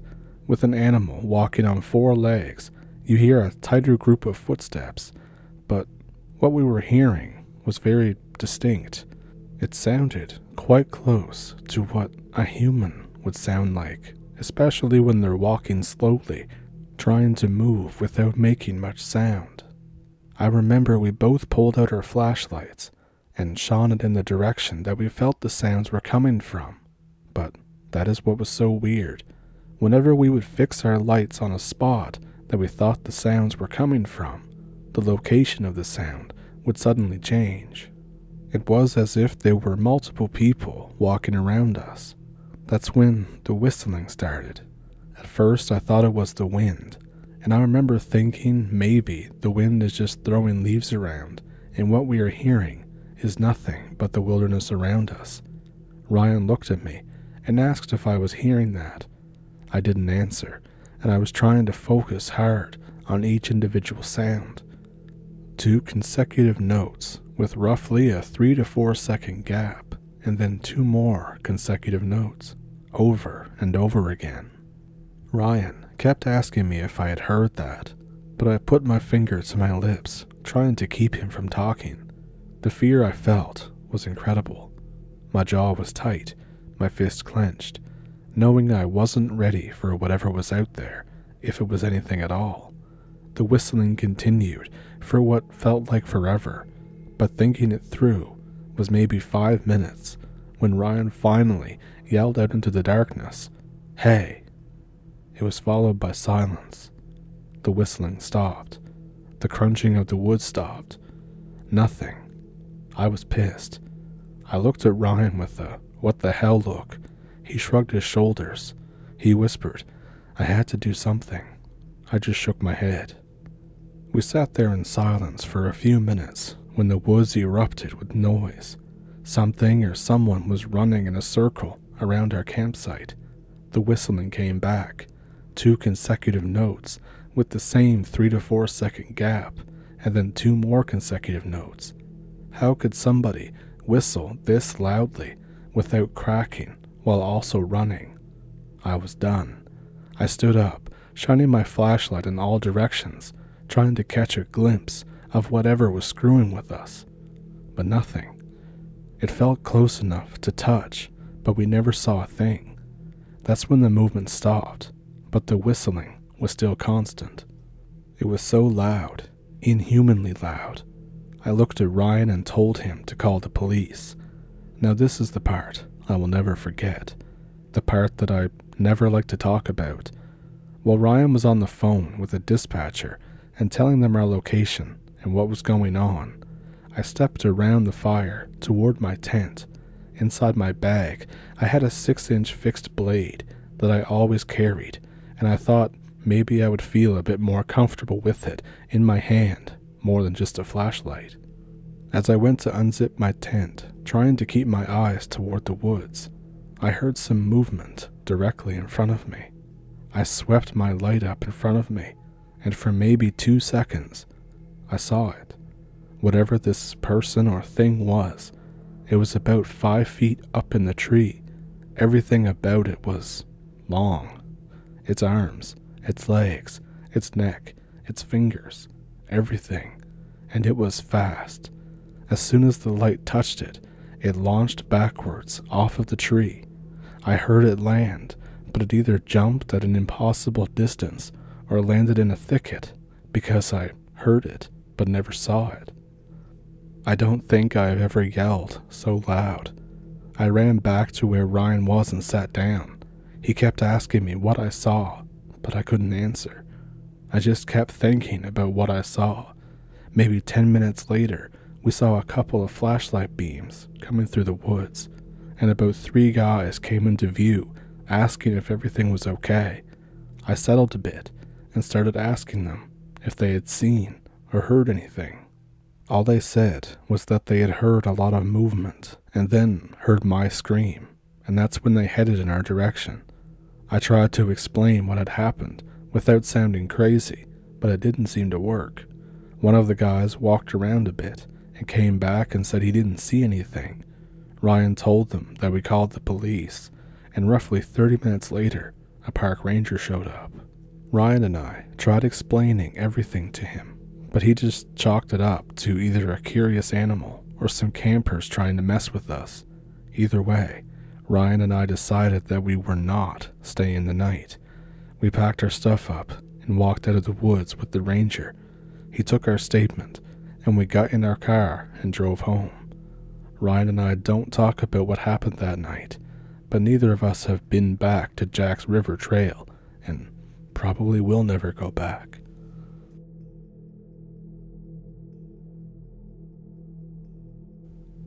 What's up, everyone? They let us get to Friday again, so that means it's time for another episode of the Leaf Podcast. Now in this episode, I have a viewer story. This story is from Mutant Buzzard, and Mutant Buzzard has sent in a few stories before, and this one is no exception to those other ones of how strange and wild and everything in between they are. So, for this episode of the podcast, we're going to do this story because it's wild. And if this is your first time listening to the podcast, it's a little more conversational than the other videos, but there's still a lot of spooky stuff going on. So Mutant Buzzard, I hope I can do this story justice, and let's get into it. Back in my outlaw days, I hung out with there ain't no PC way of telling it as it was. I hung out with an old Mexican drug dealer by the name of, that's right, you guessed it, Pablo. Pablo had, at the time I knew him anyway, the thin veneer of a gentleman farmer. He had property with water rights, where he grew grass hay and ran a few head of cattle. Pablo's farm borders some Forest Service land where he had grazing rights for his cattle. That public land included a lot of very rough and remote mountainous country, but he was not always the fine, upstanding citizen that he became, or rather, as he presented himself. Pablo cut his teeth camping out in the woods, growing dope, and watering plants, then harvesting at the end of summer. And Pablo didn't tell this as it was written. He told different parts at different times, and I pieced it together for continuity's sake and wrote it all down. Starting when he was 10, Pablo promised his mother that he would listen to his brother and never use white powder drugs, just beer and weed. A promise that Pablo kept, after he camped out with his older brother every summer, working for another Mexican drug dealer known as El Patron, who had a similar setup to what future Pablo had, namely private access to Forest Service land in Northern California. Pablo's brother taught him the ins and outs of outdoor horticulture, and he would cut Pablo in whenever El Patron rewarded Pablo's brother, Franco, with a thick bundle of cash. Pablo got a cool grand, a lot of money for most people, and for 10-year-old Pablo, it was a small fortune. By the time he was 13, Pablo was running his own patch in the Humboldt, California boonies. With his brother's help, Pablo's camp was well stocked with canned food, a stack of Playboy, High Times, Nat Geo, and Penthouse magazines, a book on marijuana horticulture, a Webster dictionary, a Spanish to English dictionary, and a Bible. Pablo and his brother would alternate going to the Authets plot every other week for Sunday Bible study. Their plots were about 90 minutes walk apart. Other things include a single-shot 12-gauge shotgun and a .22 Magnum revolver, as well as other useful things like coyote urine that helped keep deer and bunnies away from his crops. Pablo's plot also had running water from a camouflaged plastic pipe that pulled creek water some 800 yards over a small hump in the ground via a siphon. There was stuff to fix the pipe and 5-gallon buckets for carrying water just in case. Pablo also had a few tools, a handsaw, an axe, a shovel, and all the like for growing stuff and whatnot. Some of the tools, like the axe, he used as weapons in a pinch. Pablo's plot was about a 4-hour hike following the creek to Alpatron's property line fence, where there was a dead drop by a certain cedar fence post. Another of Alpatron's hired guns checked every day in case Pablo needed anything from town. Pablo also had a guitar that he practiced with while camping in his spare time. He was never idle at camp, and he learned plenty. He could start a fire with just his pocket knife to make a spindle and a flat stick like ishi. Pablo learned to make snares and often had venison to eat while at camp. With his brother's help, Pablo built a well-camouflaged camp with a dugout lean-to that kept him dry. This lean-to was on the small rise between the creek and the plants, so when it rained water, it mostly ran into the creek. There were fish in the creek, and fish guts made good fertilizer. Pablo's brother taught him that. Unfortunately, the guts could also attract predators and scavengers, so Pablo also set out some snares and traps to catch raccoons and the like to keep them from damaging his crop. He also made tripwire alarms with fishing hooks, lines, and emptied chili cans with rocks for alarms. And it was a good thing, too. 2 times the alarms went off. The first time it was coyotes that were attracted by the smell of the camp, and Pablo shot one dead with his .22. The others fled. Pablo tried to tan the coyote's hide with its brains and did a fair job of it, too. At least it didn't smell rotten. Pablo tacked the hide onto a large tree as a warning to the other coyotes. He claimed it worked too, as he had no more coyote trouble other than some occasional howling and yipping at the sky in the distance. The next time that the fishing hook, line, and soup can alarm went off, it was a she-bear with a cub that Pablo chased off with an air horn, one of several noisemakers that his brother had supplied him with. He was glad that the air horn worked and that he didn't have to use his shotgun. Pablo had several different shotgun rounds, including slugs, double-aught buck, birdshot, and some custom rock salt shells. Still, he was glad that he didn't have to shoot the bears. Another noisemaker Pablo made was a tom-tom. It was made out of a burned-out, hollowed-out log with a buckskin rawhide drumhead. Pablo also made a roaring drum, patterned after the one they used on old wildlife television shows. It was Mutual of Oklahoma's Wild Kingdom, where Martin Perkins and Jim Fowler used one to call in male lions. Basically, it was a tom-tom with a rope in the center of the drum, that when you pulled the rope, letting it slide through your hand, it made a loud roaring sound. That one was used to scare away people from the pot patch. Life was good for Pablo. He had more dinero than a 13-year-old should have. He had a dirt bike, a 3-wheeler, nice clothes for him and his mother, and a bank account that he was saving money for a car when he turned 16. Then at the end of the summer, as Pablo was harvesting his crop and closing up shop for the winter, things began to get weird. Pablo was dismantling his traps and snares when he found several of the snares, those that were further away from his plot, were broken, and some being AWOL. There was also a strange scent in the air, a musky, not unpleasant or totally pleasant smell. The scent was somewhere in between pleasant and unpleasant. Pablo described it as smelling like rain on hot pavement with a hint of ammonia and sulfur. On edge, Pablo looked for clues, and he found some for sure.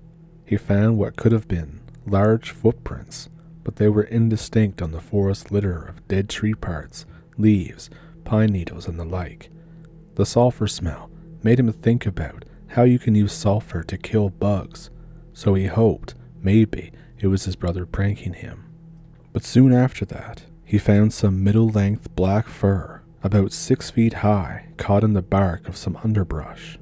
He nervously picked up the pace and hurried back to camp, where he rolled a joint to calm his nerves. As he was hitting the joint, he coughed out a mighty cloud of smoke, and then he heard someone sneeze, a dainty sneeze. Looking for the source of the sneeze, he cast his view in that direction and laid eyes on a large, wide-shouldered, hairy person. He hit the joint again, having some small trouble bringing it back to his lip on account of his hands trembling and the upright humanoid being dangerously close. He took another mighty hit from the joint as he studied the creature before him. Pablo saw a black, hairy person with an almost human-like, hairless face, bright brown eyes under a thick brow and a cone-shaped head, a flat nose, and yellow tusks in a large, thick-lipped mouth. Pablo saw breasts on the chest of the hairy person covered in fur, except for her nipples. As badly as he wanted to run, Pablo didn't trust his legs. Then, it was too late to run, as he was within arm's reach of the hairy person. So Pablo took another hit from the joint and passed it to the hairy person, and she figured out how to smoke it. Her first hit made her cough, and that made Stone Pablo laugh in the face of the absurdity of it all. If the monster killed him, at least he would die high, and it would be an epic death, as he always had both of his sheath knives and his .22 Magnum on him. Another thing he was grateful for was that his brother taught him to always be armed. Always keep your weapons loaded and close at hand, even when sleeping or even taking a dump. Thankfully, Pablo didn't have to fight the hairy person, who had now eaten the roach. Calmed by the weed and the fact that the monster wasn't attacking him, Pablo tried to communicate with her by introducing himself as Pablo, pointing to his chest and his face and saying his name. The monster seemed to understand, and she pointed to herself and grumbled something unintelligible, but she seemed to understand that he was Pablo.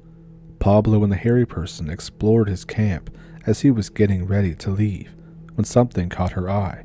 Pablo told her what it was, and she was particularly interested in a sliver of soap, Irish Spring if I recall correctly.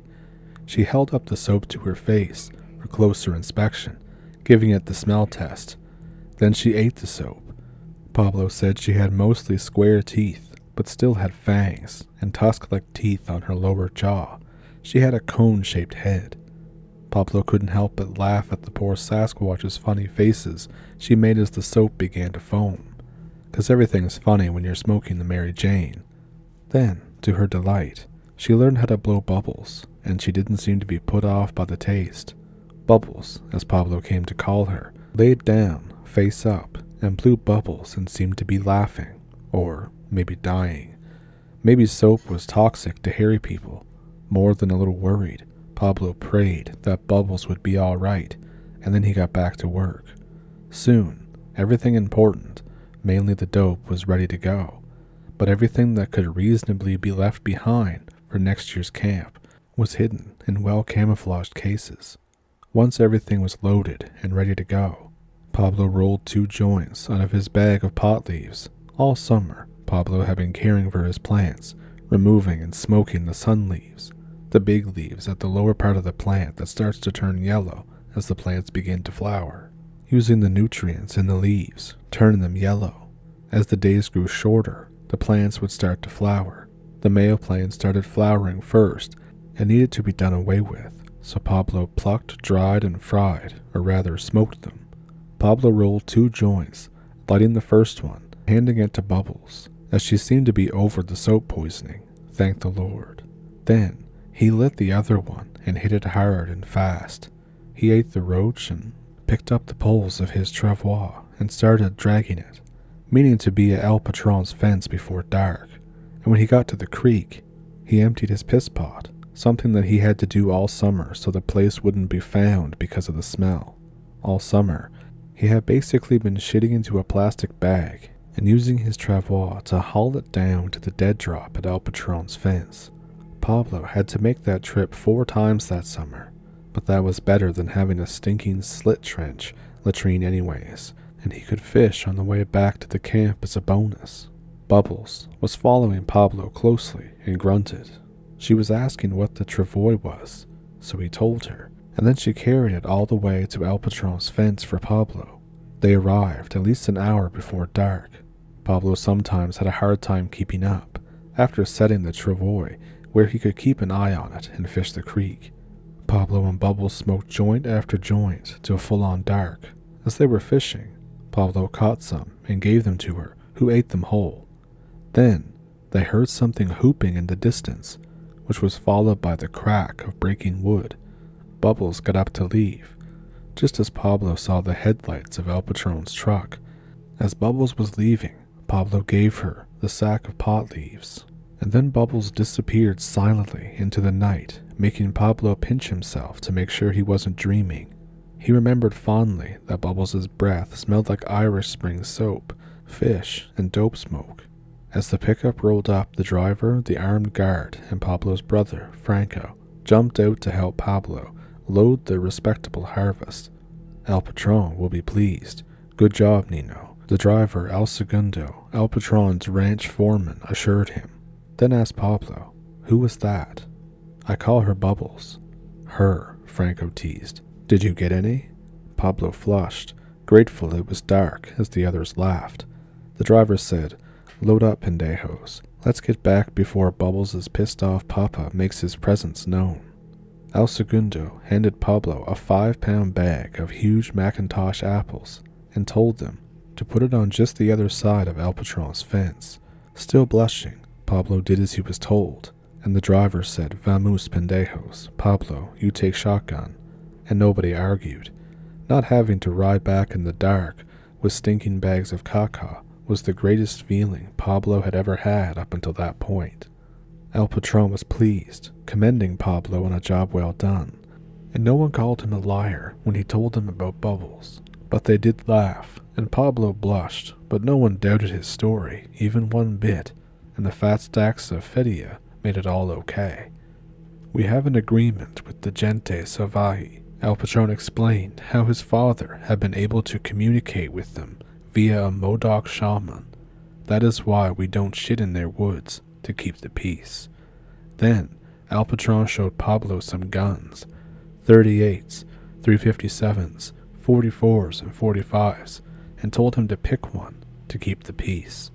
Pablo settled on a 357 Smith & Wesson double-action revolver. That winter, Pablo turned 14, and his brother would be 18 in the spring. Franco joined the Navy so as not to be drafted into the Army with lots of tears and prayers. Pablo's mother acquiesced as her family had a long military history. Pablo's father had been working with the U.S. Navy on D-Day, firing a 5-inch 38 caliber deck gun for hours that day. With mutual promises to stay faithful to God no matter what happened, Franco kissed Pablo's mother goodbye. Pablo promised his mother that he would especially be careful next growing season, but spring couldn't be sprung soon enough for him.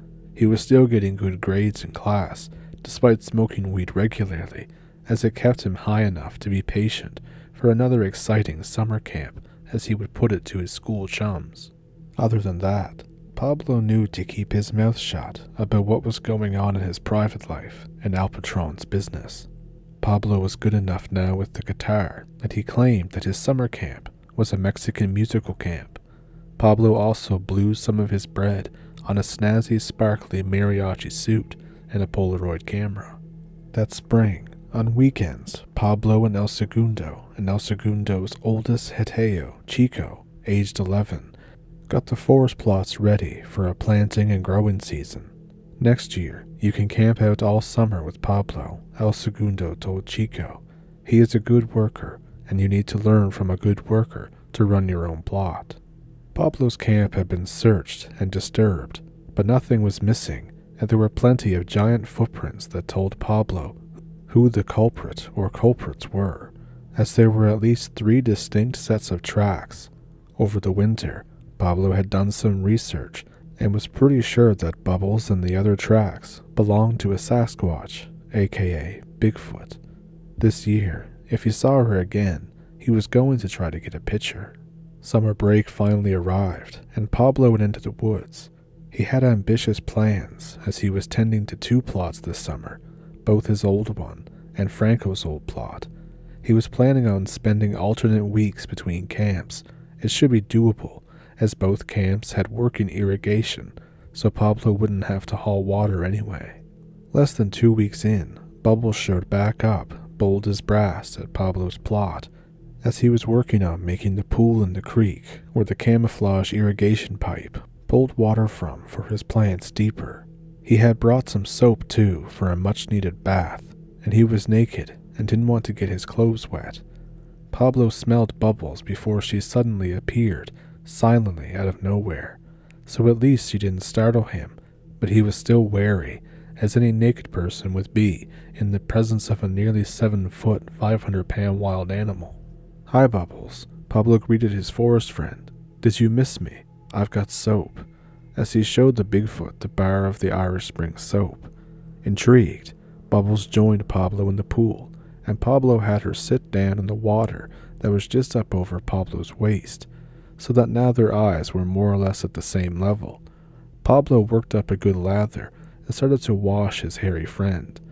Then, like something out of a penthouse forum, Pablo was washing Bubbles' breasts as she was eating the soap bubbles, and Pablo, being a 14-year-old, got an erection.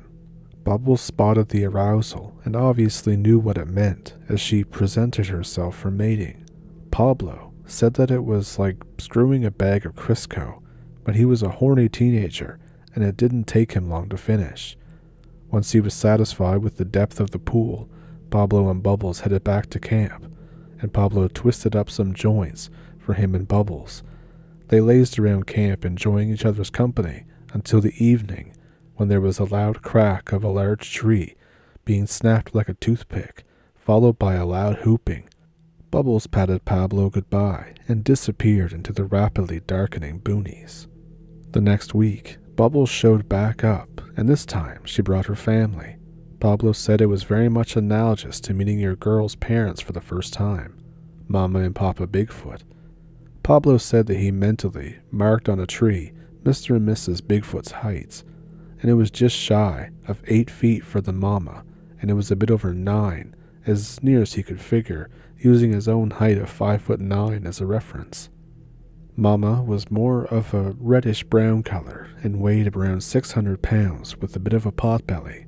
Papa was dark brown, close to 900 pounds, and was going bald and gray around his facial hair, and he had plenty of scars too.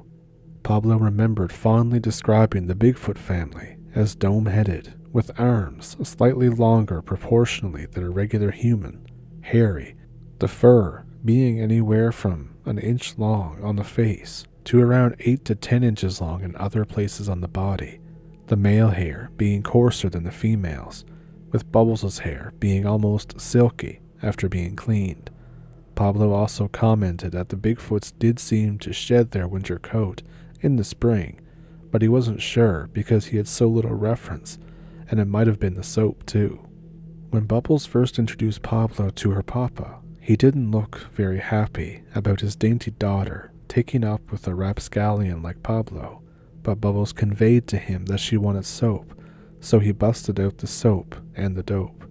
Pablo got high on weed, and the Sasquatch got sassy on soap, and soon all three were laying there on their backs, blowing bubbles at the sky, and Pablo remembered his camera, which he had purchased for just such an emergency. When their soap bubble trip was over, the Bigfoot seemed no worse for wear. Papa even patted Pablo goodbye, and Pablo knew that he was in their good graces. Pablo never saw Mama or Papa Bigfoot again, but Bubbles hung out with him off and on all summer, even helping him work both plots. And if you're wondering about the Bigfoot lovin', that only happened one time. As fall came on, things changed. There was a new Bigfoot around, a huge young male who was clearly after Bubbles. Great, Pablo thought. I'm going to get killed by a jealous Sasquatch, and he was glad he had his new, more powerful pistol.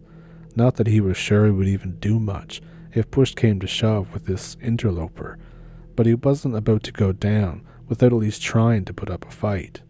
Bubbles introduced Pablo to this new suitor, and Pablo gave the newcomer a bar of soap, and while that helped, Pablo knew that it was only a stopgap.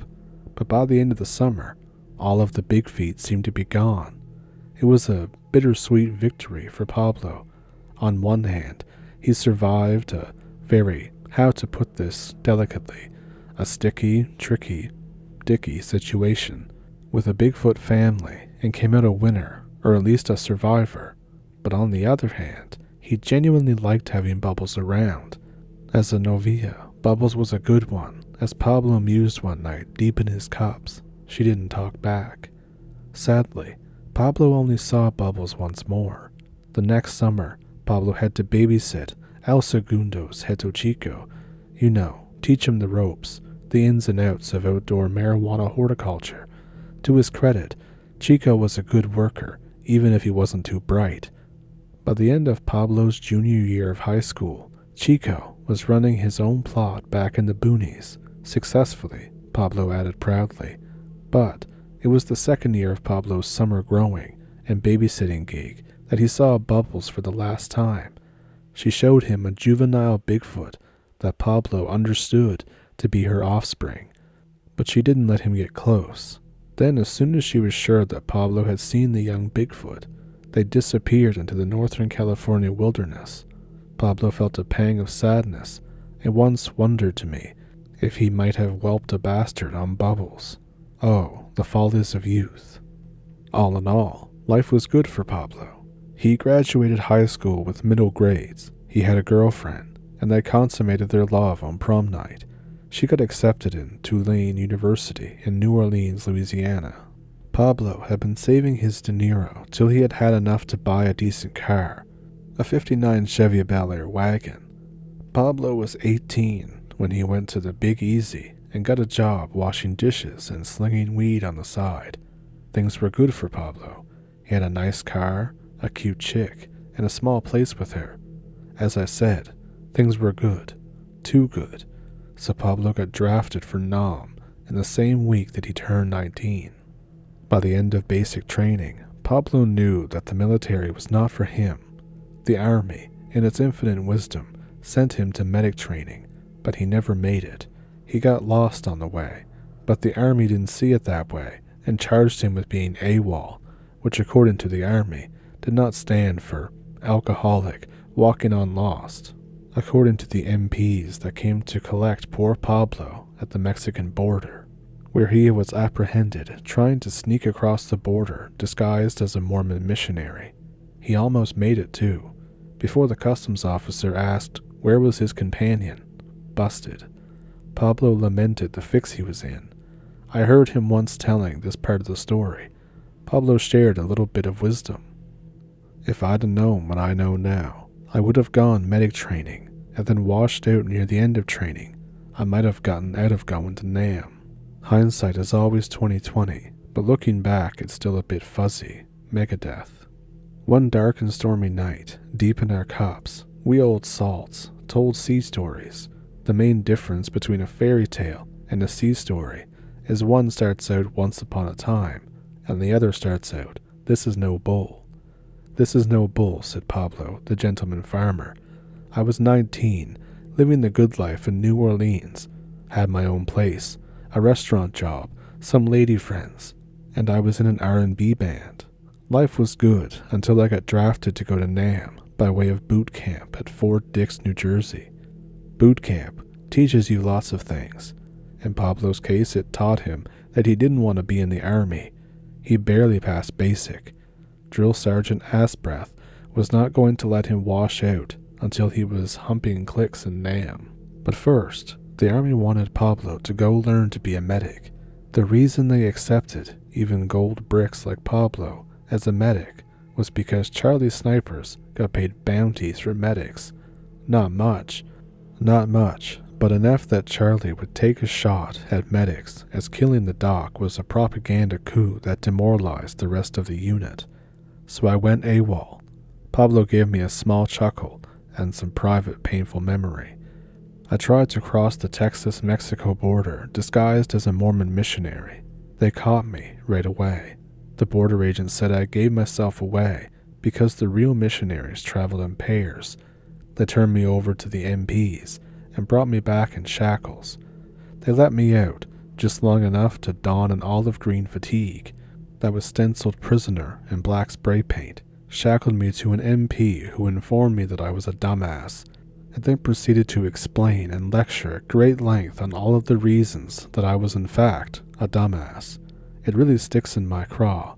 Still not sure what a craw is, but you don't want to have a stick in your craw. It makes one cranky. MP Snuggles was laughing at Pablo's amateurish plan to pull one over on good old Uncle Sam. Namely, MP Snuggles told Pablo that he should have gone to medic training as it was 4 months long back in the States. Dumbass. It was the last dumbass that stung the worst because the MP was right. So what happens now? Pablo finally asked. You're on your way to Nam. Your MOS is M88 transportation, and you'll be driving trucks from the docks to the front line. Then the army locked Pablo in a cage in the back of a C-130 that refueled in San Francisco. Pablo fell asleep and woke up in Hawaii, where he was allowed to clean up and eat, and then get back into the cage on the plane. Next stop, Vietnam, where the army had moved him into a shipping container that had been repurposed into a very Spartan, think no amenities, stockade.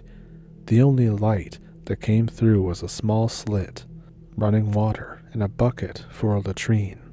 The smell and the heat were ever present.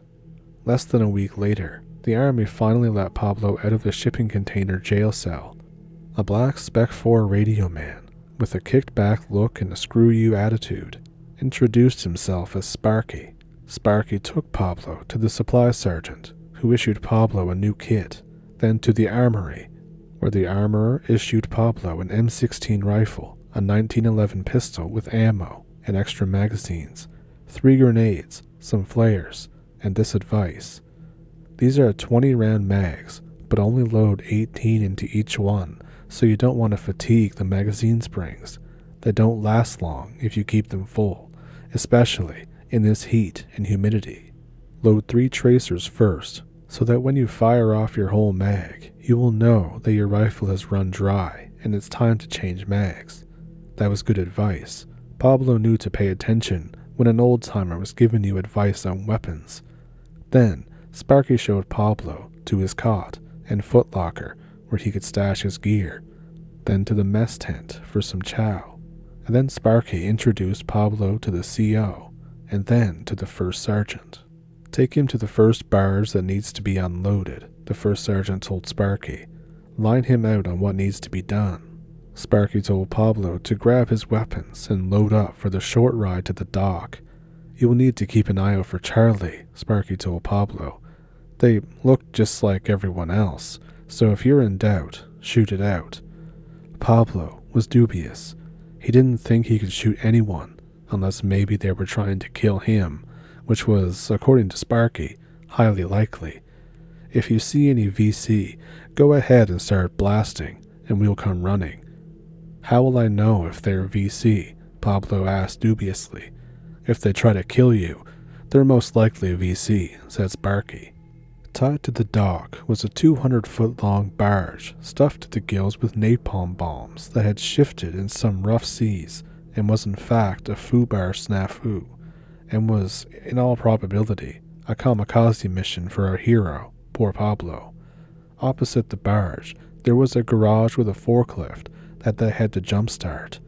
Once he was sure that the forklift would run, Sparky had Pablo unload the fuel and service the forklift, grease the zerks as it were. Once the forklift was serviced, Sparky told Pablo to unload the napalm and to watch out for VC. Pablo didn't look out, so he didn't see the VC that sabotaged the barge until it was already on fire, but that didn't stop him from using most of his tracer ammo to prevent the napalm from falling into enemy hands. Sadly, the napalm caught fire, and the barge was a complete loss. Well, they threw poor Pablo back into the shipping container stockade while the incident was under investigation, but instead of a court-martial, they put him in for a medal. Pablo finally made it to his unit. He and Sparky had a good laugh about trying to kill him with the napalm. Pablo fit right in, with the other screw-ups co-signed to transportation, and was one of the smartest imbeciles. Pablo could at least read a map, and being a navigator had its perks, like not having to drive. Charlie snipers were rumored to try and take out the lead driver first if possible, to muck up the works and stop the whole convoy, and it kept you inside the vehicle, though small comfort that it was. One of the unofficial landmarks on a particular well-traveled dirt road of dusty red clay that turned into greasy mud with the smallest rain was the body of a dead VC that had been dried and flattened like a roadkill toe jerky, that Special Forces interrogators showed to VC prisoners and told them that the flattened road jerky man had been tossed out of a hovering Huey and that they would be next if they didn't spill the beans. One night, after a particularly harrowing resupply run was done, Pablo and the crew, as they referred to themselves as, were relaxing with piss-warm beer and good tie-stick dope. They were bragging about their various sexual exploits. Recently, poor Pablo had gotten the dreaded "Dear Pablo" letter from his now ex-chica, who had dumped him for a second-string football player. So he was pretty low, but he was pretty high.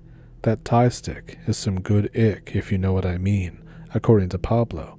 Anyway, Pablo let slip that he lost his cherry to a sassy Sasquatch lass named Bubbles. Now this admission earned Pablo a strange sort of, shall we say, for lack of a better analogy, street cred, as nobody could top that, even with their lies of horny teachers, playboy bunnies, movie stars, drug-fueled orgies, and cheerleaders. That would have been the end of it, outside of some good-natured ribbing that there was this haunted place in Nam, known as Monkey Mountain, where weird stories came from with alarming frequency. Monkey Mountain just happened to be in the way of a shortcut if you could find it. Not many did, and those that didn't recommend trying, as Monkey Mountain had a sinister reputation. A reputation for being the home to a vicious tribe of giant rock-throwing apes. Giant rocks or giant apes, Pablo didn't know, nor did he really want to find out, but as it turned out, it wasn't up to him. According to the CO, it was up to the army, and the army didn't take no for an answer. When the army tells you to go to Monkey Mountain, Pablo goes to Monkey Mountain. He did so on the way to deliver some much-needed medical supplies, aka Coca-Cola, beer, and other necessities like ammo and dirty mags that keep the army fighting.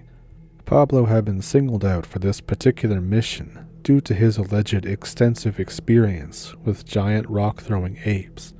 Pablo used the heads-up to make a roaring drum out of a 55-gallon drum, and a chain from a broken block and tackle the mechanics used to pull engines out of various transportation vehicles that were used to transport important stuff like napalm and beer.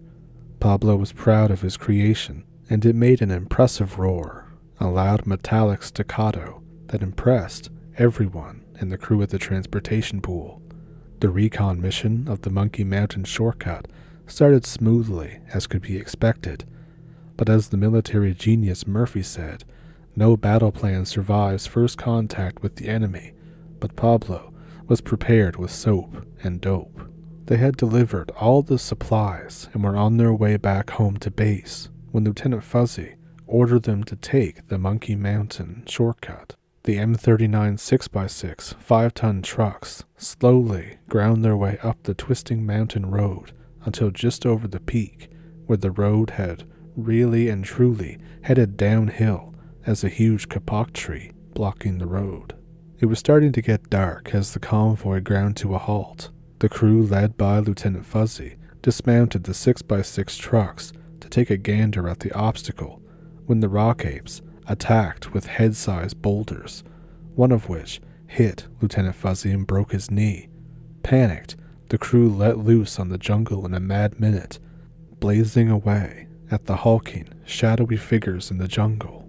The automatic rifle fire seemed to drive the attackers off, but every time they tried to move the tree out of the way, the rain of thrown rocks and tree branches resumed, pinning the crew in the dubious cover of the 6x6 trucks.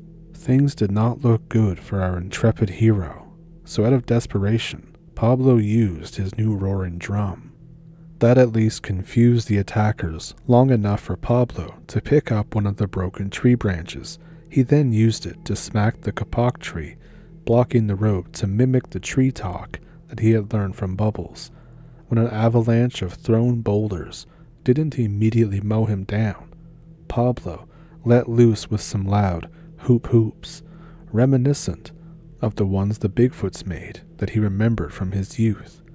That brought a baker's dozen of rock apes out of the night-darkened jungle and into the shadowed light from the headlights of the 6x6 trucks. The rock apes were much shorter than the hairy people of California that he was familiar with. They were just as hairy, though, and almost as wide as they were tall, their short, squat bodies thick with bulging muscles. The rock apes shared many features with the Bigfoots that Pablo knew from his youth. They had similar flat noses and heavy brows, square teeth with fangs, short tusks on their lower jaws, and large hands with thick claw-like nails on the tips of their fingers. Pablo rolled a joint with trembling hands. He lit and hit the lano, exhaling a cloud of pot smoke as he approached the closest of the rock apes with his bag of soap slivers, and he offered the joint to it. Up close, Pablo noted that the rock apes were wearing simple loincloths similar to what the native Vietnamese of the Hmong tribe wore. Pablo also noted a strong odor similar to the one that he associated with bubbles, and an earthy smell of unwashed bodies, ammonia, and other jungle scents. The rock ape took the joint from Pablo and gave it the once-over smell test, and then it tried to hit the joint like it had seen Pablo do, but it only managed to inhale the whole lit joint, giving the rock ape a coughing fit that blew the still-lit joint out of its flat nose, the cherry getting hung up on the man-beast's mustache, burning his upper lip. Pablo couldn't help but laugh as the rock ape slapped his own face to put out the fire on its lip. Then he pulled out a sliver of soap and mimed eating it before handing it to the rock ape with a grunt like the ones he remembered Bubbles making when she ate. The rock ape held up the sliver of soap to his nose, giving it a good sniff, followed by a tentative lick with a very human-looking pink tongue. The rock ape then chewed a corner of the soap, and finding it to his liking, made a noise that brought the other rock apes out of the dark and into the light. Pablo then gave some soap to all of the rock apes, who after a brief examination consumed the soap. Soon the rock apes were all happily blowing soap bubbles at the sky with their thick lips while lying on their backs. While the rock apes were thus preoccupied, the crew was able to winch the kapok tree out of the way and make their escape. Lieutenant Fuzzy and the rest of the crew were impressed with Pablo and no longer doubted his claim to have been with the Sasquatch. They told Pablo that he was going to get a medal for this action, but unfortunately, once they made it out of Monkey Mountain, the shortcut, and onto the main road, back to HQ, the 6x6 carrying Pablo and the lieutenant hit a landmine. Pablo woke up in a hospital back in Hawaii and learned that Lieutenant Fuzzy was killed when the truck ran over the landmine. After a few months of rehab, Pablo was discharged from the hospital. His enlistment was over too, but the army was still mad about the napalm barge and the whole trying to desert thing, so they sent him to a punishment regiment in Texas. He was there for more than 6 months. When the army was finally done with him, Pablo, flat broke, hitchhiked back home to California to try and pick up his life and put it back together. Not an easy feat when you're missing pieces, and the pieces you have left are bent out of shape. El Patron was happy to have Pablo back and gave him his old job back. Living in the woods was therapeutic for Pablo, but at the end of the growing season, he picked up a bad habit of drinking, a habit he still has, but his drinking and pot smoking has never kept him from doing the things that he had done to run his own life. He still drinks and smokes weed every day. He doesn't deal anymore, though, as weed is now legal where he dwells. Pablo, the gentleman farmer, kissed a Bigfoot on the lips. So I definitely hope that I could do that story justice. It was wild to read it the first time. I don't even really have any specific other words other than to say that it's crazy, wild, strange, scary, and everything in between, and that I hope Pablo is doing well. So thank you to Mutant Buzzard for sending that in to me. I really enjoyed it, and I hope all of you did too. If you enjoyed this episode of the podcast, then please like and subscribe, and if you're already here, well, you already know the crazy stuff that I cover on the podcast and in my videos. So, If you would like to donate to the channel or contribute with a story, I have an email in the description below that you can send them to, as well as a PayPal and a Patreon if you would like to donate. And with all that, I hope you have a good Friday, a good weekend, and I'll see you Sunday. Thank you for pulling up a stump with me, and thank you for watching.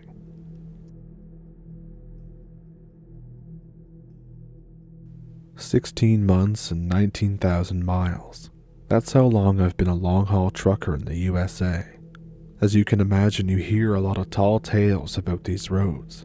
Donner's Pass, Dead Man's Road are a couple of the more well-known ones. And then there are the things that no one mentions for fear that people will call the company you work for to have your sanity called into question. So the following stories are some of my own. December 2013. I was fresh out of training on the truck, and I was getting a company truck with a friend of mine. Our sights set on money. My grandparents got me a CB radio as an early Christmas gift since it was unlikely that I would be home for the holidays. I installed it myself. It's easy. Red wire to red hole, white wire to white hole, the big black wire to the only slot that it could go in. After tuning it, I set the channel to 19 out of 40. It seemed like a good spot. Our first load was Fontana, California to Salem, Oregon. As we passed Weed, California, it was night and it was around 0100. A thick blanket of fog covered the road, making it very hard to see. I saw a rest area with parking, so I pulled over. I went to take a leak that I had held in for several hours. As I exited, the fog had gotten more dense and thick. I was happy to not have to drive in this shit. As I got to my truck, I heard a hum, almost like a woman had a song stuck in her head and wanted to share it with the world. I turned there between the restrooms, and in front of a tree was a woman in a white dress. I liked the song that she was humming. It was almost intoxicating. I wanted to know what it was. When I reached her, I asked what it was, and she replied, "Will you take me home?" I asked, "Who's the artist?" She went ballistic and yelled, "Take me home." I ran to the truck and jumped in and started the engine, and as soon as I checked my mirror, she was right there, standing outside on the truck steps. She whispered, "Please take me home." I put the truck in second gear out of instinct, checked my mirrors one more time, and she had vanished. I drove like a madman. I just drove until we reached another rest stop or we switched drivers. I don't quite remember. February 2014. Dead Man's Pass. Just the name tells you all you need to know. There are even signs that say downgrade ahead, first warning, downgrade ahead, second warning, and then final warning. The ice-covered road from the fresh snow reflected the light off my headlights. I heard a mumbling come over my CB. I grabbed the mic and said, "Say again, driver." More mumbling. I did my best to tune it to get a signal, but nothing worked. It was then my co-driver woke up and asked, "Where are we?" Before I could say anything, a man's voice came over the CB that said there was a woman on the side and to not go down Cabbage. It's the nickname for Dead Man's Pass, and I have no idea why. I asked, "Is she a hijacker or what's the issue?" "She just stands there, covered in blood." I replied, "Dude, she's probably injured. What's the mile? She might need help." His response, "We thought the same thing, but her clothing looks colonial, and when asked if she need help, she came at us with a meat cleaver. If you want to take the risk, have fun, driver." As we went down from the 5N, I looked to the south side and pulled my truck over, arguing with my co-driver about helping her. But then something hit her windshield. It was liquid, and I thought it was snow. When I used the wipers, it was red. I looked over, and there she stood, holding a cleaver, smiling. We didn't stop. We kept going to Washington before we dared. February 2014. After that, my co-driver did not want to drive with me anymore, so I was on solo runs. I was in Wyoming. I drive nights, more parking, so I don't have to fight for a spot to sleep. There's not a whole lot in Wyoming. There's so much unused land. It had snowed recently, and the moonlight illuminated the snow like a beautiful shade of blue, so you could see pretty much everything. I sometimes would see this shadow dart around. At first I thought it was my eyes playing tricks on me, but over a little bit of time, it got closer, and I could see that it had a defined shape. I told myself that this was nothing, and I kept driving. But then, it ended up in the middle of my path, right in the road. It was almost dark, like a shadow. It had a very big build, like a human, but very small eyes that kind of reflected. I was going much too fast to go around it. I would have skidded and crashed. I said out loud, "I'm sorry," and I ran it. The figure turned into a mist, and then a voice next to me, right next to my ear, said, "No, you're not." I flipped out, and I almost took the truck off the road. I managed to pull over. I drew my knife and checked the back, but I couldn't find anything. I got out of the truck, and I went back to the spot where it was originally standing. There was no blood, just 2 footprints, bigger than my size 10. I ran back to my truck, checked the back again, and drove off. I got to the truck stop. A driver came up to me and said in a calm voice, "You saw it, didn't you? The Shadow Man." I stuttered. "What are you talking about?" He said, "Don't worry, driver. A lot of us have seen those small eyes. There's a reason we don't drive in Wyoming at night." He left and didn't even look back. I'm standing there, smoking my pack of cigarettes outside of my truck. A few minutes later, another driver came up, pale like me, and asked me for a smoke. I said, "You saw the big dark shadow, right? Small white eyes?" He stopped smoking and looked over at me. I saw fear in his eyes as he said to me, "You heard the voice too? The 'No, you're not'?" May 2014. It was springtime, so there was no more snow for most of the country. But Wyoming still has its fair share of random snowstorms, but as far as I'm concerned, Wyoming can go screw itself. I was in Idaho, headed to Utah.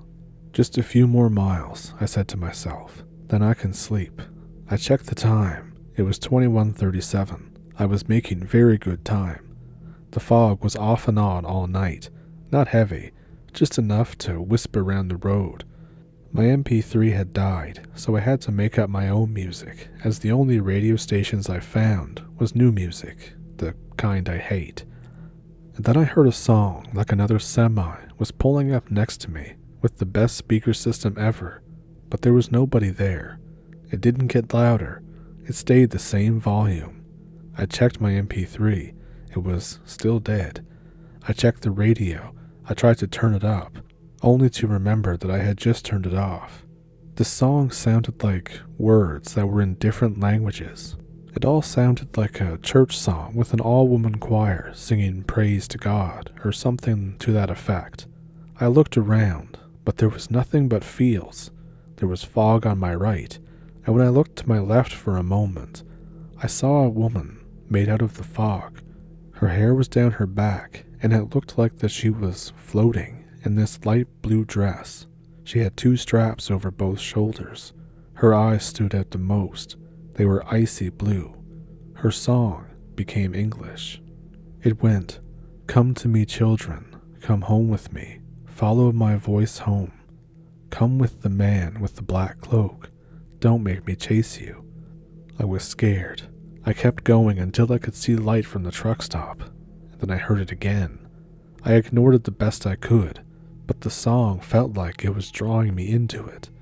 When I got to the truck stop, I parked. I got out to get my food, and on the way back, I heard her voice again. "Didn't I say, don't make me chase you?" I turned with my knife out, slashing at nothing. I get a hand on my shoulder and an arm around my neck, not holding me tight, more like draped. "I'm over here." I turned and stabbed. There was nothing but mist. I got into my truck, ate as fast as I could. I didn't sleep until the sun rose and the fog dissipated. This was the only time that something like that had happened. All of these are from a journal that I kept at the very beginning of my trucking career. I'm just kind of going in order. July 2014. So, because of assholes with fireworks, I hate July. All these people like to shoot the damn things at me in my truck. So going through Idaho is great. There's not many towns on the interstate. That is until you get more west into the state. That night there were so many rednecks on the CB, so I hit the scan button to see who else was on. There were so many people yelling about how America is the best country ever and having parties and lots of Yahoo and gunshots and everything else. And then a sound came over the radio, something that sounded like mumbling static. I kind of tried to tune into it. It sounded official, like a police broadcast. It said, "Attention all drivers on the 84. Be careful. Strange sightings of people have been sighted. Watch for game crossing the road. Something has them spooked."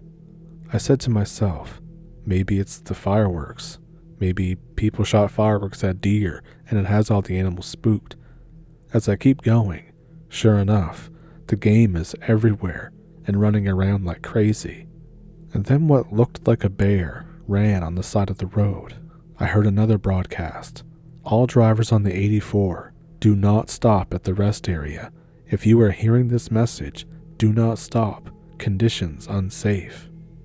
I swore to myself, as my logs are electronic, and if I keep going, I'll get a violation.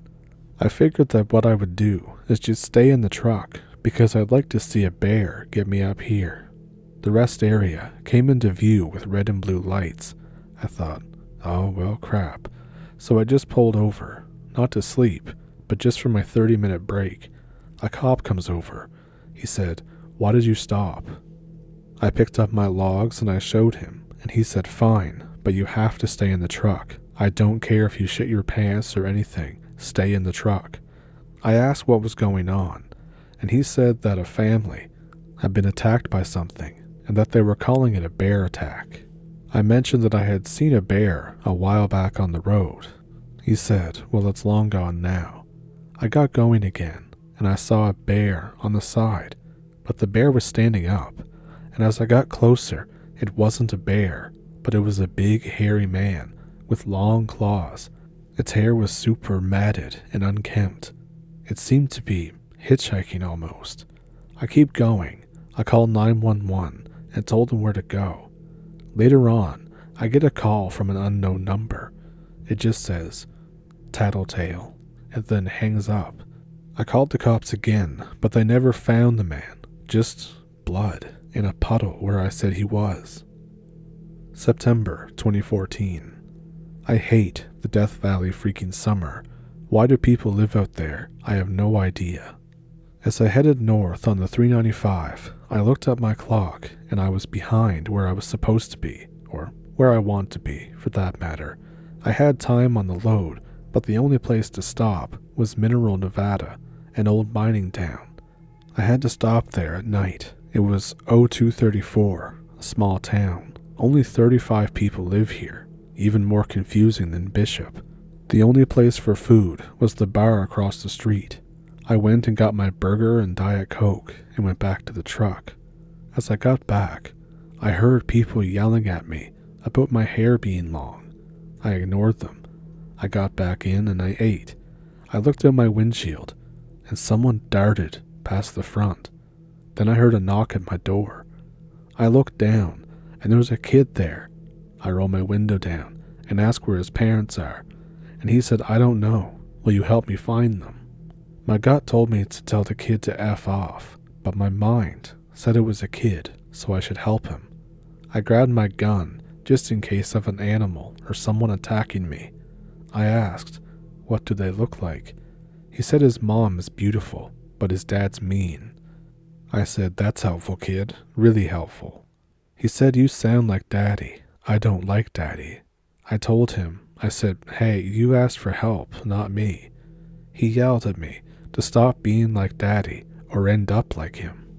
I simply turned around, got back up in the truck, locked the door, and went to sleep. I don't have the time or the patience to deal with that.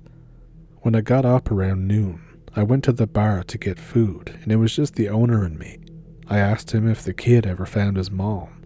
He stopped washing cups and came over and said, "Repeat that?" And he said, "No, you better leave now. That ain't a kid, that's a demon." The boy's father was a trucker. One night he snapped, killed his mother, killed the boy, and then drowned himself in the lake. Now he shows up and kills truckers. I said, "It's far too early for me to hear this shit."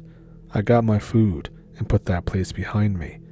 And as I left, I checked my mirror, and I shit you not, there was the kid just standing there, watching me leave. November 2014. I started training new drivers. It was better pay, but they said no more FedEx Western Regional. I said fine, better pay. It was my student's first night drive, and I needed to be awake for it. He's older than me, but acted young. He was former military too, so he acts like that I'm his CO. A lot of yes sir, no sir.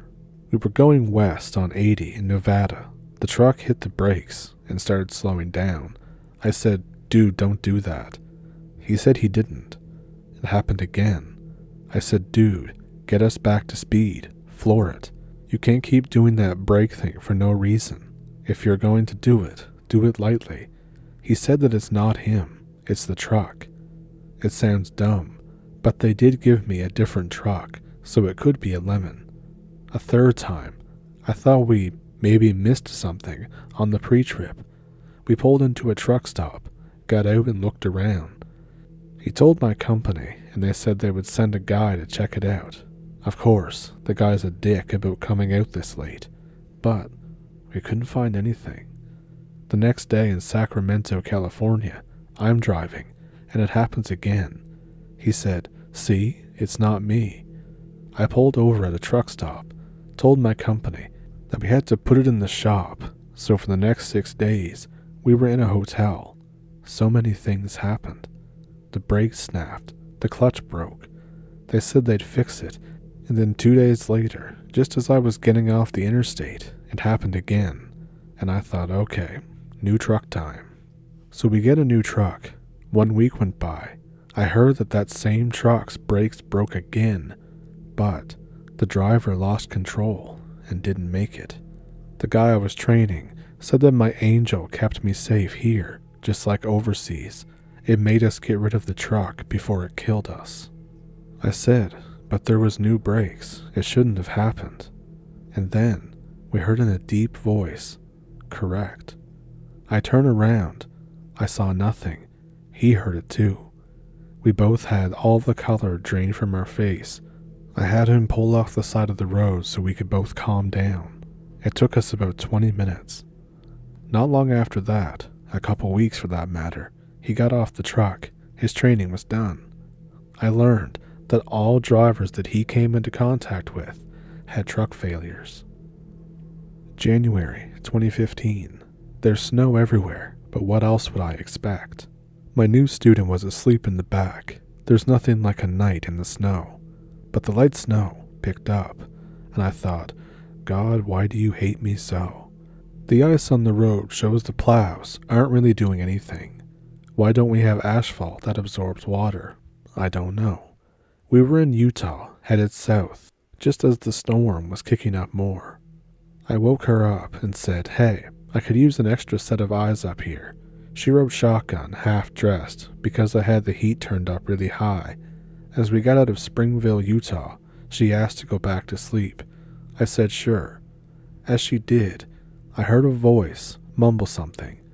I asked, is something wrong? She said, I didn't say anything. It happened again. My CB was picking up a signal, a song, and it was the same, Come to Me. I turned it off. I felt like I knew exactly what it was going to say next. I heard her light snores as I looked in my mirrors. I saw her in the snow, more solid than last time. I kept going. I muted everything, the radio, the MP3. I even turned off my phone. Every time I looked out my left side mirror, she was there. I had enough. I woke my student again and told her to look out the window. She reluctantly did, and she saw her floating away from us, but being able to keep up. She screamed. She was scared like I was, grabbed her phone to call someone. She whimpered. I said, "What?" She put it on speakerphone, and it was that song, "Come to me, children, come home with me, follow my voice home." I grabbed her phone and tried to turn it off, but it didn't work, so I got the back off and took out the battery. She rode up front. We looked out again. The woman was gone. We stopped in St. George. We walked together, in and out of the truck, and then we got back in together. I told her that I would ride shotgun until she felt safe. After about 3 hours, she said that she was good, and I could finally sleep. That night, I had a terrible nightmare. The woman was there. She was singing her song while sitting on a log. She looked at me and said, "Didn't I say, don't make me chase you?" I woke up to my students shaking me. She said that I started to yell and scream. It freaked her out. I didn't sleep for a while and told my company that I couldn't drive. I got food poisoning.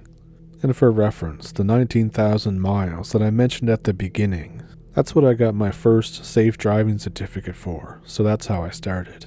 These were just some of the more interesting stories that I had wrote down in my little journal.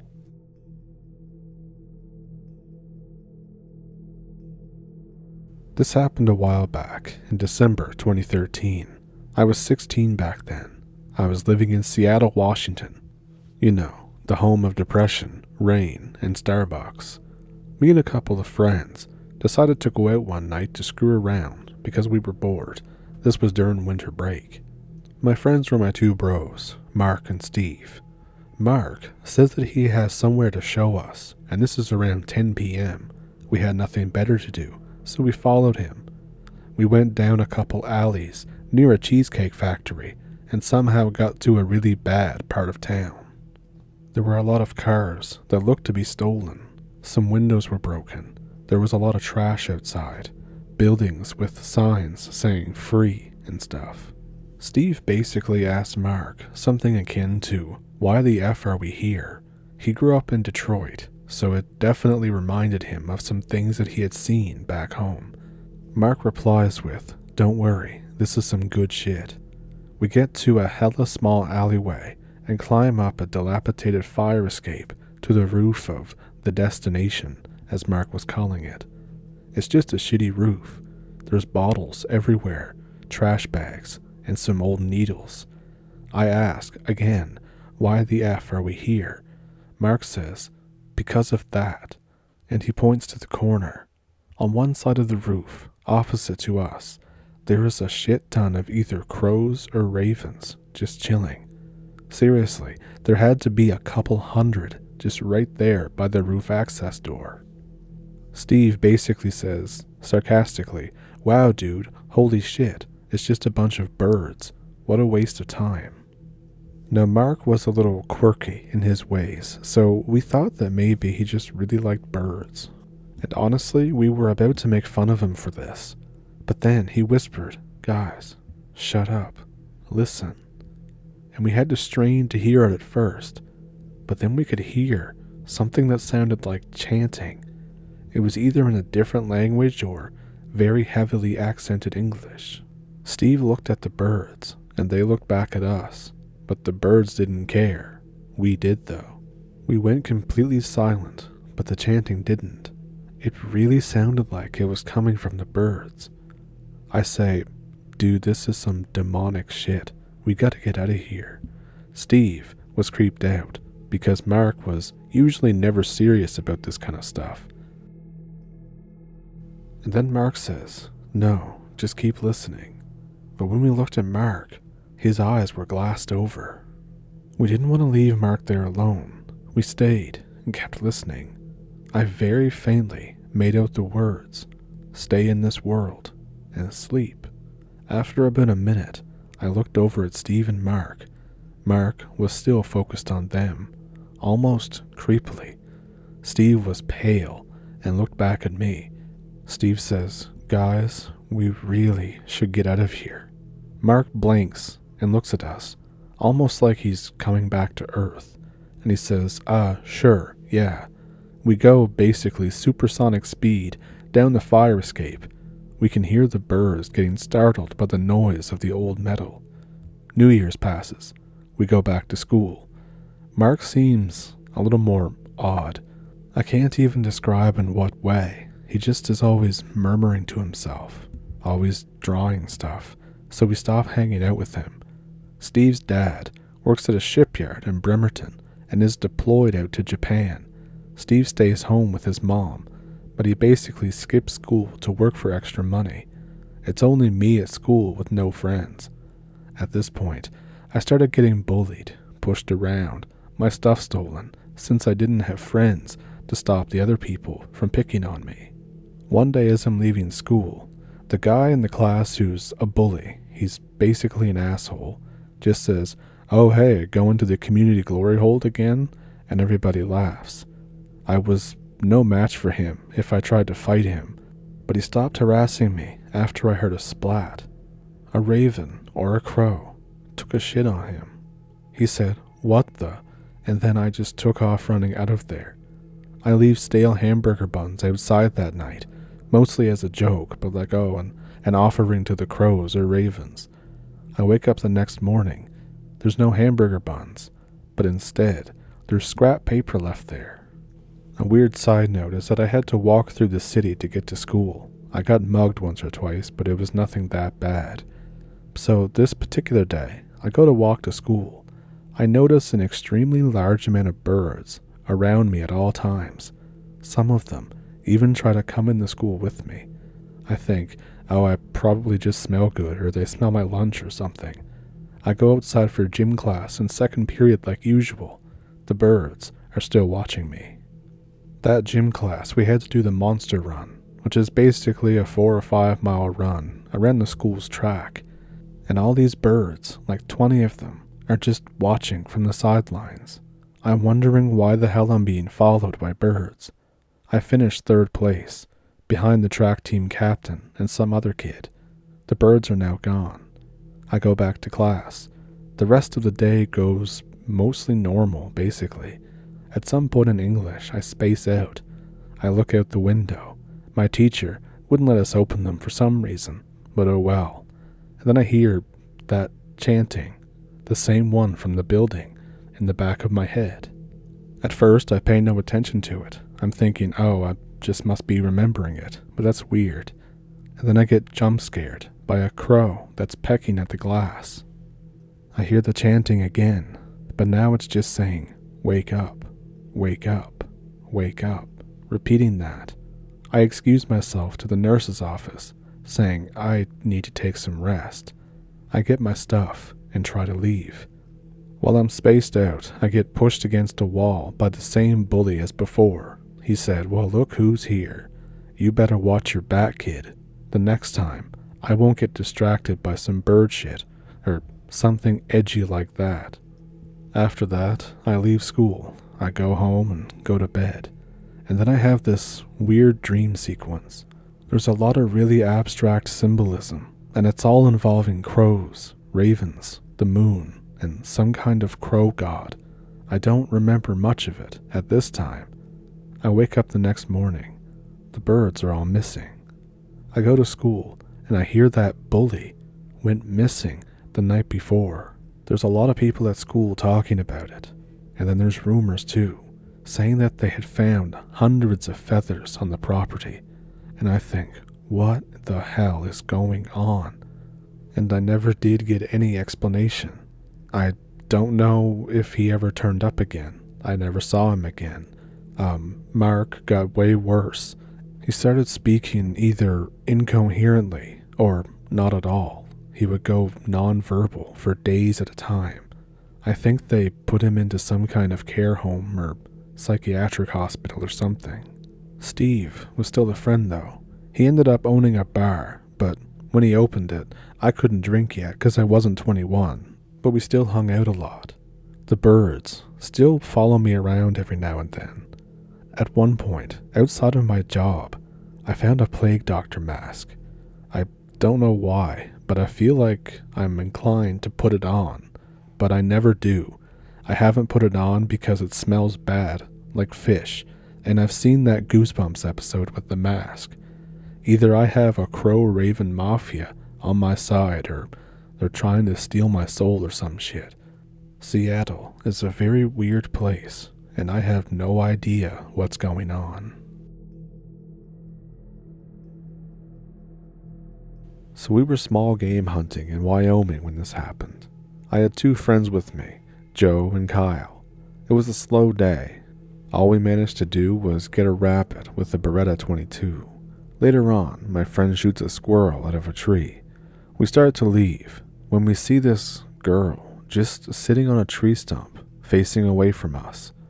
We apologize for firing a shot so near to her. We didn't even see her. She didn't say anything. In fact, after we said this to her, she still didn't move. We walked up closer to see if she's okay, and she's got a little blood on her shirt. Nothing alarming, but it's like what you'd get if a branch cut you up a little bit. I walk in front of her, and she just has this blank stare that looks straight through you, not at you. We offer to take her back to our camp, and without a word, she starts walking with us, still blank.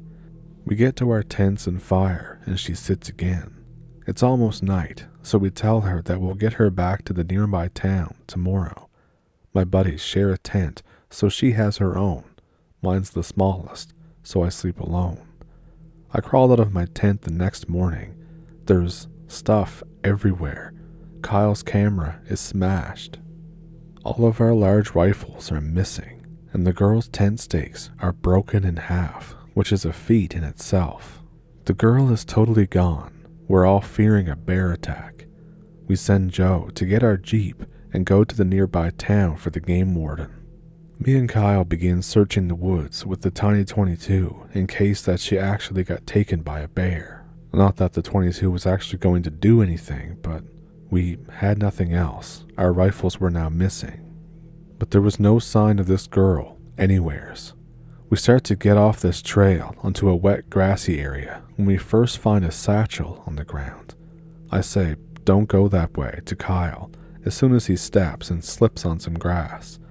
We eventually find the clearing that we were in yesterday when we found her. There was the smell of death and rot. We go up to the stump that she was sitting on. There's a dead possum, a squirrel, a rabbit, and even a deer torn in half. On the stump is a pile of blood and decaying innards, probably from the animals. We follow this small trail that are some sort of weird hooves to the bottom of a small hill where a beanie sits on a branch. I go to grab the beanie and examine it, but Kyle shouts, "There!" And all I see when I turn my head is antlers dart from the top of the hill next to a pine tree. We get to the top of the hill and Kyle is absolutely pale. He says whatever it was on its hind legs. I say, "Dude, it's just a deer. They do that all the time. I saw the antlers." But then I see the perspective of the pine tree to Kyle, and it would have had to been quite a bit taller than he is, and he's 6'2". So we're officially spooked at this point. We decide to start heading back toward where our camp was, and the forest is dead silent, which of course means a predator is somewhere near. Kyle hasn't said a word. He just has his Bowie knife out. His eyes are darting all over the trees. And then a loud shriek fills the forest. It sounds like Joe, but I've never heard him scream. We run towards the direction that it came from. We're shouting, "Joe, we're over here. We're over here." We see Joe sprinting toward us so fast that he almost runs right past us. He's holding his arm. It's cut up, worse than the girl was earlier.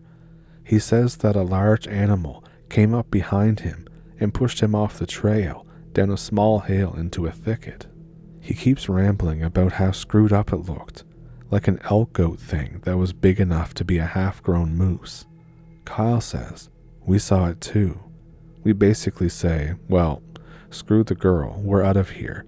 We'll go to town and tell the game wardens there." By this point, it's getting dark again anyways. We start trying to find the trail again, my gun is out. And then I hear my voice, but I didn't say anything. My voice says, "Don't go that way." WTF. Kyle and Joe ask what I said, and then I tell them it wasn't me. I look sketchily behind us, and I see something behind a tree popping out at like 8 feet tall. Before my eyes even adjust, it dashes further into the trees, going from hind legs to a mad dash on all fours. I unload my .22, not even aiming. I spent an 8-round magazine in about a second. The reply was some sort of screech or laughter. It kind of sounded like a hyena. At that point, I know that my gun isn't going to do anything. We all sprint back to the path. I'm the out-of-shape one out of the group, but today, we're all at an even pace and a death sprint speed. I load a new magazine and we stop to catch our breath to guzzle water. I look up, and the girl is standing there, staring at us, leaning against a tree. She has the same blank stare, but now she has a weird crooked smile. Kyle's the first one to speak, voicing our WTFs and asking where she was, what happened to our camp and all that. The reply is a follow me wave, and she begins walking back toward the beast. We yell at her, no, don't go that way. But she continues. We don't move at all. After another couple of yards, she turns back. There's no crooked smile or blank stare, just pure rage in her expression. The look you might get in the middle of a fist fight when you're ready to do some damage. We start to walk away, and when I turn back, she hasn't moved an inch, but has the same face. Eventually, we reach the end of the trail where they put the map of the forest in a display case, but the display case is smashed and the map is gone. We get to the Jeep and just bail the F out of there. We contact the game wardens, and they say they'll send out a search party for the girl. Nothing's found, and the tents that we left were torn to bits. When they contacted us, they said they figured it was a grizzly bear. I gave up hunting and hiking for a year or two. Kyle, though, did go hunting in the same spot again many times, and he had no negative experiences, although he did go armed to the teeth at least the first couple times. The stump where we found her had no dead animals, and the forest wasn't silent. It was normal. He did mention, though, that one time when he was hunting, he ran into a doe, with its neck broken at a weird angle, facing its tail, but there was no sign of any animals feeding on it, or hunters shooting it, which would have been quite illegal. I live in South Colorado now, but if I ever hunt in those woods again, it's going to be with a much bigger gun.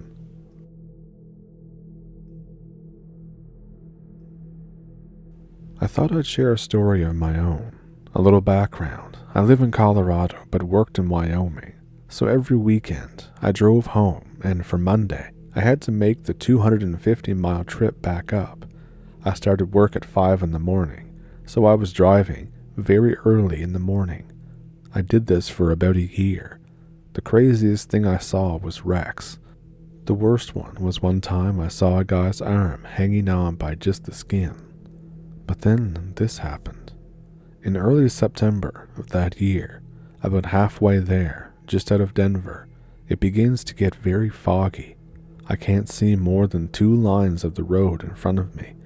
The fog is so thick that it looks like you could physically touch it. There's not a whole lot I can do about that. I have to keep driving. I get out my phone to take a picture of the crazy fog to show my family next weekend, but my phone's dead. It was charging all night. There should be no reason for the battery to drain that fast. I didn't think anything of it. I continued driving. 30 minutes pass. I keep thinking that I should have passed another town by now. As I'm pondering this thought, my headlights begin to flicker. I start to panic, hoping that they don't go out because I'd be forced to stop. And then my truck shuts down. I'm shitting my pants because there's nowhere to pull off, and someone could easily hit my truck. I'm freaking out too because I have no phone. I realized I had a spare alternator in my truck because of a previous incident where a voltage regulator was blown and not the alternator. I get out of the truck, start to get to work, trying to bust ass. I take my belt off, getting my tools and lights ready, and I start hearing faint noises, sounding like a girl screaming. I ignore it. I chalk it off to my mind playing tricks on me because I'm already terrified. But I continue hearing it. It sounds far away, but not too far. I can't really see anything, so I just keep going. A car passes. I don't even think they noticed me, but it made me feel better for whatever reason, knowing that I'm not totally alone out here. I have the old alternator off, the new one in my hands, and then I hear a very loud, very close woman scream, yelling, "No." My body is literally trying to shut down. I keep trying to get my shit together. I end up dropping a ratchet that I had sitting on top of my radiator. I get under the truck to fetch it, and I feel very vulnerable to whatever was freaking me out. I get up, and just like an effing horror movie, a woman in a white nightgown is literally standing there, face to face with me. She's late 20s, early 30s, skinny, brown hair, brown eyes, 5'5". I stagger back a step. My mind is drawing a blank. I wanted to scream or say something, but nothing would come out of my mouth. I'm hearing this screaming as if it's in my head. The woman's face is expressionless, and she is saying nothing. I manage to get a hold of myself, and the only thing I can think to do is run to my door and get inside my truck. I'm scared of this bitch, thinking that she's a witch or something, and I'm about to get effed up. I'm trying to tell myself if this is my time, it's my time, trying to accept this stuff. But by the time that I look again, the woman has disappeared. I sit in my truck, looking everywhere for the woman. I don't see her. At this point, I'm assuming that she's crawled under my truck. I don't know why, but I wasn't thinking rationally. It seems like an hour later, but probably actually only 10 minutes go by. I see headlights. I turn on and off my headlights, trying to flash them at the car, just hoping it would work. And I shit you not, my headlights turn on, but the car doesn't stop. I guess it's lucky that my dumbass didn't unplug the negative cable from the battery, but it gives me courage with those lights, so I jump out of the truck and look underneath. There's absolutely nothing there. I get the new alternator on. I forgot which plug goes to which, so I just said screw it and did what I think was right. There's 2 identical plugs on the back of the alternator. I'm not sure what would happen if you plugged the wrong one into the wrong plug. After I was done, I got back in the truck, and it started fine. It was still foggy as all hell. I didn't hear or see anything else besides just fog. To this day, I still can't explain it, and no one but my family believes me, and they only believe me because we lived in a seriously haunted house for 15 years. I had the old alternator tested at AutoZone, and it came out good. I suspected whatever killed my truck was paranormal. 3 years later, I still daily drive the truck, but I don't work construction anymore. I still have that same battery and alternator. No problems.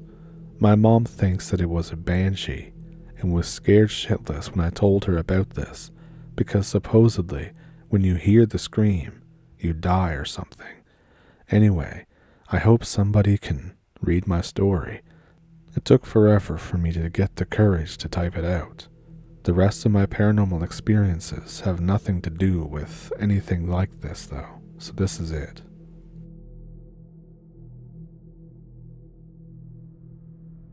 So all of this happened when my friend Daniel came to visit me and my brother in Arizona. He planned to be out here for a week. We decided that we should do 2 nights of camping since he's never been camping in Arizona. We decided to camp at Rustler Park Campground in the Chitcahua Mountains. We know the mountain range is one of the 2 missing 411 hotspots in Arizona. We go anyway, thinking what's the worst that could happen, and just kind of for the thrill of it all.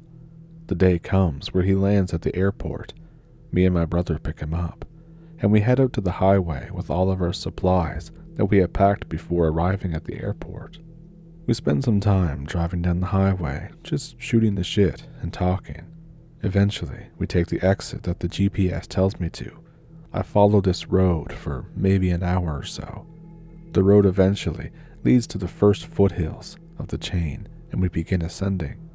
The road turns into a dirt road quite quickly, not the best conditions for my minivan, which worries me. As we ascend, we can see people along the way in different campsites. I wonder why they don't camp higher up. I spend another hour or so driving upwards on this winding dirt road where there's always a cliff to my left. It's still about 3 or 4, so we're not too worried about nightfall. Eventually, we make it, and I see the campground sign. We pass the sign and I start assessing the campground. There's only one person, a guy camping in his trailer behind his truck, in the whole campground that could fit at least 50 people. I think that's odd, since it's a Friday afternoon. But then I think to myself, well, maybe since it's Memorial Day weekend that's coming up, people are just going to come next weekend instead. I notice a building called a guard shack that's just marked on it, not a real sign, but there's no car anywhere near it. We think, alright, I guess it's just my group and this other guy in the whole campground. We drive past him, and he waves back. He seems normal, so we think nothing of this. We decided on a spot further up the road and around the hill behind the trailer guy so that we were out of his sight. By the time we set up camp, we're all hungry, so we get to cooking. Everything is cool, except for the fact that it's extremely windy, like the strongest wind I've ever encountered in my life. I conclude that it must be just this area, and that's why people aren't camping up here. After all, the campground's elevation is like 9,000 feet. The wind makes the cooking extremely difficult, so we have to settle on snacks for now. We spend the rest of the night just chilling and smoking, just catching up on life and stuff. Eventually, we go to bed. The wind makes it kind of hard to sleep that night, but I somehow manage, given how crazy it was. When we wake up the next day, we start to cook breakfast. It's still pretty damn windy, so it made the cooking difficult again, but we get it done. We made breakfast burritos, if you're curious, and we start to talk about the hike that we're going to do. My brother volunteers to stay at the camp and watch over everything, since he's not too athletic and is not the hiking type. Me and Daniel start prepping our backpacks for the hike. 15 minutes before we head out, a car pulls up to us, and it's this older guy in his Jeep. He asks us if we know where the trail starts around here.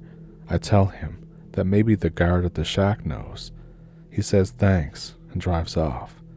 I realize that there's probably not even a guard there since there's no car around, but I also think that he should be fine. Eventually, we head out for our hike. As we're walking away from our campsite, we decide to head to the guard shack since we think that the trailhead may be somewhere around there. But then we see the older guy all the way down the road near the campground entrance. We wonder exactly what he's doing, and then we realize that he's actually found the start of the trail.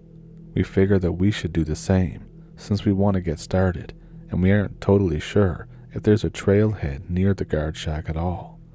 We start heading in the direction and start hiking the trail. We catch up to the guy, do some small talk. I think he said that there's no guard there, but if I'm honest, I don't remember the full conversation for sure. We say our goodbyes, and we hike ahead since we have a much better pace than him. Our goal is to reach what's called Chitcahua Peak. The round trip comes in around 8 to 10 miles-ish, but I don't remember exactly. We hike for 2 to 3 hours, and everything is cool and pretty normal for a missing 411 spot. I don't exactly know what we were expecting. It's still really windy though.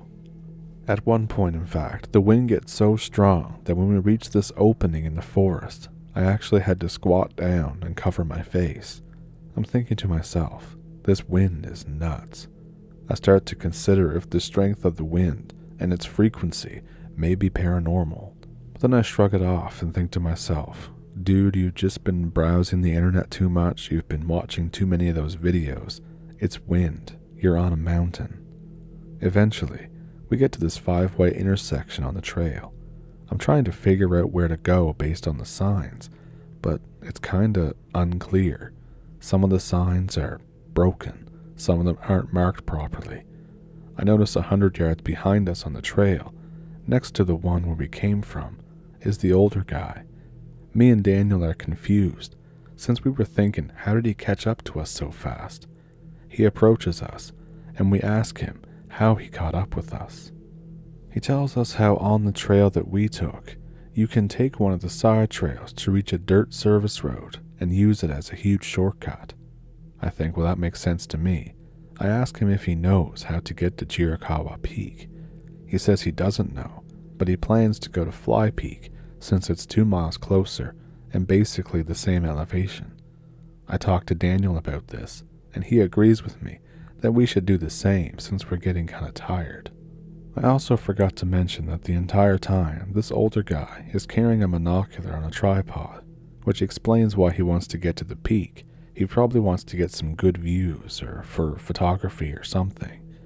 We assess the signs again, which are, like I said, crooked and broken, but we discern which trail leads to Fly Peak. It's about 1 mile away. We tell the older guy that we'll see him up there and head on upwards. The trail gets really steep and wraps around the peak. At some point, we lose sight of the older guy behind us and continue on. We eventually make it to the top and are pretty tired. We're looking around and see a makeshift fire pit. Further away, down where the trail ends, I see a group of boulders. We decide that we should go over there and chill, which was a mistake. I'm thinking that maybe we can find a spot that blocks the wind from hitting us. And yes, the wind is still really strong. It's around 4 at this point. As we approach, I heard a sound. All of a sudden, it was like a mechanical sound, I think. I'm confused, since I'm thinking to myself that there's nothing in the forest that makes a sound like that. Daniel notices I've stopped, and I'm looking around. He asks what's up. I ask him if he heard that. He said he didn't, and I look around some more and assess the situation. Everything seems good. Maybe I'm just being nervous. I decide to pull out my oil pen and relax once we find a nice spot amongst the boulders. Once we do, we sit down and we are having a good time for about 10 minutes. But then all of a sudden, as I'm standing there, my ears pick up a sound, and it's a sound that this whole thing revolves around. It sounds like several children chattering and laughing amongst one another, but it had this muffled nature to it, like the sounds were underwater almost. I think, well, how can that be? There's no water around here. Another thing that's bothering me is the volume of the sound. It's not that loud, but it's loud enough where I should be able to at least see where it's coming from. I'm scanning the trees, looking around, but I don't see anything. I think I'm just being nervous once again. Maybe it's just the wind making sounds. I shrug it off. I also don't want to sketch out Daniel. I keep puffing on the pen, trying to relax, but there's an issue. The sound is still occurring and won't stop.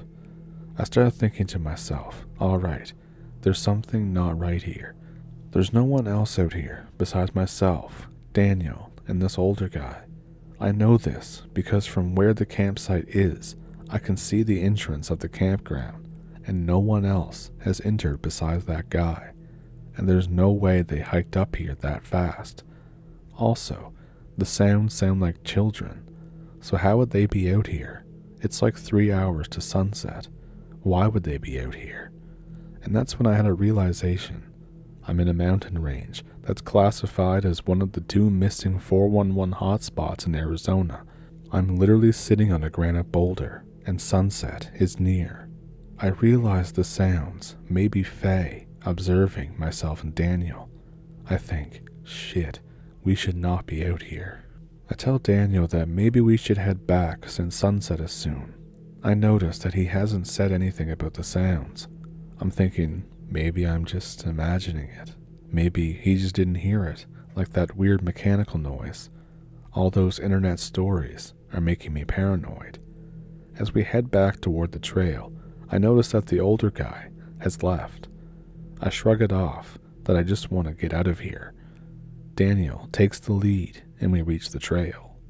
As we march on, I hear thuds behind me, like a coconut hitting the ground or something like that.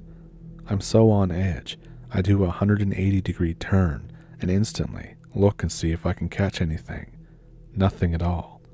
I'm still nervous though, but I keep pressing on.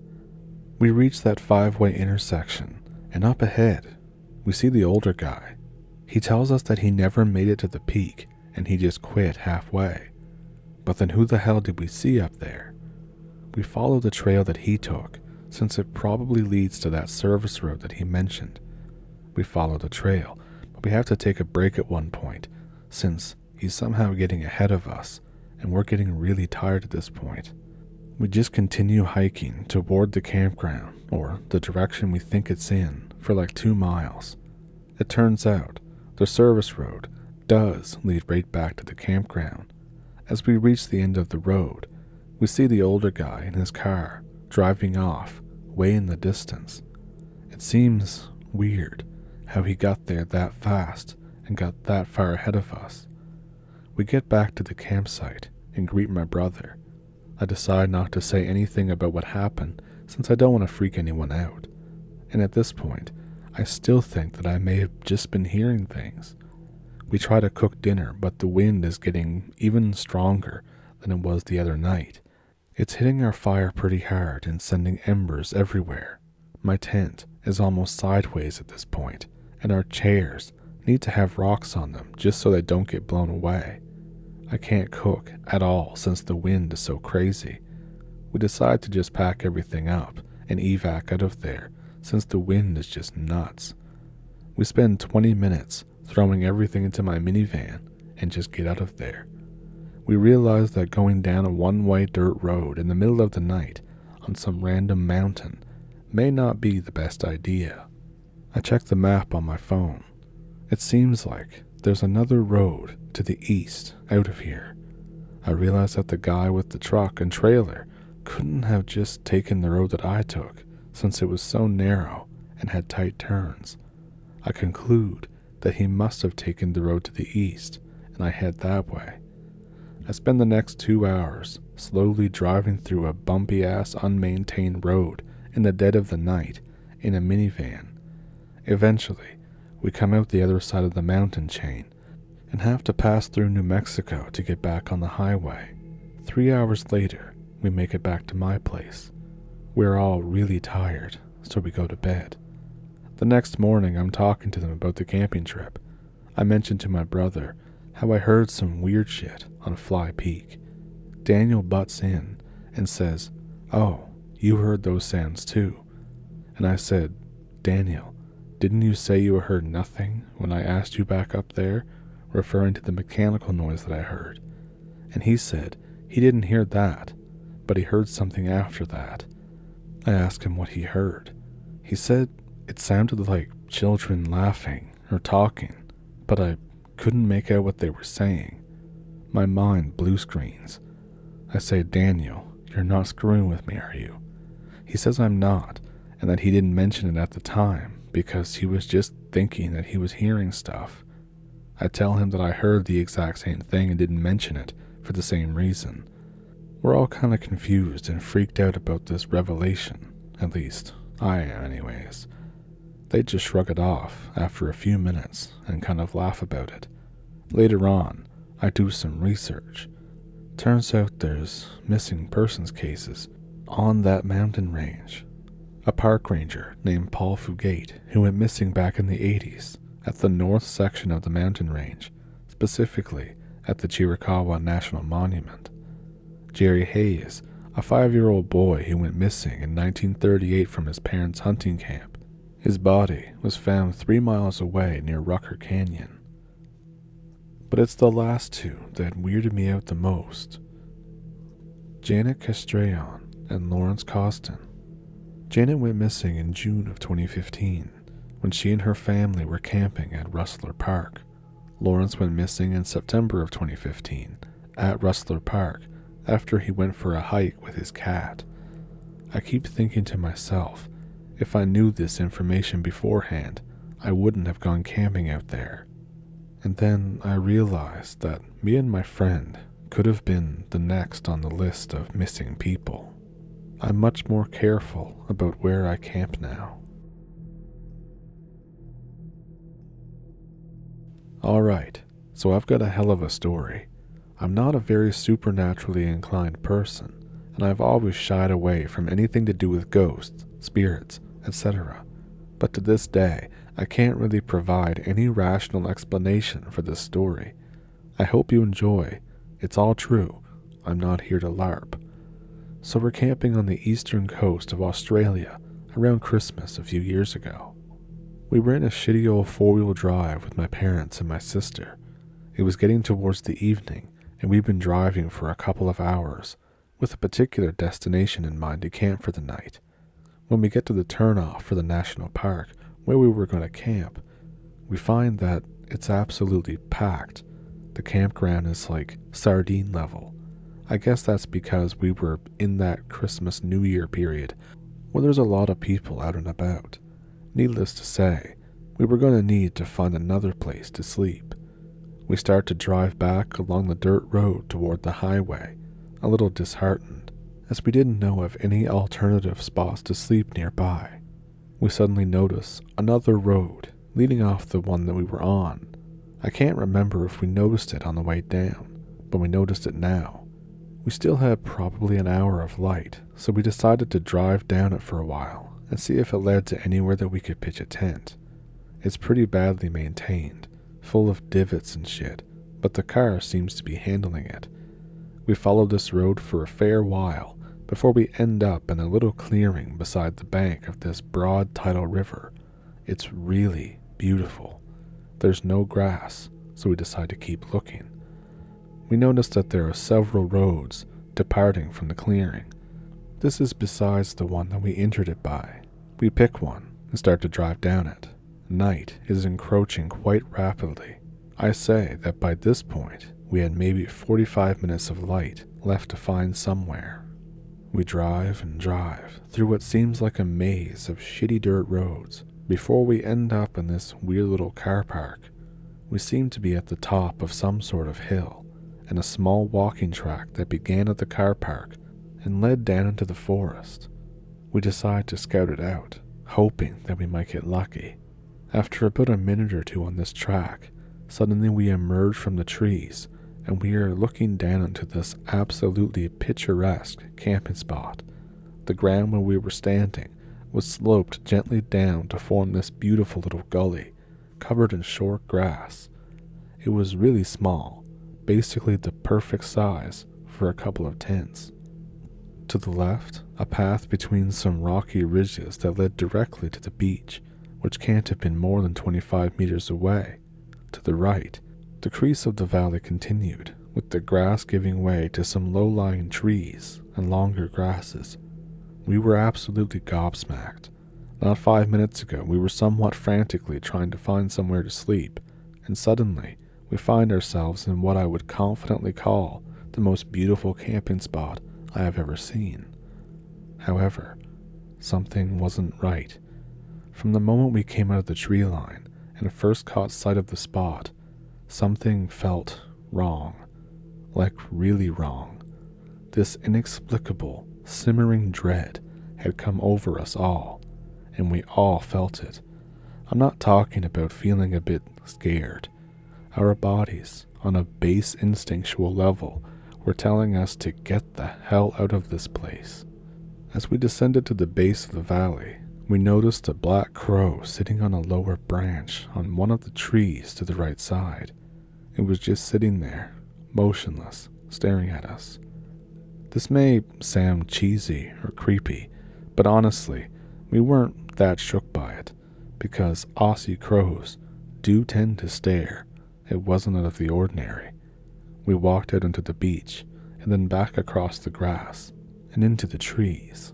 We were having a bit of look around when we ended up finding this little pool of tepid water. We call it a billabong, with a huge shell midden beside it. For those who don't know, shell middens are piles of shells and other things created by Aboriginal people living in an area pre-colonization. Evidently, the Aboriginal people thought that this spot was just as nice as we did. We continued through the trees, and before the long valley ended at the bank of the same tidal river that we saw earlier, it's quite something to behold. We've managed to somewhat shake off our earlier fears, and we are feeling a little more lighthearted now, I guess is the best word. We start back toward the grass so that we can head back to the car to get our tents. The crow is still sitting on the branch. We're watching it for a few seconds, and then it just flops over dead. It falls backwards off the branch and into the long grass. We all just look at each other, obviously horrified. All of our earlier fears have returned. Despite these obvious warning signs, we are still set on camping here, so we go up to the car and get our stuff. We're pitching the tent, and Mom decides to go collect some wood for the fire. After a while, though, we notice that she hasn't come back to the camp. Obviously, we're already on edge, so we drop what we're doing to go look for her. She's not on the beach. We begin to walk back through the trees. We find her. Her eyes are totally transfixed on the surface of the pool of water. We call out to her, and it's like she snaps out of some hypnotic trance. Confusedly, she comes back to camp. We all get the camp set up. At this point, we're probably 20 minutes from nightfall. Dad and I go out to the beach just chatting about whatever. We look along the top of the ridge, which looks down onto the beach. There's a tall white figure standing along the top of the cliff, looking down on us. We both just stare at it, terrified, trying to convince ourselves that it's just a rock or a tree trunk or something rational to explain what we're seeing. It's definitely not human, whatever the hell it is. We go back to camp, having decided not to share what we've seen with the others. Everybody is really shook by this point. The simmering dread is becoming more and more pronounced. Me and Dad sit down and decide to try to unwind for a bit to get our mind off the situation. We were both pretty into Magic the Gathering at the time. We purchased a couple booster packs earlier that day. We decided to open them just to have a bit of fun. We opened probably 6 or 7 packs. We realized that without fail, the rare card in each pack had been a black rare, some sort of demon, or something relating to death. It's absolutely inexplicable. It gets dark. We decide that it'd be best to just try and sleep. We all get into bed, but we're all too terrified to sleep. After a while, we start to drift off despite our fear, except Dad, who decides there's no way that he's going to sleep, and that he may as well stay up and keep an eye on things in case he needs to protect us or something. He's sitting on a rock outside the tent. He sees something out of the corner of his eye. He turns quickly and finds himself face to face with a completely massive, all-white kangaroo just staring at him. Albino kangaroos are extremely rare. He tells me it was over 5 feet tall. I recall the tall white figure that we saw earlier. Suddenly, an immense feeling of dread overcomes him, and he decides it's time for us to get the F out of there. He wakes me up. I think the others were already awake. We pack up frantically and literally run out as quickly as we can. We get back to the car. It starts, thank God. The time is 11:02 p.m. Dad claims that he hadn't slept at all, that he'd been sitting outside for no more than an hour after we all went to bed. Somehow, what he'd felt was an hour was actually 4 hours.